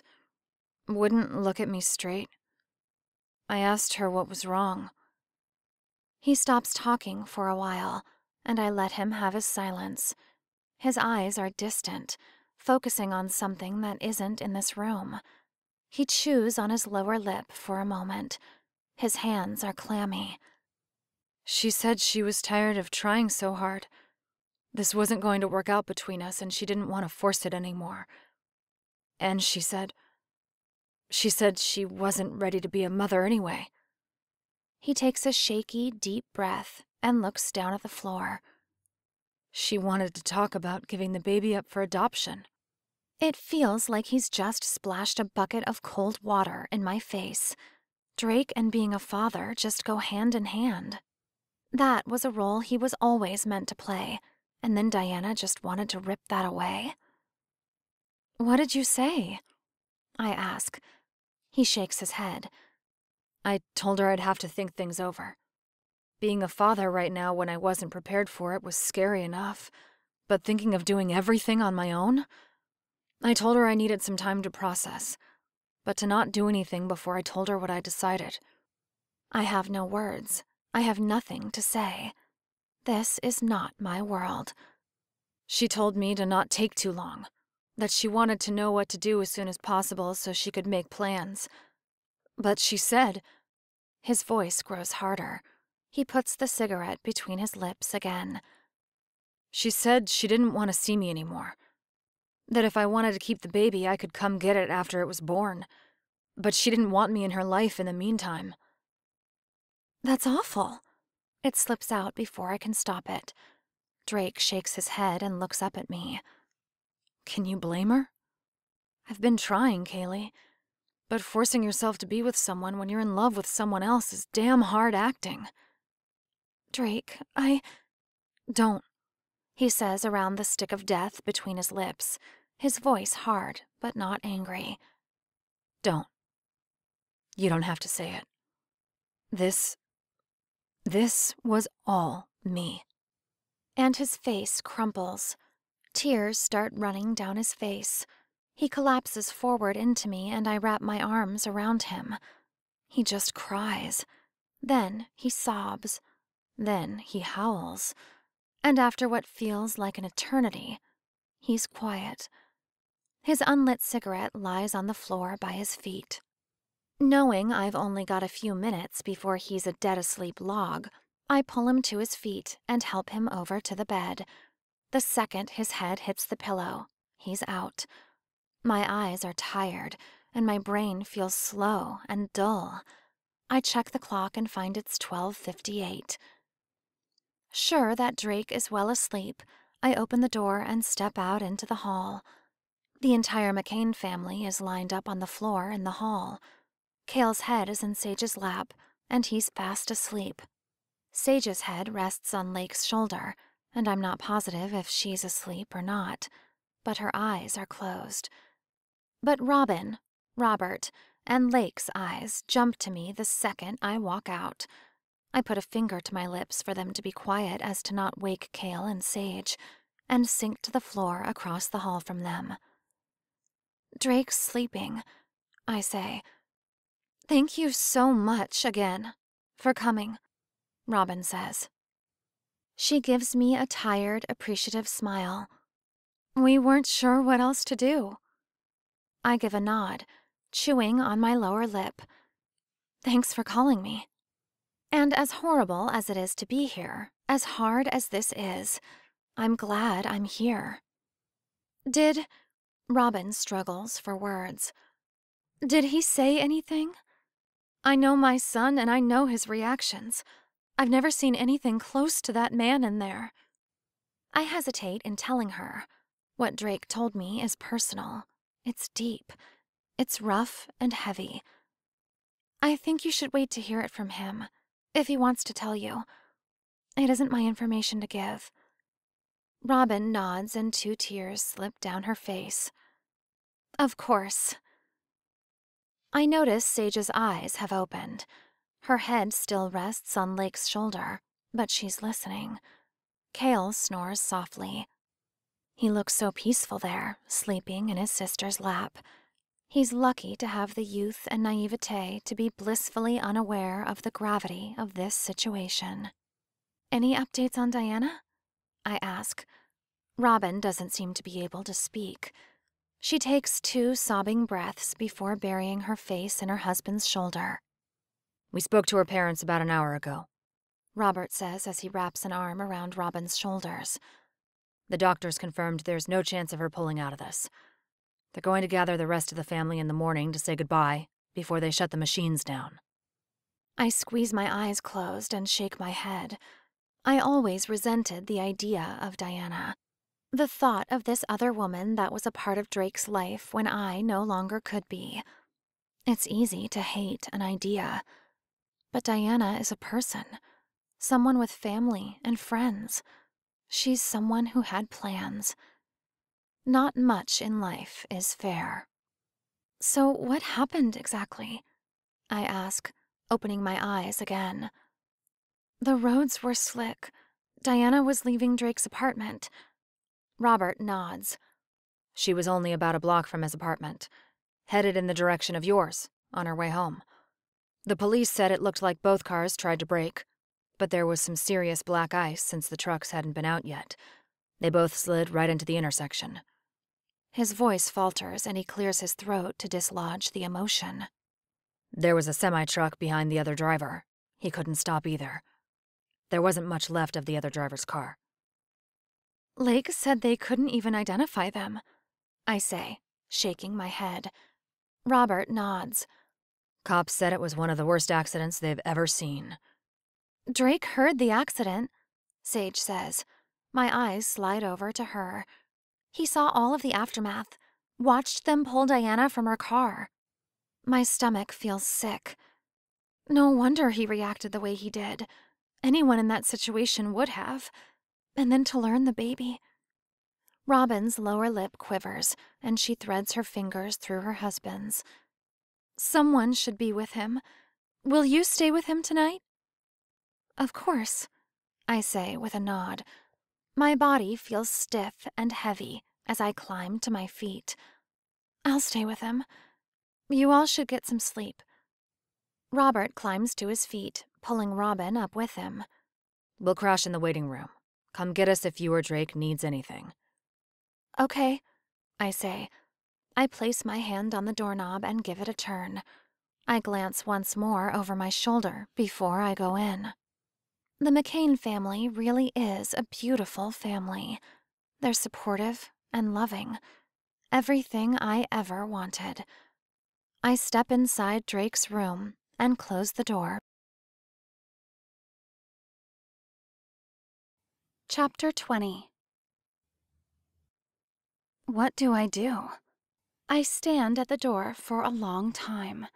Every cell in my body tells me to climb into that little hospital bed with Drake, wrap my arms around him, and hold him tight until the sun comes up and the sedation wears off. But every emotion in my heart says to protect itself. Every second of physical contact with Drake is another needle in my core. Eventually, what I settle for is dragging one of the chairs right next to the bed.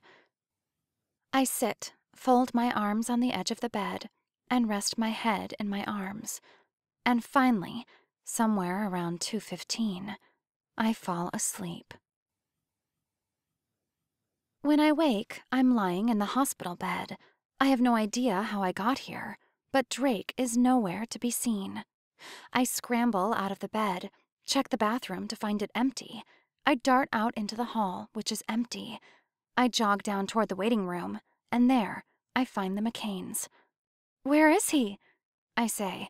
I feel panicked and ashamed for a while. I was supposed to be watching him, and I just lost him. I catch sight of the clock on the wall. It reads 8:15. Lake is stretched across a few chairs, asleep. Robin is in a chair, propped up against a wall, asleep as well. Robert sits with his fingers clamped together, bouncing one knee. Kale eats from a bag of chips. Sage is the one who stands and walks over to me. He's saying his goodbyes to Diana, she says. She looks exhausted, but somehow still put together and ready to walk into a boardroom. It boggles my mind she's only 21. And only 2 years younger than me. Did he seem okay? I ask. Sage shrugs her shoulders and gives a little shake of her head. As good as he could seem, given the circumstances. I nod. I rub at my eyes, not worrying about ruining my mascara since I cried it away hours ago last night. There's a tight knot in my chest that hasn't left in what feels like so long. I pull my phone out of my pocket as Sage walks back to her family. I didn't have a charger, so the battery is at only 15%. By now, I would have expected Mom to call and explain where she was last night. In all likelihood, her flight was probably delayed or bumped back a day because the runway was sure to be as icy as the roads. But she should have given me an update at some point. I nearly drop my phone to the tile floor. I jump so hard when it rings. Dick's name appears on the caller ID. "Hi," I answer. Hey, He replies. His voice already sounds concerned. have you heard from your mom? I haven't. I was just thinking about that, actually. It's weird she hasn't called. Yeah, He says. she promised to spend the entire day with Skylar, but she never showed last night, and I haven't heard a peep from her all day. Maybe her flight got canceled or delayed last night, I suggest, hoping it's true. I checked with the airline. He says. They said it landed on time last night. She was on the plane. My fingers go chill and my lips must be blue. My blood has run cold. Where is she then?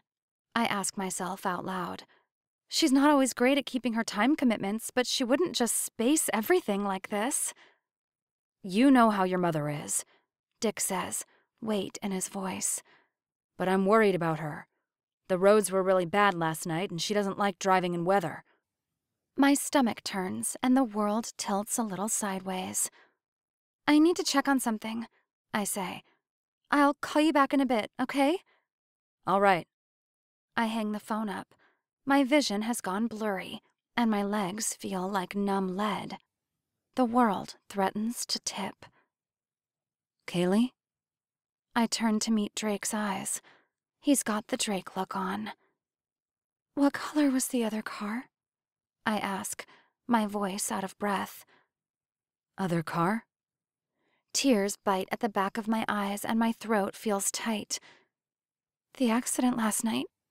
A block from your apartment? 3 blocks from mine? What color was the other car?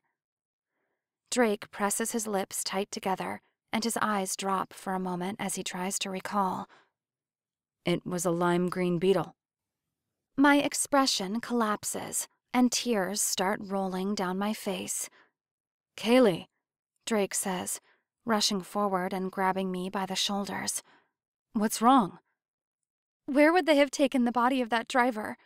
I ask, taking 2 steps away from him, wrapping my arms around my shoulders. I don't know. I assume somewhere here at the hospital? He says. He sounds totally confused. I turn away from him, my eyes wildly searching for I don't know what. Robert has stood and is just a few paces away, concern on his face. Sage gives me a questioning look. But my head is spinning and the floor is rocking. Kaylee, what's going on? I hear Drake's voice ask somewhere through the haze. I need to speak to the police who went to the accident last night. I breathe. Why? Because my mom was the other driver. Someone called the police for me. They talked to me, confirming the other car in the accident was a lime green VW Beetle. One of the officers gave me a ride to the coroner's office. I talked with someone there, and what little they had to go by with what was left from the accident, we confirmed it was my mother. I called Dick. He came down. They recommended we cremate my mother, given what the accident did to her. I was cationic.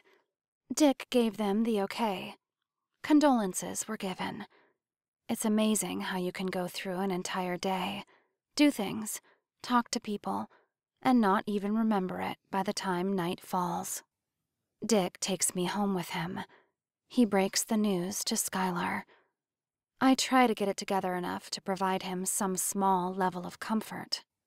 But I don't think I do a very good job. He doesn't quite get it at first, and then he cries. I crawl into his bed with him that night and hold him. I don't have any words of comfort. I don't know how to tell him it will be okay, but I can be there, physically, if not emotionally. The night rolls by in a blurry, dull roll of sleep and numbness. I'm awake. I'm asleep. I simply exist. Learning the father I never met was dead is one thing. Learning the woman who kept me, even though she was too young, was another. She wasn't perfect. She had so many faults. She couldn't ever quite figure things out. But she was trying. She was going to get it together. And then it was all ripped away. Chapter 21.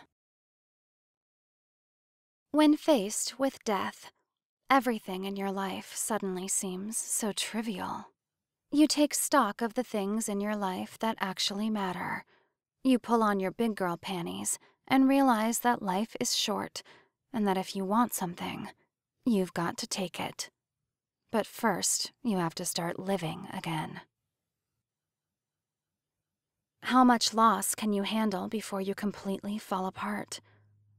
Life grinds to a halt. My apartment is the only space I occupy. Work? That doesn't seem to matter. The school calls quite a few times. They leave messages. I don't pick up. They can fire me.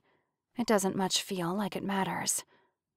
People come and knock at my door, but I don't answer. After a while, someone says they're the police and need to know I'm okay.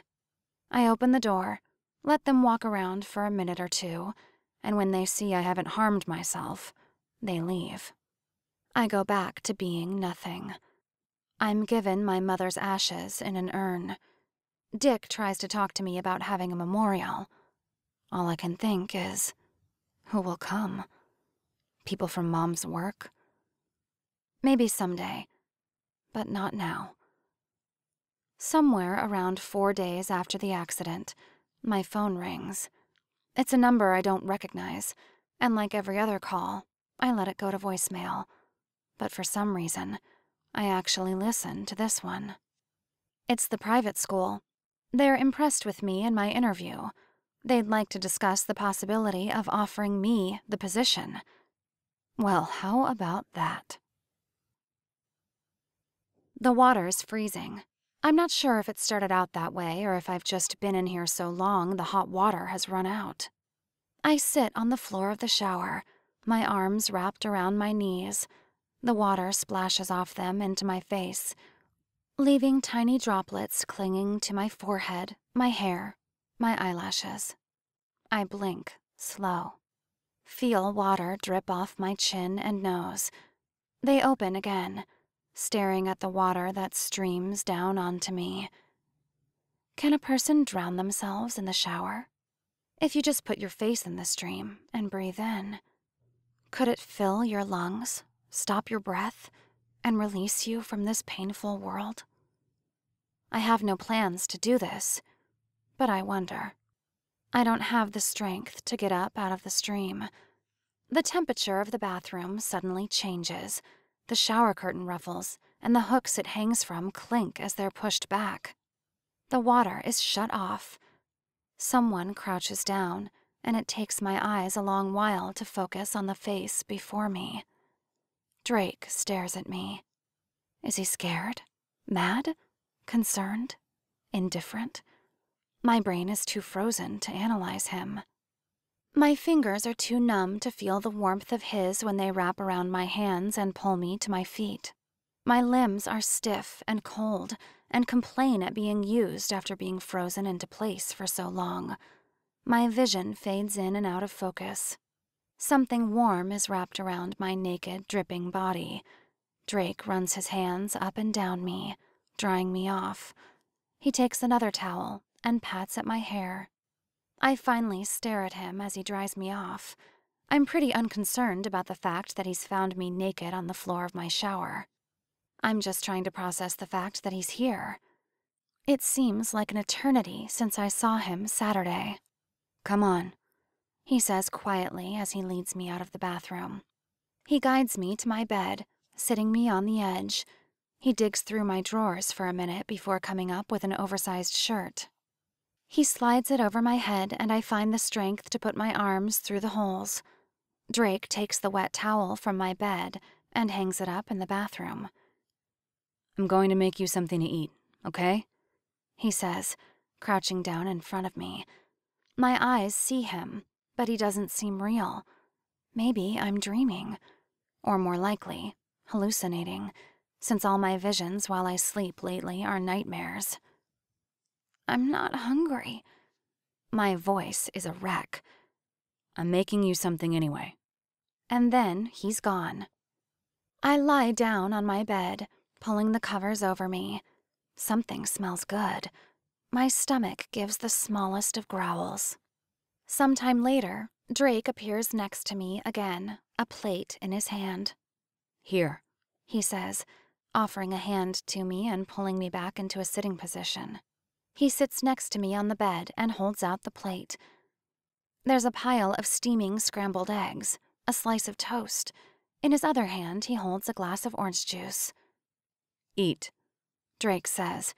It's not a question, and I don't think I have a choice. My throat feels dry and unused as I start choking the eggs down. But as more food goes into my system, the hungrier I get. "I missed school Monday," Drake says. His voice is flat. It's been missing any signs of life for so long now. "But I went in on Tuesday, just for first period. I talked to Principal Riker. Told him what happened, why neither of us would be in. He understands, but he's not happy about the lack of communication. I told him to fuck off." The word is so unexpected from Drake, I actually laugh, sending a small spray of orange juice on my wall. I look over at Drake and find a small smile on his face, too. "I thought he was going to fire me right then," he says, his expression growing serious again. "Thankfully, I did it in front of a few other teachers. Mr. Scott stuck up for us pretty hard." My eyes go back to the plate in my lap. A small twinge of gratitude forms in my heart toward Duncan, not for my own sake, but for Drake's. How did everything fall apart so fast? I breathe. Drake's fingers brush across my cheek, and I press it into his palm. For the first time in days, a spark of life ignites in my chest. "I guess we just had no idea of what reality was before," he says. "Guess we needed a harsh education." I squeeze my eyes closed and feel everything in me sag in on myself. The plate in my lap slips to the floor with a loud clatter. Tears start falling from my eyes despite the fact that I didn't think I had any more left in me. Drake wraps his arms around me and holds me tight to his side. I spent so much time resenting her, I confess. But it wasn't her fault. She didn't know how to do it any better. And she was going to try harder. She was going to be there for him. Shh, Drake coos, running a hand over my damp hair. "Just take a deep breath." "They're both dead," I say, pressing my face into Drake's chest. "Both my parents are dead now, and I never knew the one, and the other was becoming a stranger, and I'll never get that back. I can never fix that." "I'm so sorry," Drake says, and I can hear the emotion in his voice. He holds me tight, swaying us side to side ever so slowly. I lay on the bed, and Drake pulls me up into his arms. He rests his cheek on my head, his hands firmly on my back. I don't remember doing it, but I wrap a leg around his, holding him tight to me. "Are we broken?" I whisper as it grows dark and the hour stretches late. "I think everyone gets broken at some point." Chapter 22. "Kaylee." The voice whispers through black sleep that is heavy and warm. Kaylee, it's time to get up. My eyes slowly blink open, and there is Drake's face. We're both lying in my bed, side by side, facing each other. He brings his fingers up, once again brushing them over my cheek. A small, sleepy smile forms on my face. We need to get ready to go to work, he says, placing his entire palm on my cheek. It's warm and completely comforting. School starts in 40 minutes.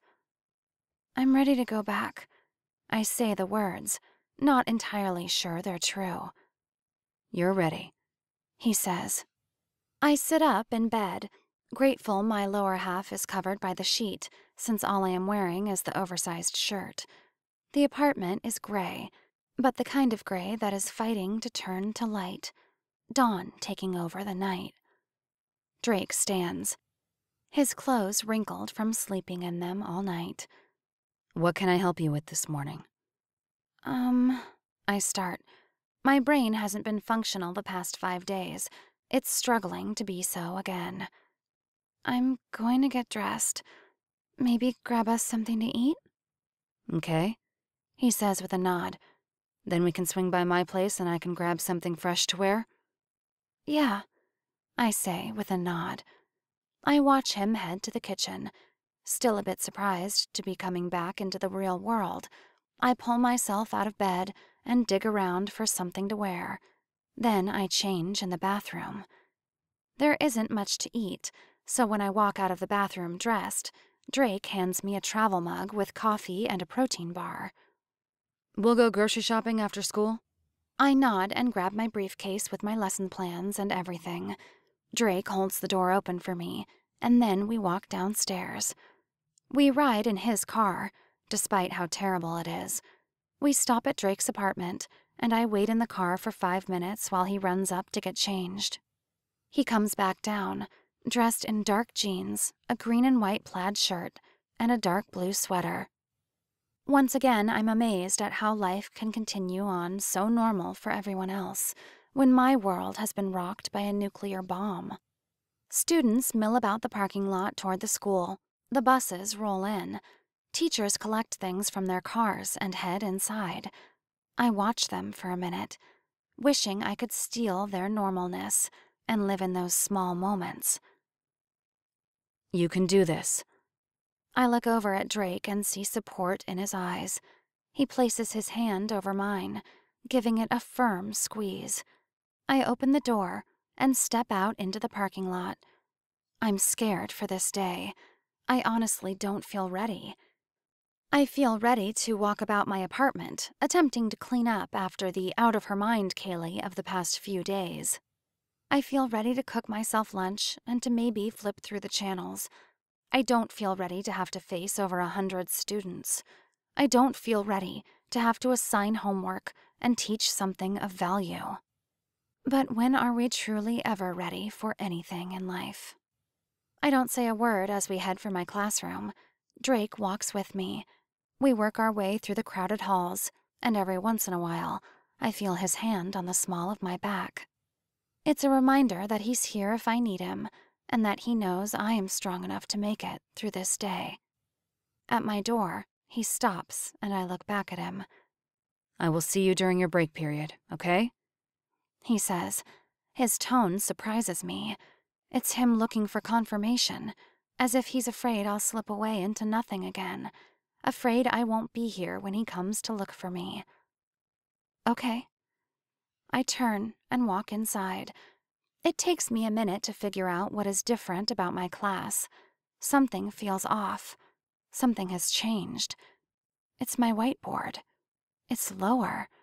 Low enough I can nearly reach the entire board. The hints of a smile pull on the corner of my lips, because I know exactly who did this. I didn't even stop this morning to think if it was an A or a B day. Am I teaching ancient world or world history this morning? I've just set my stuff on the desk when Lake walks through the door. His eyes fix on me, and his expression is serious and firm when he walks straight over to me and wraps his arms around my shoulders. He's huge, and I'm tiny, so my head rests square in the middle of his chest, and that is as high as it can reach. But he holds tight and firm with sincerity I wasn't sure he was capable of until the other night. "Thanks, Lake," I say, trying to fight back the tears that want to well up again. "I'm sorry about everything that's happened," he says. "Thanks," I repeat. The warning bell rings and he finally lets go of me. He takes a step back and stares down at me, a good 13 inches taller than me. I can see it there in his face. He cares about me. And I realize then that Lake feels like a little brother. I feel protective of him. I don't mind that he teases me and that he's seen me cry. I'm glad he's here.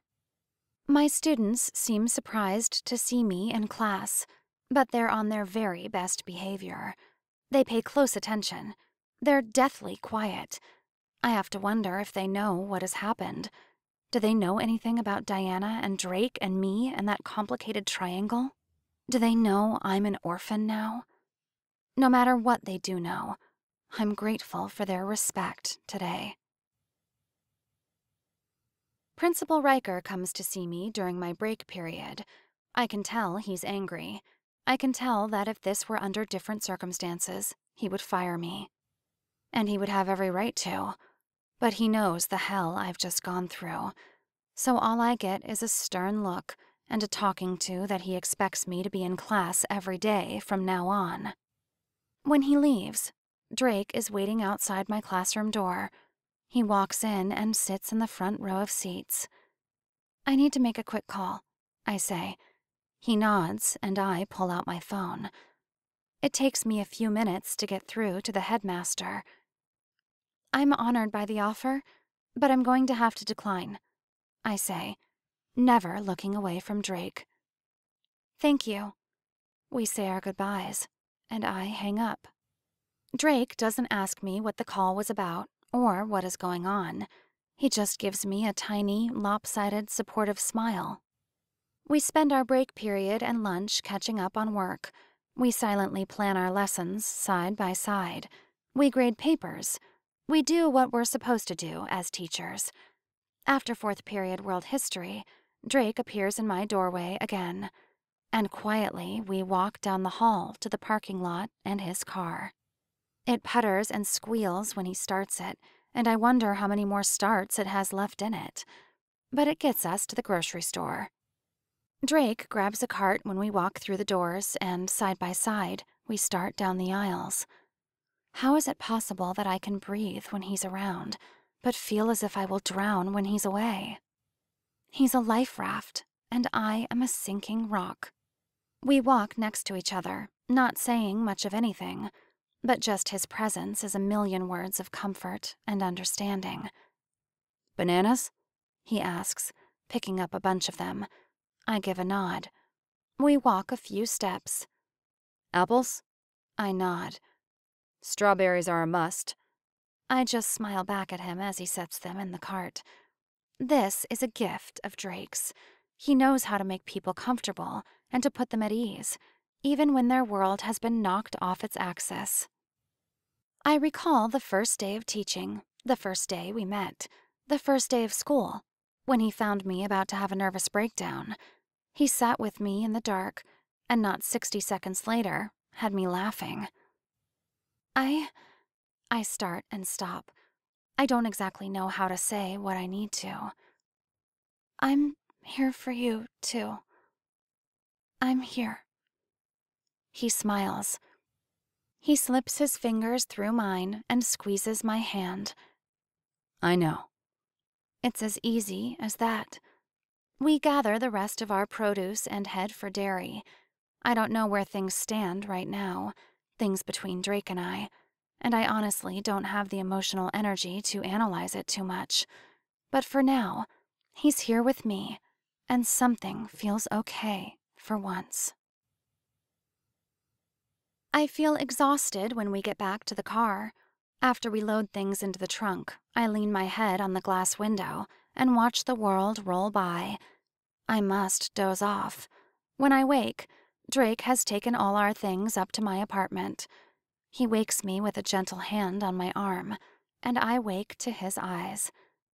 Come on. He says quietly. He offers me his hand and I take it, letting him lift me from the seat.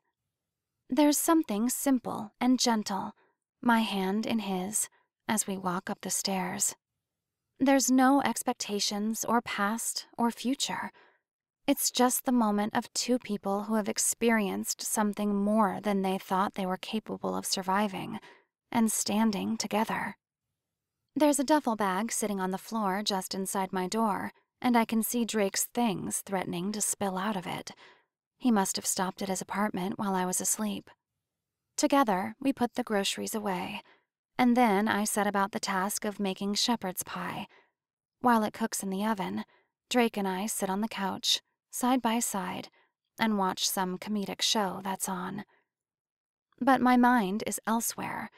There's that song again, the one from the library, on the second day we met. Happiness. Let it go, live your life, and leave it. Then, one day, wake up, and she'll be home. I don't know that I'm there yet. I had to let it go. It crushed me to do so, but I did it. I tried to live my life.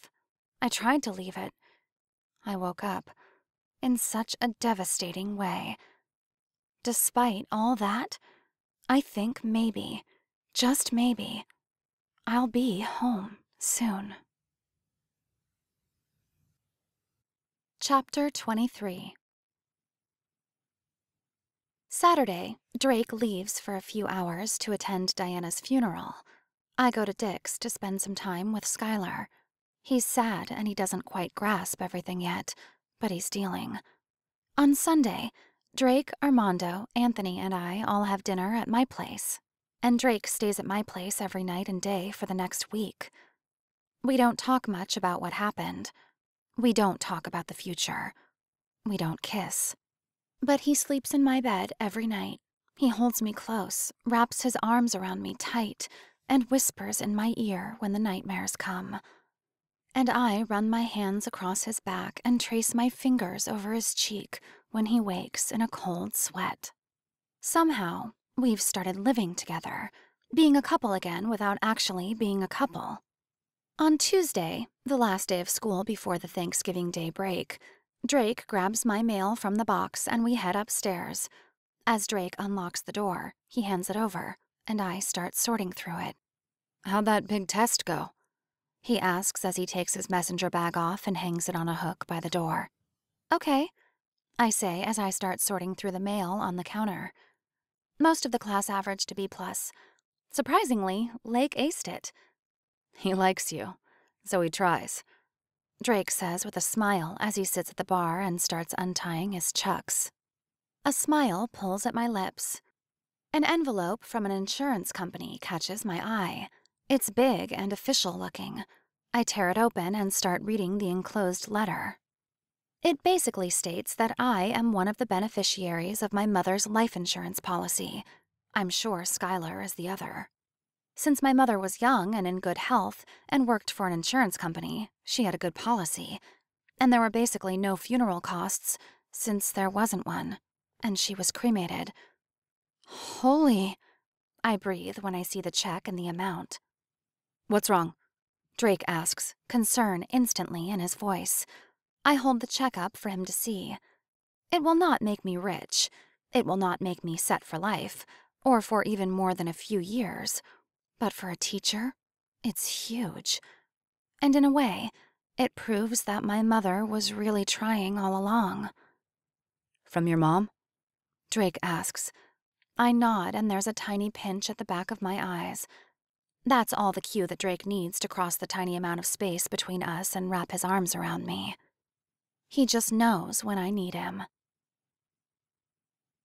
My phone rings and I grope for it through the dim morning light. Drake grunts softly, his arm lying across my stomach. Finally, my fingers catch the edge of my phone and I drag it toward me. It's a number I don't recognize. Hello? I say groggily. Kaylee, would you and Drake mind swinging by the store on your way over here and grab a pack of butter? I can't believe I forgot it when I went out the other day. And some whipped cream for the pie? Mrs. McCain? I ask, my sleepy brain struggling to keep up with her. Drake's head pops up from the pillow, a confused look on his face.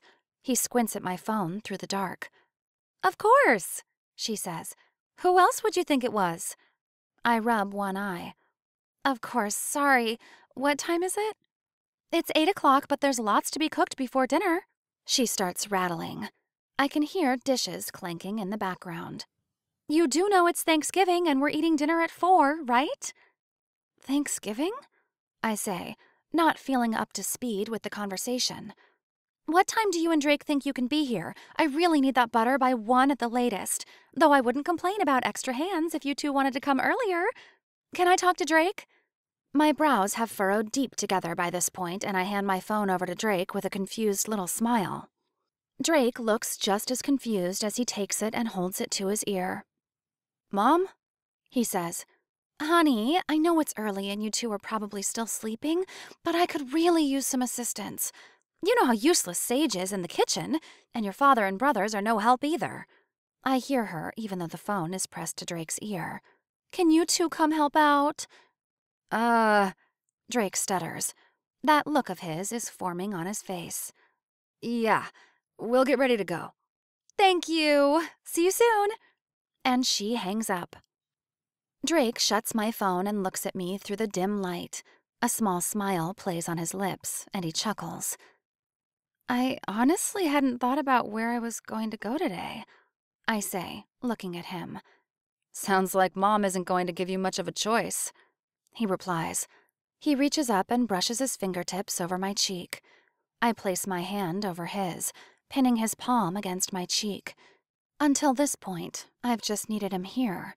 I needed him keeping me afloat and alive, and he needed me. That was all we needed. But we're both thawing. We're both surfacing back to the real world. We're waking up, and we're both here. I think we're going to have to talk about stuff, I say quietly, never losing his eyes. Soon. Yeah, he says. I know him well enough to be able to tell he wants to kiss me, but we need to have that talk first. It takes a while, but we finally break the moment and both roll out of bed. So, is your family one of the types to dress up in their nicest clothes for Thanksgiving dinner? Or the dress in whatever clothes will let you eat the most amount of turkey types? I ask as I turn from my closet. Do you even have to ask? I look over my shoulder toward him. He's in the bathroom with the door only half closed. He pulls his shirt over his head and leans forward to start the shower. I admire the toned lines of his arms and stomach for a moment. So, jeans and a shirt of my choice it is? I ask, my voice a bit breathy. Drake turns and looks surprised to find the door partly open, as if he didn't realize. His eyes meet mine, and suddenly I feel like we've just met again. A little uncertain and not fully sure how to approach, but with undeniable chemistry. His lips go all lopsided and smiley. That'll do just fine. A smile tugs on the corner of my lips, and I feel my face flush, knowing he knows I was checking him out without a shirt. Drake showers while I get dressed, and we both hurriedly get ready. We grab our stuff for the day and head down to my car. I can feel the change coming on as we walk through the store. We've been there for each other, but distant the last week we've been living together. We've had boundaries and an unspoken agreement of caution. There's a wave surging up, and it's going to leave everything changed, and I'm scared and looking forward to it, all at the same time. We get the items Robin requested and drive the few minutes to her house. And the moment we walk through the door, she puts us to work. I'm in charge of the stuffing, and Drake gets charge of the mashed potatoes. Robin whirlwinds around the kitchen, giving instructions, getting irritated when someone gets in her way, making jokes about how it might not be perfect, but it will fill our bellies. I think, Robin says at 3:45. Her eyes dart from one dish to the next. I think we're ready to eat. I survey the damage and nod. There's food everywhere. The bar is stock full of vegetables, stuffing, cranberry sauce. This pink fluffy stuff that is apparently a McCain tradition. Mashed potatoes, a huge bowl full of homemade rolls. The turkey sits hot and ready in the oven. "Boys!" Robin suddenly yells. "Turn off the game and come eat!" When no one responds, I walk into the living room and watch them for a minute. They're all gathered around the TV, watching some football game. I can see Sage pacing outside, talking on her cell phone, but the boys cheer as someone scores a touchdown. Lake gives Drake, who abandoned the kitchen the moment the game came on, a high five, and Kale moans and complains about the wrong team scoring. "Boys," Robin suddenly huffs, standing beside me. "We've been working on this fantastic meal all day. Come and eat it before I have to get loud." "Yes, ma'am," Robert says, standing and pressing a kiss to Robin's cheek. Drake clicks the TV off, giving me a little smile as he meets my eyes. Yeah, something is going to change. And quick. With the help of the boys, we move everything to the table and Sage darts inside. Robin offers Grace on the food, and Robert starts carving the turkey. "What's with all the phone time?" Robin asks as she hands the bowl of rolls to Sage. "My stock just tripled this morning," she says with a smug little smile on her face. "Didn't it just do that 2 weeks ago?" Robert asks, surprise on his face. Sage nods enthusiastically. "You're going to make more money than me this year, and you don't even have a job." Drake chuckles as he scoops a heaping pile of potatoes onto his plate. "I may not have an official job yet, but I work hard for my money." She gives him a pointed look, but there's a little smile on her face.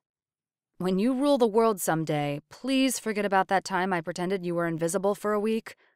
Drake steals a look at her, looking rather sheepish. "You were such an ass sometimes," she says, the words coming out in a hard laugh. "Sage!" Robin screeches. "Language!" "At least it was only a week for you," Lake says around a mouthful of stuffing. "It lasted 2 weeks for me." "Drake," I say, my voice accusatory. "You didn't really do that, did you?" "Oh, he did," Robin says. She passes along the tray of sliced turkey. "And he got grounded for a month when I found out." "I didn't think you were capable of that kind of meanness," I say, my brows furrowing at him. "He is an older brother," Sage interjects. "I'm pretty sure it's his job." "See?" Drake says, raising his eyebrows. "It was expected, if nothing else." Everyone chuckles and continues passing food around the table. Conversation unfolds around us, the atmosphere light and happy. I laugh and talk and feel totally normal. Until Drake, who sits right next to me, slides his leg over so his thigh brushes mine. His left hand slips under the table, resting on my thigh. Sparks ignite in my body, setting me on edge in the very best way. My eyes drop to his hand for a moment. It sits right in the middle of my thigh. Not quite close enough to my knee to just be friendly or supportive. Not quite high enough to be possessive or assumptive. When I steal a little side look at him, he's just talking to his dad, his eyes fixed on him.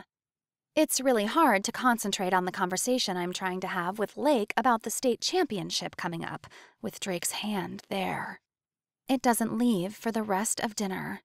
When our plates have been relieved of their food, seconds and even a few thirds consumed, everyone lounges around the table, relaxed in their seats, talking about everything and nothing. Maybe I'm being brave, or maybe I just can't deny myself it any longer. But my hand ducks under the table, and my fingers slide through Drake's. I steal another side look at him. He's talking with Sage, and I can see him falter for just a moment. A smile that he's trying really, really hard to suppress pulls at his lips. "Okay, seriously," Lake suddenly says. "What is going on with you two? Are you boyfriend-girlfriend again? Did you two secretly elope already? You're living together or something? What is up?" All the McCains laugh, full-bellied and jovial. But every eye jumps to Drake and I. "I think we've all been wondering the same thing," Robin says. She laces her fingers together, her elbows propped on the table, and rests her chin on her hands. "The suspense is killing me," Sage says sarcastically. I can tell my cheeks are blushing red. I look over at Drake and bite my lower lip, holding back an awkward smile. "We, Drake stutters as he looks at me. His eyes dance and are the brightest I've seen them in a long time. He squeezes my hand under the table. we haven't really talked about things yet." Drake's old room is down the hall, last door on the left, Robin suddenly says. I want you two to go in there and don't come out until you've talked things over. "Mom," Drake says with a disbelieving laugh. "we're adults. We'll talk when we're ready." You two were born ready, she says with a knowing look. And considering everything that's transpired, I've let the two of you living together slide for now. But until you get this thing the way it's supposed to be, it's gotta stop. Now get out of my kitchen and go figure things out. The pie will be ready when you two get back. I look around, embarrassed, to each of Drake's siblings, and their looks tell me they know she's dead serious. Lake also looks ready to die of laughter the second we leave. Drake gives a breathy, harsh laugh. He shakes his head. "Fine. We'll go talk." He stands, not letting my hand go, so I stand with him. He starts leading us out of the kitchen. They're holding hands, Kale teases. Pretty sure that means something. Oh, hush, Robin chides him, but I can hear the smile in her voice. Drake leads me down the hall to the last door on the left. We walk through the door and he closes it behind us. The room isn't really a bedroom anymore. There is a twin-sized bed pushed against one wall that has a blue and green plaid bedspread on it. But there's also a desk with a laptop and a ton of papers scattered across it. Above that is a pinboard with schedules and plays all over it. There's a row of filing cabinets along one wall. "It's not my bedroom anymore, obviously," Drake says, letting go of my hand and stuffing his hands in his pockets. "Dad uses this as his planning room. I'd call it his office, but he just makes plays in here." I nod, feeling completely awkward knowing his entire family is just down the hall waiting to hear the outcome of this forced face-to-face. "I'm really sorry about my family," he says, a lopsided smile forming on his face. "My mom can be a little direct sometimes." That's an understatement, I say with a breathy chuckle. But it's okay. I love your mom. "Yeah?" he asks, his eyes unsure. Yeah, I say, a smile forming on my face. He reaches a hand out, caressing my cheek. "We have needed to talk," he confesses. We have. My eyes drop to his lips, and all I can think about is how I never got to know them quite well enough. "I kind of just want to make out instead." And an explosive laugh erupts from my chest. Drake's face breaks into a huge grin, and his chest shakes with a laugh. I slap him across the shoulder, covering my mouth with a hand to contain the laugh I have no doubt his family heard. Stop it, I say, my eyes watering. I'm laughing so hard. This is serious. "I am serious." He laughs again. "But you're right. We do need to talk about things first." I bite my lower lip and shake my head at him. He pulls his dad's office chair from the desk and spins it around so he can sit. I sink onto the bed, pinning my hands between my knees. So, I say, all seriousness back, and now feeling super awkward. I have no idea where to start. "So," he says. He looks just as uncomfortable as I do. I watch him for a long moment while he studies his hands, which he rubs together. This is so simple and so complicated at the same time, isn't it? I say, finally. Drake looks up at me. "Yeah, it is." We're both a little cracked, I say, lacing my fingers together and squeezing tight. We've both gotten pretty messed up. We both got a pretty hard slap across the face. "Yep," he says. His eyes slide down to his hands again. We've both grown up a whole lot in the past, 7 weeks? Something like that. Drake says. He laces his fingers together and looks back up at me.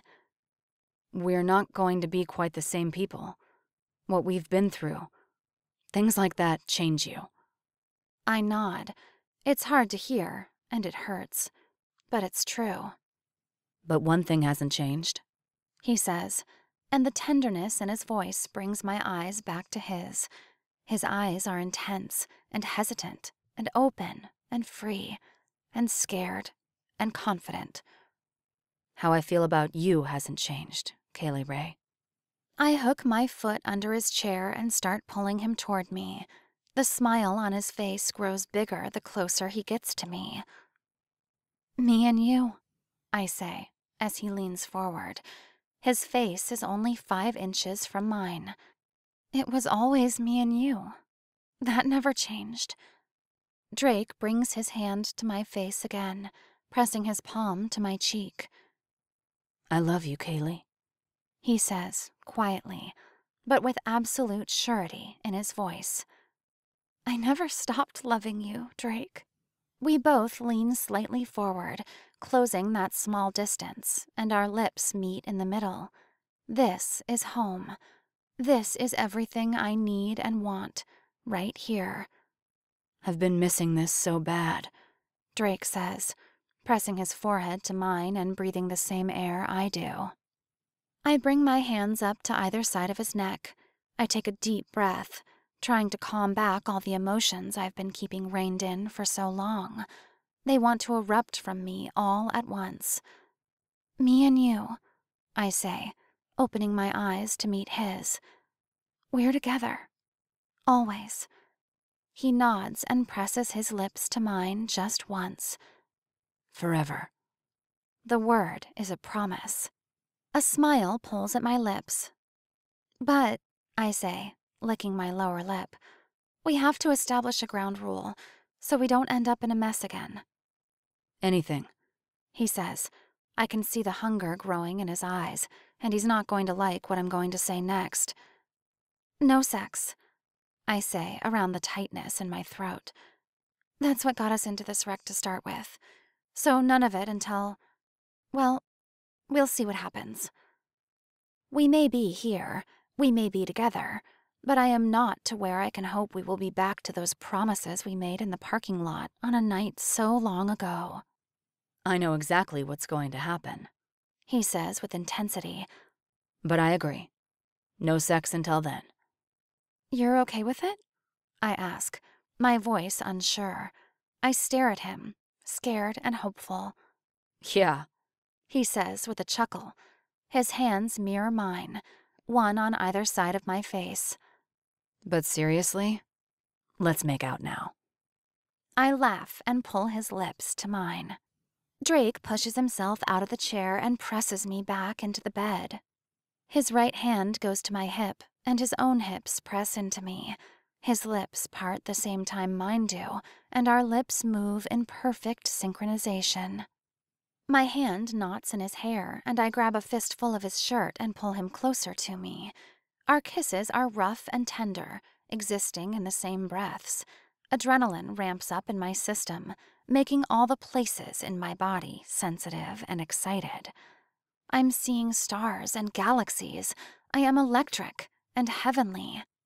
Drake moves over me, his free hand wrapping around my back, lifting me nearly off the bed and up to mold against him. His hips eagerly dig into mine, yet knowing that is as far as they can go. I love you, I sigh into his mouth. Drake's lips drop to my neck, igniting another emotion in me that makes the room spin. I'll never let anything come between us again, He breathes. You're mine forever, happily ever after. Ever after Drake, I say, as a loopy smile forms on my face. Drake's lips return to mine. A knock on the door makes both of us immediately freeze. I am very aware that Drake did not lock the door. So, did we figure things out in there yet? Robin's voice cuts through the door. Everyone is ready for pie. Mom! Drake yells as we climb off each other. Seriously? "The suspense is killing me," she says, "even though I know what's going to happen." Drake pulls me to my feet. I smile at the way his hair stands on end and one of his shirt tails is untucked. He's looking at the door in horror, completely unaware of what I've done to him. "Come on," I say, slipping my hand into his. "Let's go make this all official and stuff." Drake gives me a lopsided smile as I pull him forward toward the door. I open it and am not one bit surprised when the entire family is standing outside. "That didn't take long," Lake says as he raises an eyebrow when he takes in our disheveled state. I glance back at Drake, who gives me a perfectly happy smile. McCain family, I'd like to reintroduce you to Kaylee Ray, my girlfriend. Chapter 24. Can we go buy a Christmas tree this afternoon? Both of us are breathing hard, panting into each other's throats as Drake holds me pinned up against the shelves in the janitor's closet. I'm pretty sure that's a mop handle that's working its way between my butt cheeks. Awkward. But honestly, I don't care when Drake's lips are enlightening my neck like that. "It'll have to go to your place," I say as my fingers knot in his hair. "There's no room at mine." I really don't like this not living together thing, he says as his fingers work their way up my skirt, slipping over my thigh. We're having a hard enough time keeping the rule not living together. My breath catches and my blood surges in my ears as his fingers brush the hem of my panties. I should slap his hand away, but oh, how I don't want to. Bad things will happen. I think I like bad things. He growls into my chest. I wore 5-inch heels today so he can actually reach certain places on my body. But if you're naughty, Santa won't bring you any presents in 2 weeks. I've already got the best present. He chuckles. He bites the neckline of my shirt. My eyes squeeze shut in protest as light suddenly floods the janitor's closet and sears them. I can only imagine the guilty expressions on our faces when Ben the janitor opens the closet. If you're going to continue using my storage closet as your make-out hideaway, maybe you should start hanging a tie on the doorknob, he says with a bored expression. He reaches forward, grabs a roll of towels and a bottle of spray cleaner. He then closes the closet, once again leaving us in the dark. I melt down in laughter the second he closes the door. One of my arms wraps around my stomach, and the other hand covers my mouth.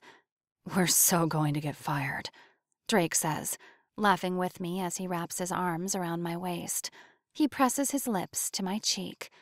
"So going to get fired," I confirm as I press one quick kiss to his lips. I take his hand in mine and open the closet just a sliver. I peer out into the hall, checking for signs of life. "I think we're clear," I whisper. Drake yanks me back, spinning me and once again pressing into my body as his lips devour mine. "Drake," I laugh into his lips. "We're seriously going to get in trouble one of these days." "It's been 2 weeks since we got back together and only half the school knows," he says, kissing his way from the base of my ear to my collarbone. "If we don't do something extreme, I fear the other half will never figure it out." "Well, I'd like to keep my job," I say, placing my hands on his chest and giving him a gentle push. It's too dark to see it, but I can feel the smile I know is on his face. Before he can tackle me in the dark again, I open the door and walk out. I straighten my skirt and rebutton the top button of my shirt. I look over my shoulder at Drake as he follows me out. His hair is sticking straight out on one side. He buttons up his top 3 buttons and pulls his vest back on. I give him a wink and head back for my classroom. The bell for lunch rings halfway back to my classroom and the halls are flooded with students. With the help of the heels, I'm not completely lost under the crowd. I make it back to my classroom without being trampled. "Where have you been?" I'm halfway back to my desk when I jump at the unexpected voice behind me. I turn to see Hannah standing just inside the door, her arms folded over her chest. She's trying to look all tough, but there's a little smile pulling at one corner of her mouth. I struggle to come up with something. Obviously, I have to lie. I would never tell a student what I'd just been doing during school hours. I knew it, she says, the grin spreading on her face. She takes 5 steps into the room and sits on top of one of the desks. I mean, the rumors have been spreading around school like wildfire, but I just knew it. You and Mr. McCain are back together. How do you know it? I say, folding my arms over my own chest. That hickey on your neck is a pretty dead giveaway, she says as she raises one eyebrow at me. My hand automatically jumps to my neck. Oh my gosh, I gasp in horror. Are you serious? I turn and dive for my purse, looking for a compact. And from the bright red state of it, I'd say it was given in the last few minutes, she says smugly. You two have a secret makeout spot in school, don't you? That's equal parts disturbing and super romantic. Hannah, I say, looking up at her and giving her a stern look. I start dabbing the hickey with cover-up. This isn't something to glorify. I sigh. We shouldn't be doing it at school. What kind of example am I setting? You're setting me up for unrealistic expectations for when I start teaching down the road. She steps into the classroom, sinking down into a desk. You want to teach someday? I ask, looking over at her from the tiny mirror. It's pretty obvious I'm trying to cover something up, but hopefully my hair will hide it well enough. Hannah nods with a grin on her face. Weirdly enough, I actually like school, and I like being in charge and having people listen to me. Besides that, you're pretty much the coolest woman I know, so I figured, why not? A smile breaks onto my face and an appreciative chuckle bubbles out of my lips. She's also the hottest. We both look back to the door to find Drake leaning in the frame. Hannah gives a little squeal. I just can't even stand how adorable you two are.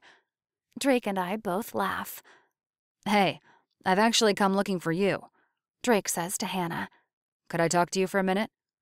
Hannah looks back at me, giving me a quizzical look.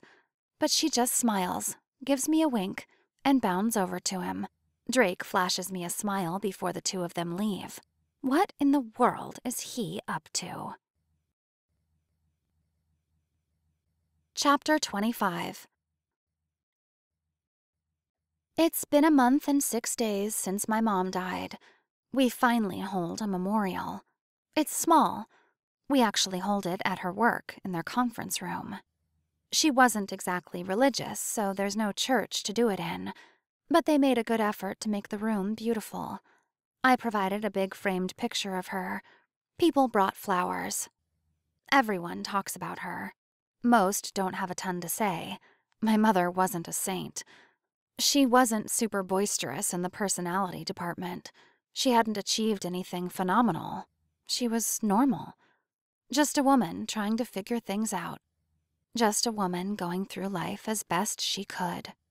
I'm the first to speak. I tell about my childhood with her, about living with my grandparents for a few years, about cheap ice cream cones from the gas station, about homework that was usually too hard for either of us. I tell about our struggles and how she agreed to change her life. I tell everyone how I loved and still love her. When I'm done, I sit next to Drake. He takes my hand in his and holds it tight as people continue to talk about her. A knot that I hadn't realized was still there starts to loosen and relax as the memorial goes on. There's peace where once there was just anxiety. I can forgive her for everything I thought she screwed up. No one is perfect. We all make mistakes. We just have to remember to love the people who are only human. Chapter 26. Something weird is going on. Yes, school will be out tomorrow for Christmas break. Yes, some students have taken off early to go to various destinations. But as I make my way to my classroom, the halls seem too empty. I was running fantastically late this morning since I'd overslept. The bell will ring in about 2 minutes. and there are about half of the students there should be. And those that are milling about are dressed up, like nicely dressed up, like in prom dresses and suits. Have I missed something? Is there some kind of dance right after school? I can't remember anything in the school newsletter. Taylor, I say as I nudge him with my elbow as he's about to pass. He's a senior in my second period ancient world class. What's going on? He just gives me this little smirk smile thing and keeps walking down the hall without answering my question. I give him a confused look over my shoulder as I continue down the hall. I get to my classroom, stashing my stuff behind my desk, and start writing out the lesson material we will be going over in world history.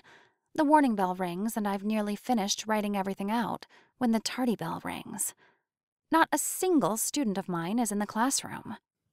I pick up my phone to call down to the office when there's a sudden scratching static sound coming from one of my drawers.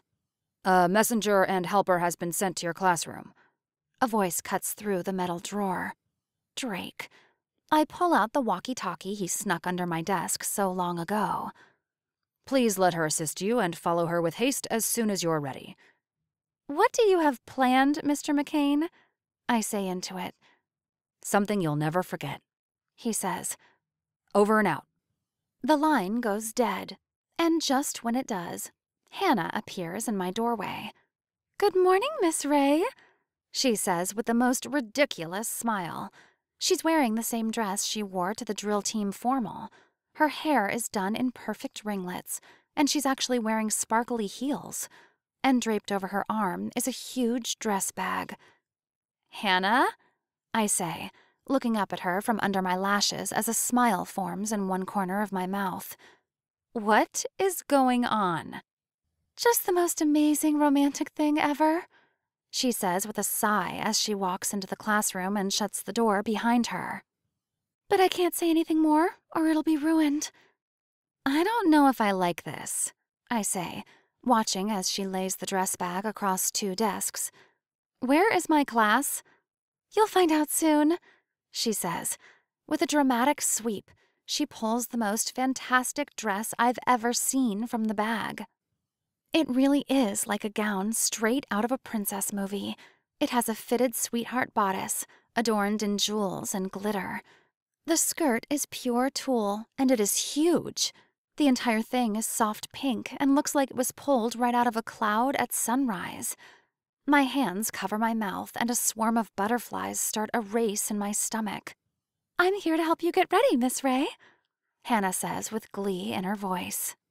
My eyes jump up to her, and a disbelieving chuckle erupts from my chest. We spend a good 30 minutes getting me ready. For what exactly, I don't know. Hannah laces me up into the dress, and she's well prepared. She whips out a curling iron, and with a speed I didn't know was possible, has my hair curled. She also braids some of it up into a complicated updo, letting the rest cascade down over my left shoulder. Do you approve? She asks, holding up a mirror. It's amazing, I say, observing myself. I'm practically glowing, and I really do look like a princess. But seriously, what is going on? Hannah shakes her head. Nope, not spilling the secret. She crosses to my desk and grabs the walkie-talkie. Little Blue to Prince Charming, the pumpkin is leaving the cottage. What? I laugh, unable to hold back a smile. Hannah just winks at me as Drake's voice comes back over the radio. Copy that. Operation Ever After is a go. The line goes quiet again. Right this way, Hannah says. She props the door open and holds a hand out into the hall dramatically. I give her a hesitant look and take a step toward the door in the glittery heels she provided me. The second I step out into the hall, string music starts softly playing. I look up at the overhead speakers and give a laugh. What is going on? I say to no one in particular. Hannah just grins and loops my arm through hers. She leads me down the hall, around the corner, and I finally figure out that we are headed for the main gym when the doors come in sight.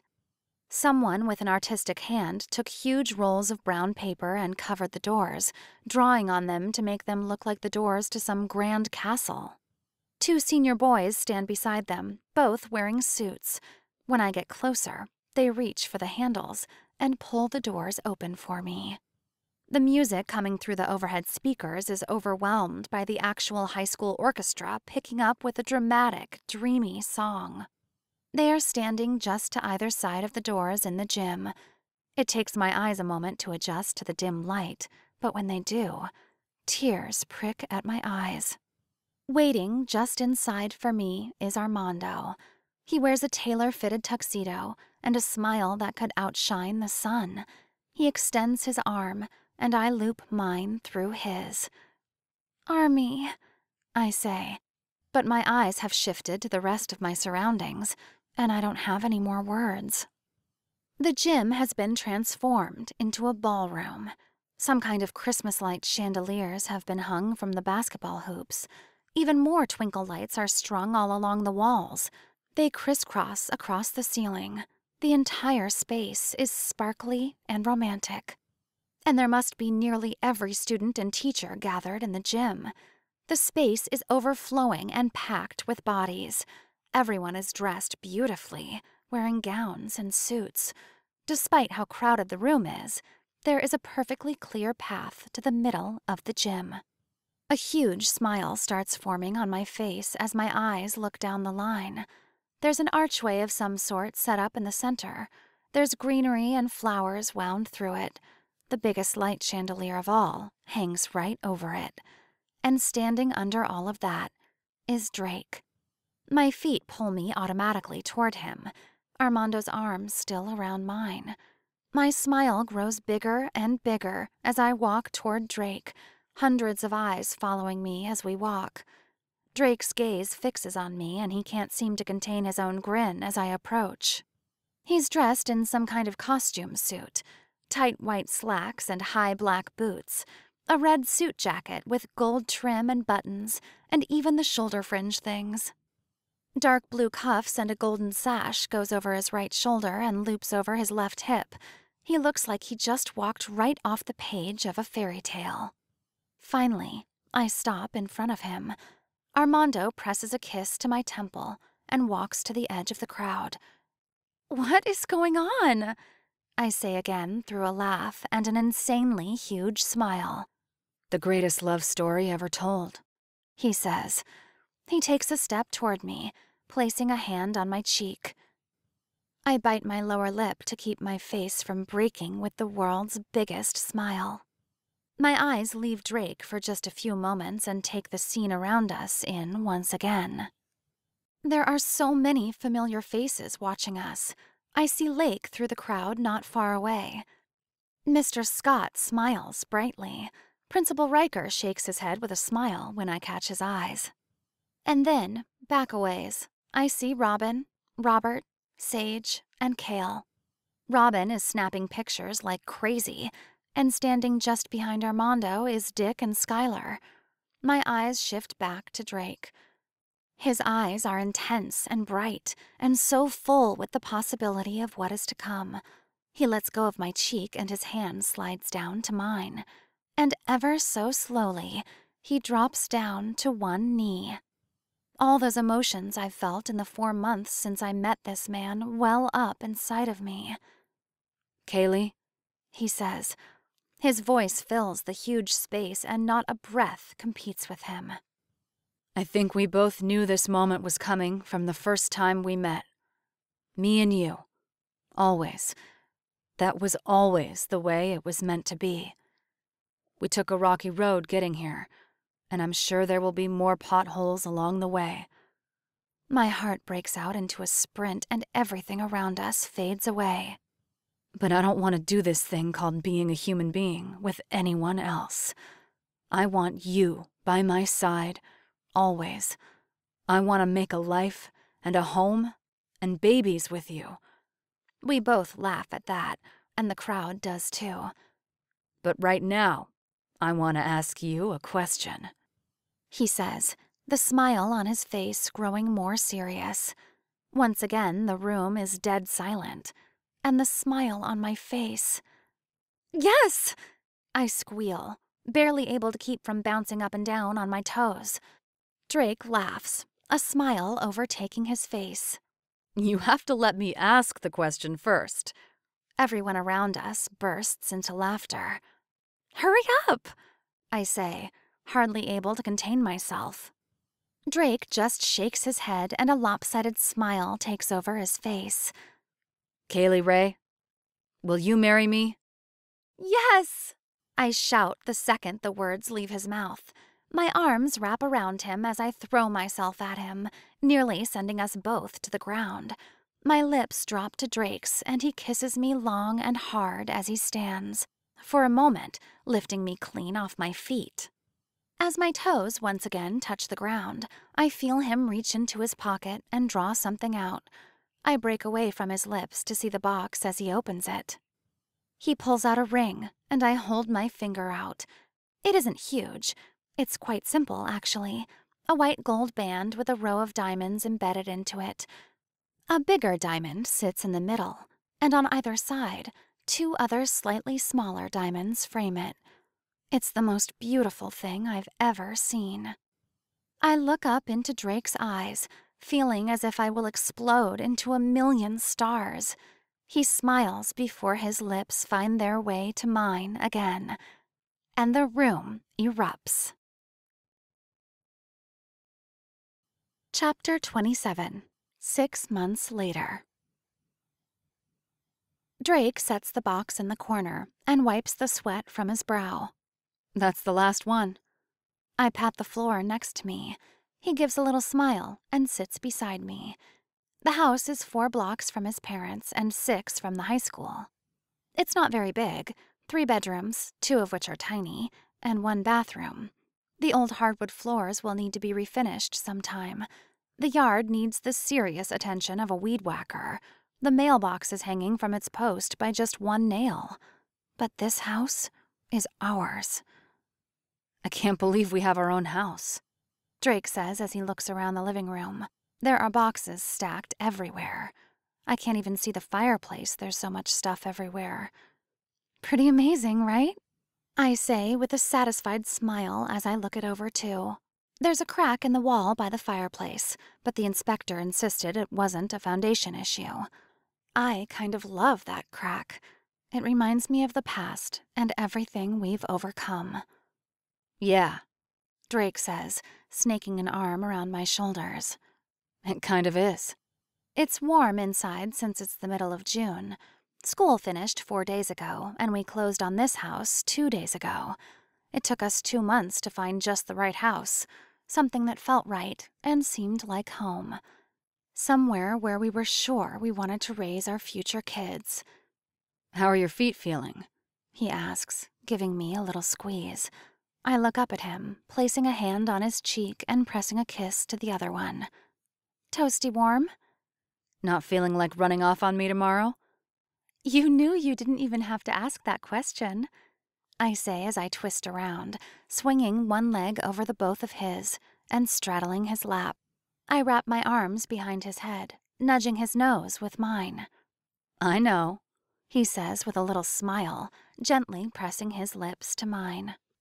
Tomorrow, I say wistfully as I look into his eyes. It's felt forever away the past 6 months, and now here it is. You still sleeping at Armando's tonight? He asks, wrapping his arms around my waist. He looks very comfortable and relaxed. I nod. I have an overnight bag in the car, along with everything I will need to get ready in the morning. My dress is already at his condo, and tomorrow, Armando will walk me down the aisle. You staying in your old room? Drake nods. Dad cleared his stuff off the bed so I have somewhere to sleep.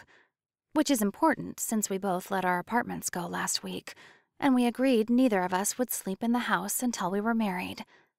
Is Lake still leaving right after the wedding? I ask, feeling my heart sink. Drake bites his lower lip, his expression falling, and he nods. He heads for boot camp the next morning. I wish I knew why he was doing this, I say, shaking my head. Lake has been different the last 2 months. Where he used to be cocky and arrogant at times and always cracking a sarcastic joke, he'd been more serious. He seemed darker, like something was weighing his mind down, but he never talked about it. And then 3 weeks ago, he announced to the family that he'd joined the Marines. The only reason he hadn't left the second he got his diploma is our wedding. He is Drake's best man. Mom's still pretty upset about it all, Drake says. Can't blame her, I say with a sad smile. She hadn't handled the news well. First, she was angry, and then she cried. And then she was angry again. Now she's numb over it. Hopefully the wedding serves as a good distraction, Drake says, pressing his lips to mine. I need to make sure I tell Sage thank you again, I say to his lips. A barely graduated college student shouldn't have the money to pay for our wedding already. She said she wanted to give us the best ever wedding gift. The wedding. He chuckles. Trust me, she can afford it. She told me how much she made in stocks this year. I shake my head and chuckle. The shadows stretch across the floor, the hour edging toward 9 o'clock. We should be getting some sleep, I say. We've got a big day tomorrow. No one will care if I look like I didn't get any sleep, he says with a smile. They're all going to be looking at you.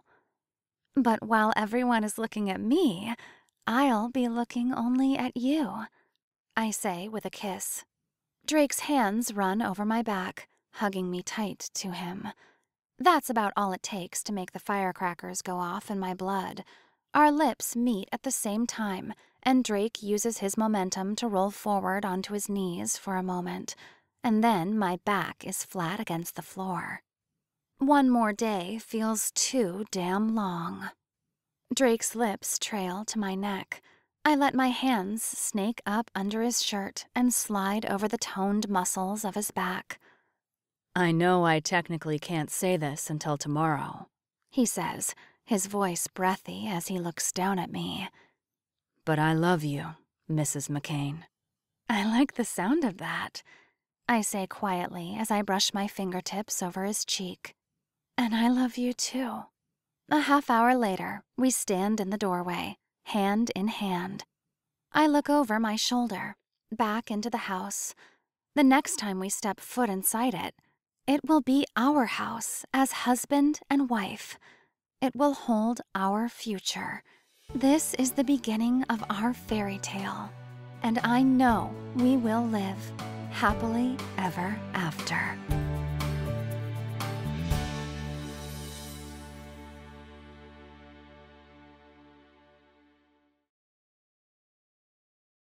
This has been Ever After Drake, The McCain Saga, Book 1. Written by Keary Taylor. Narrated by Stephanie Bentley. Copyright 2014 by Keary Taylor. Production copyright 2014 by Keary Taylor.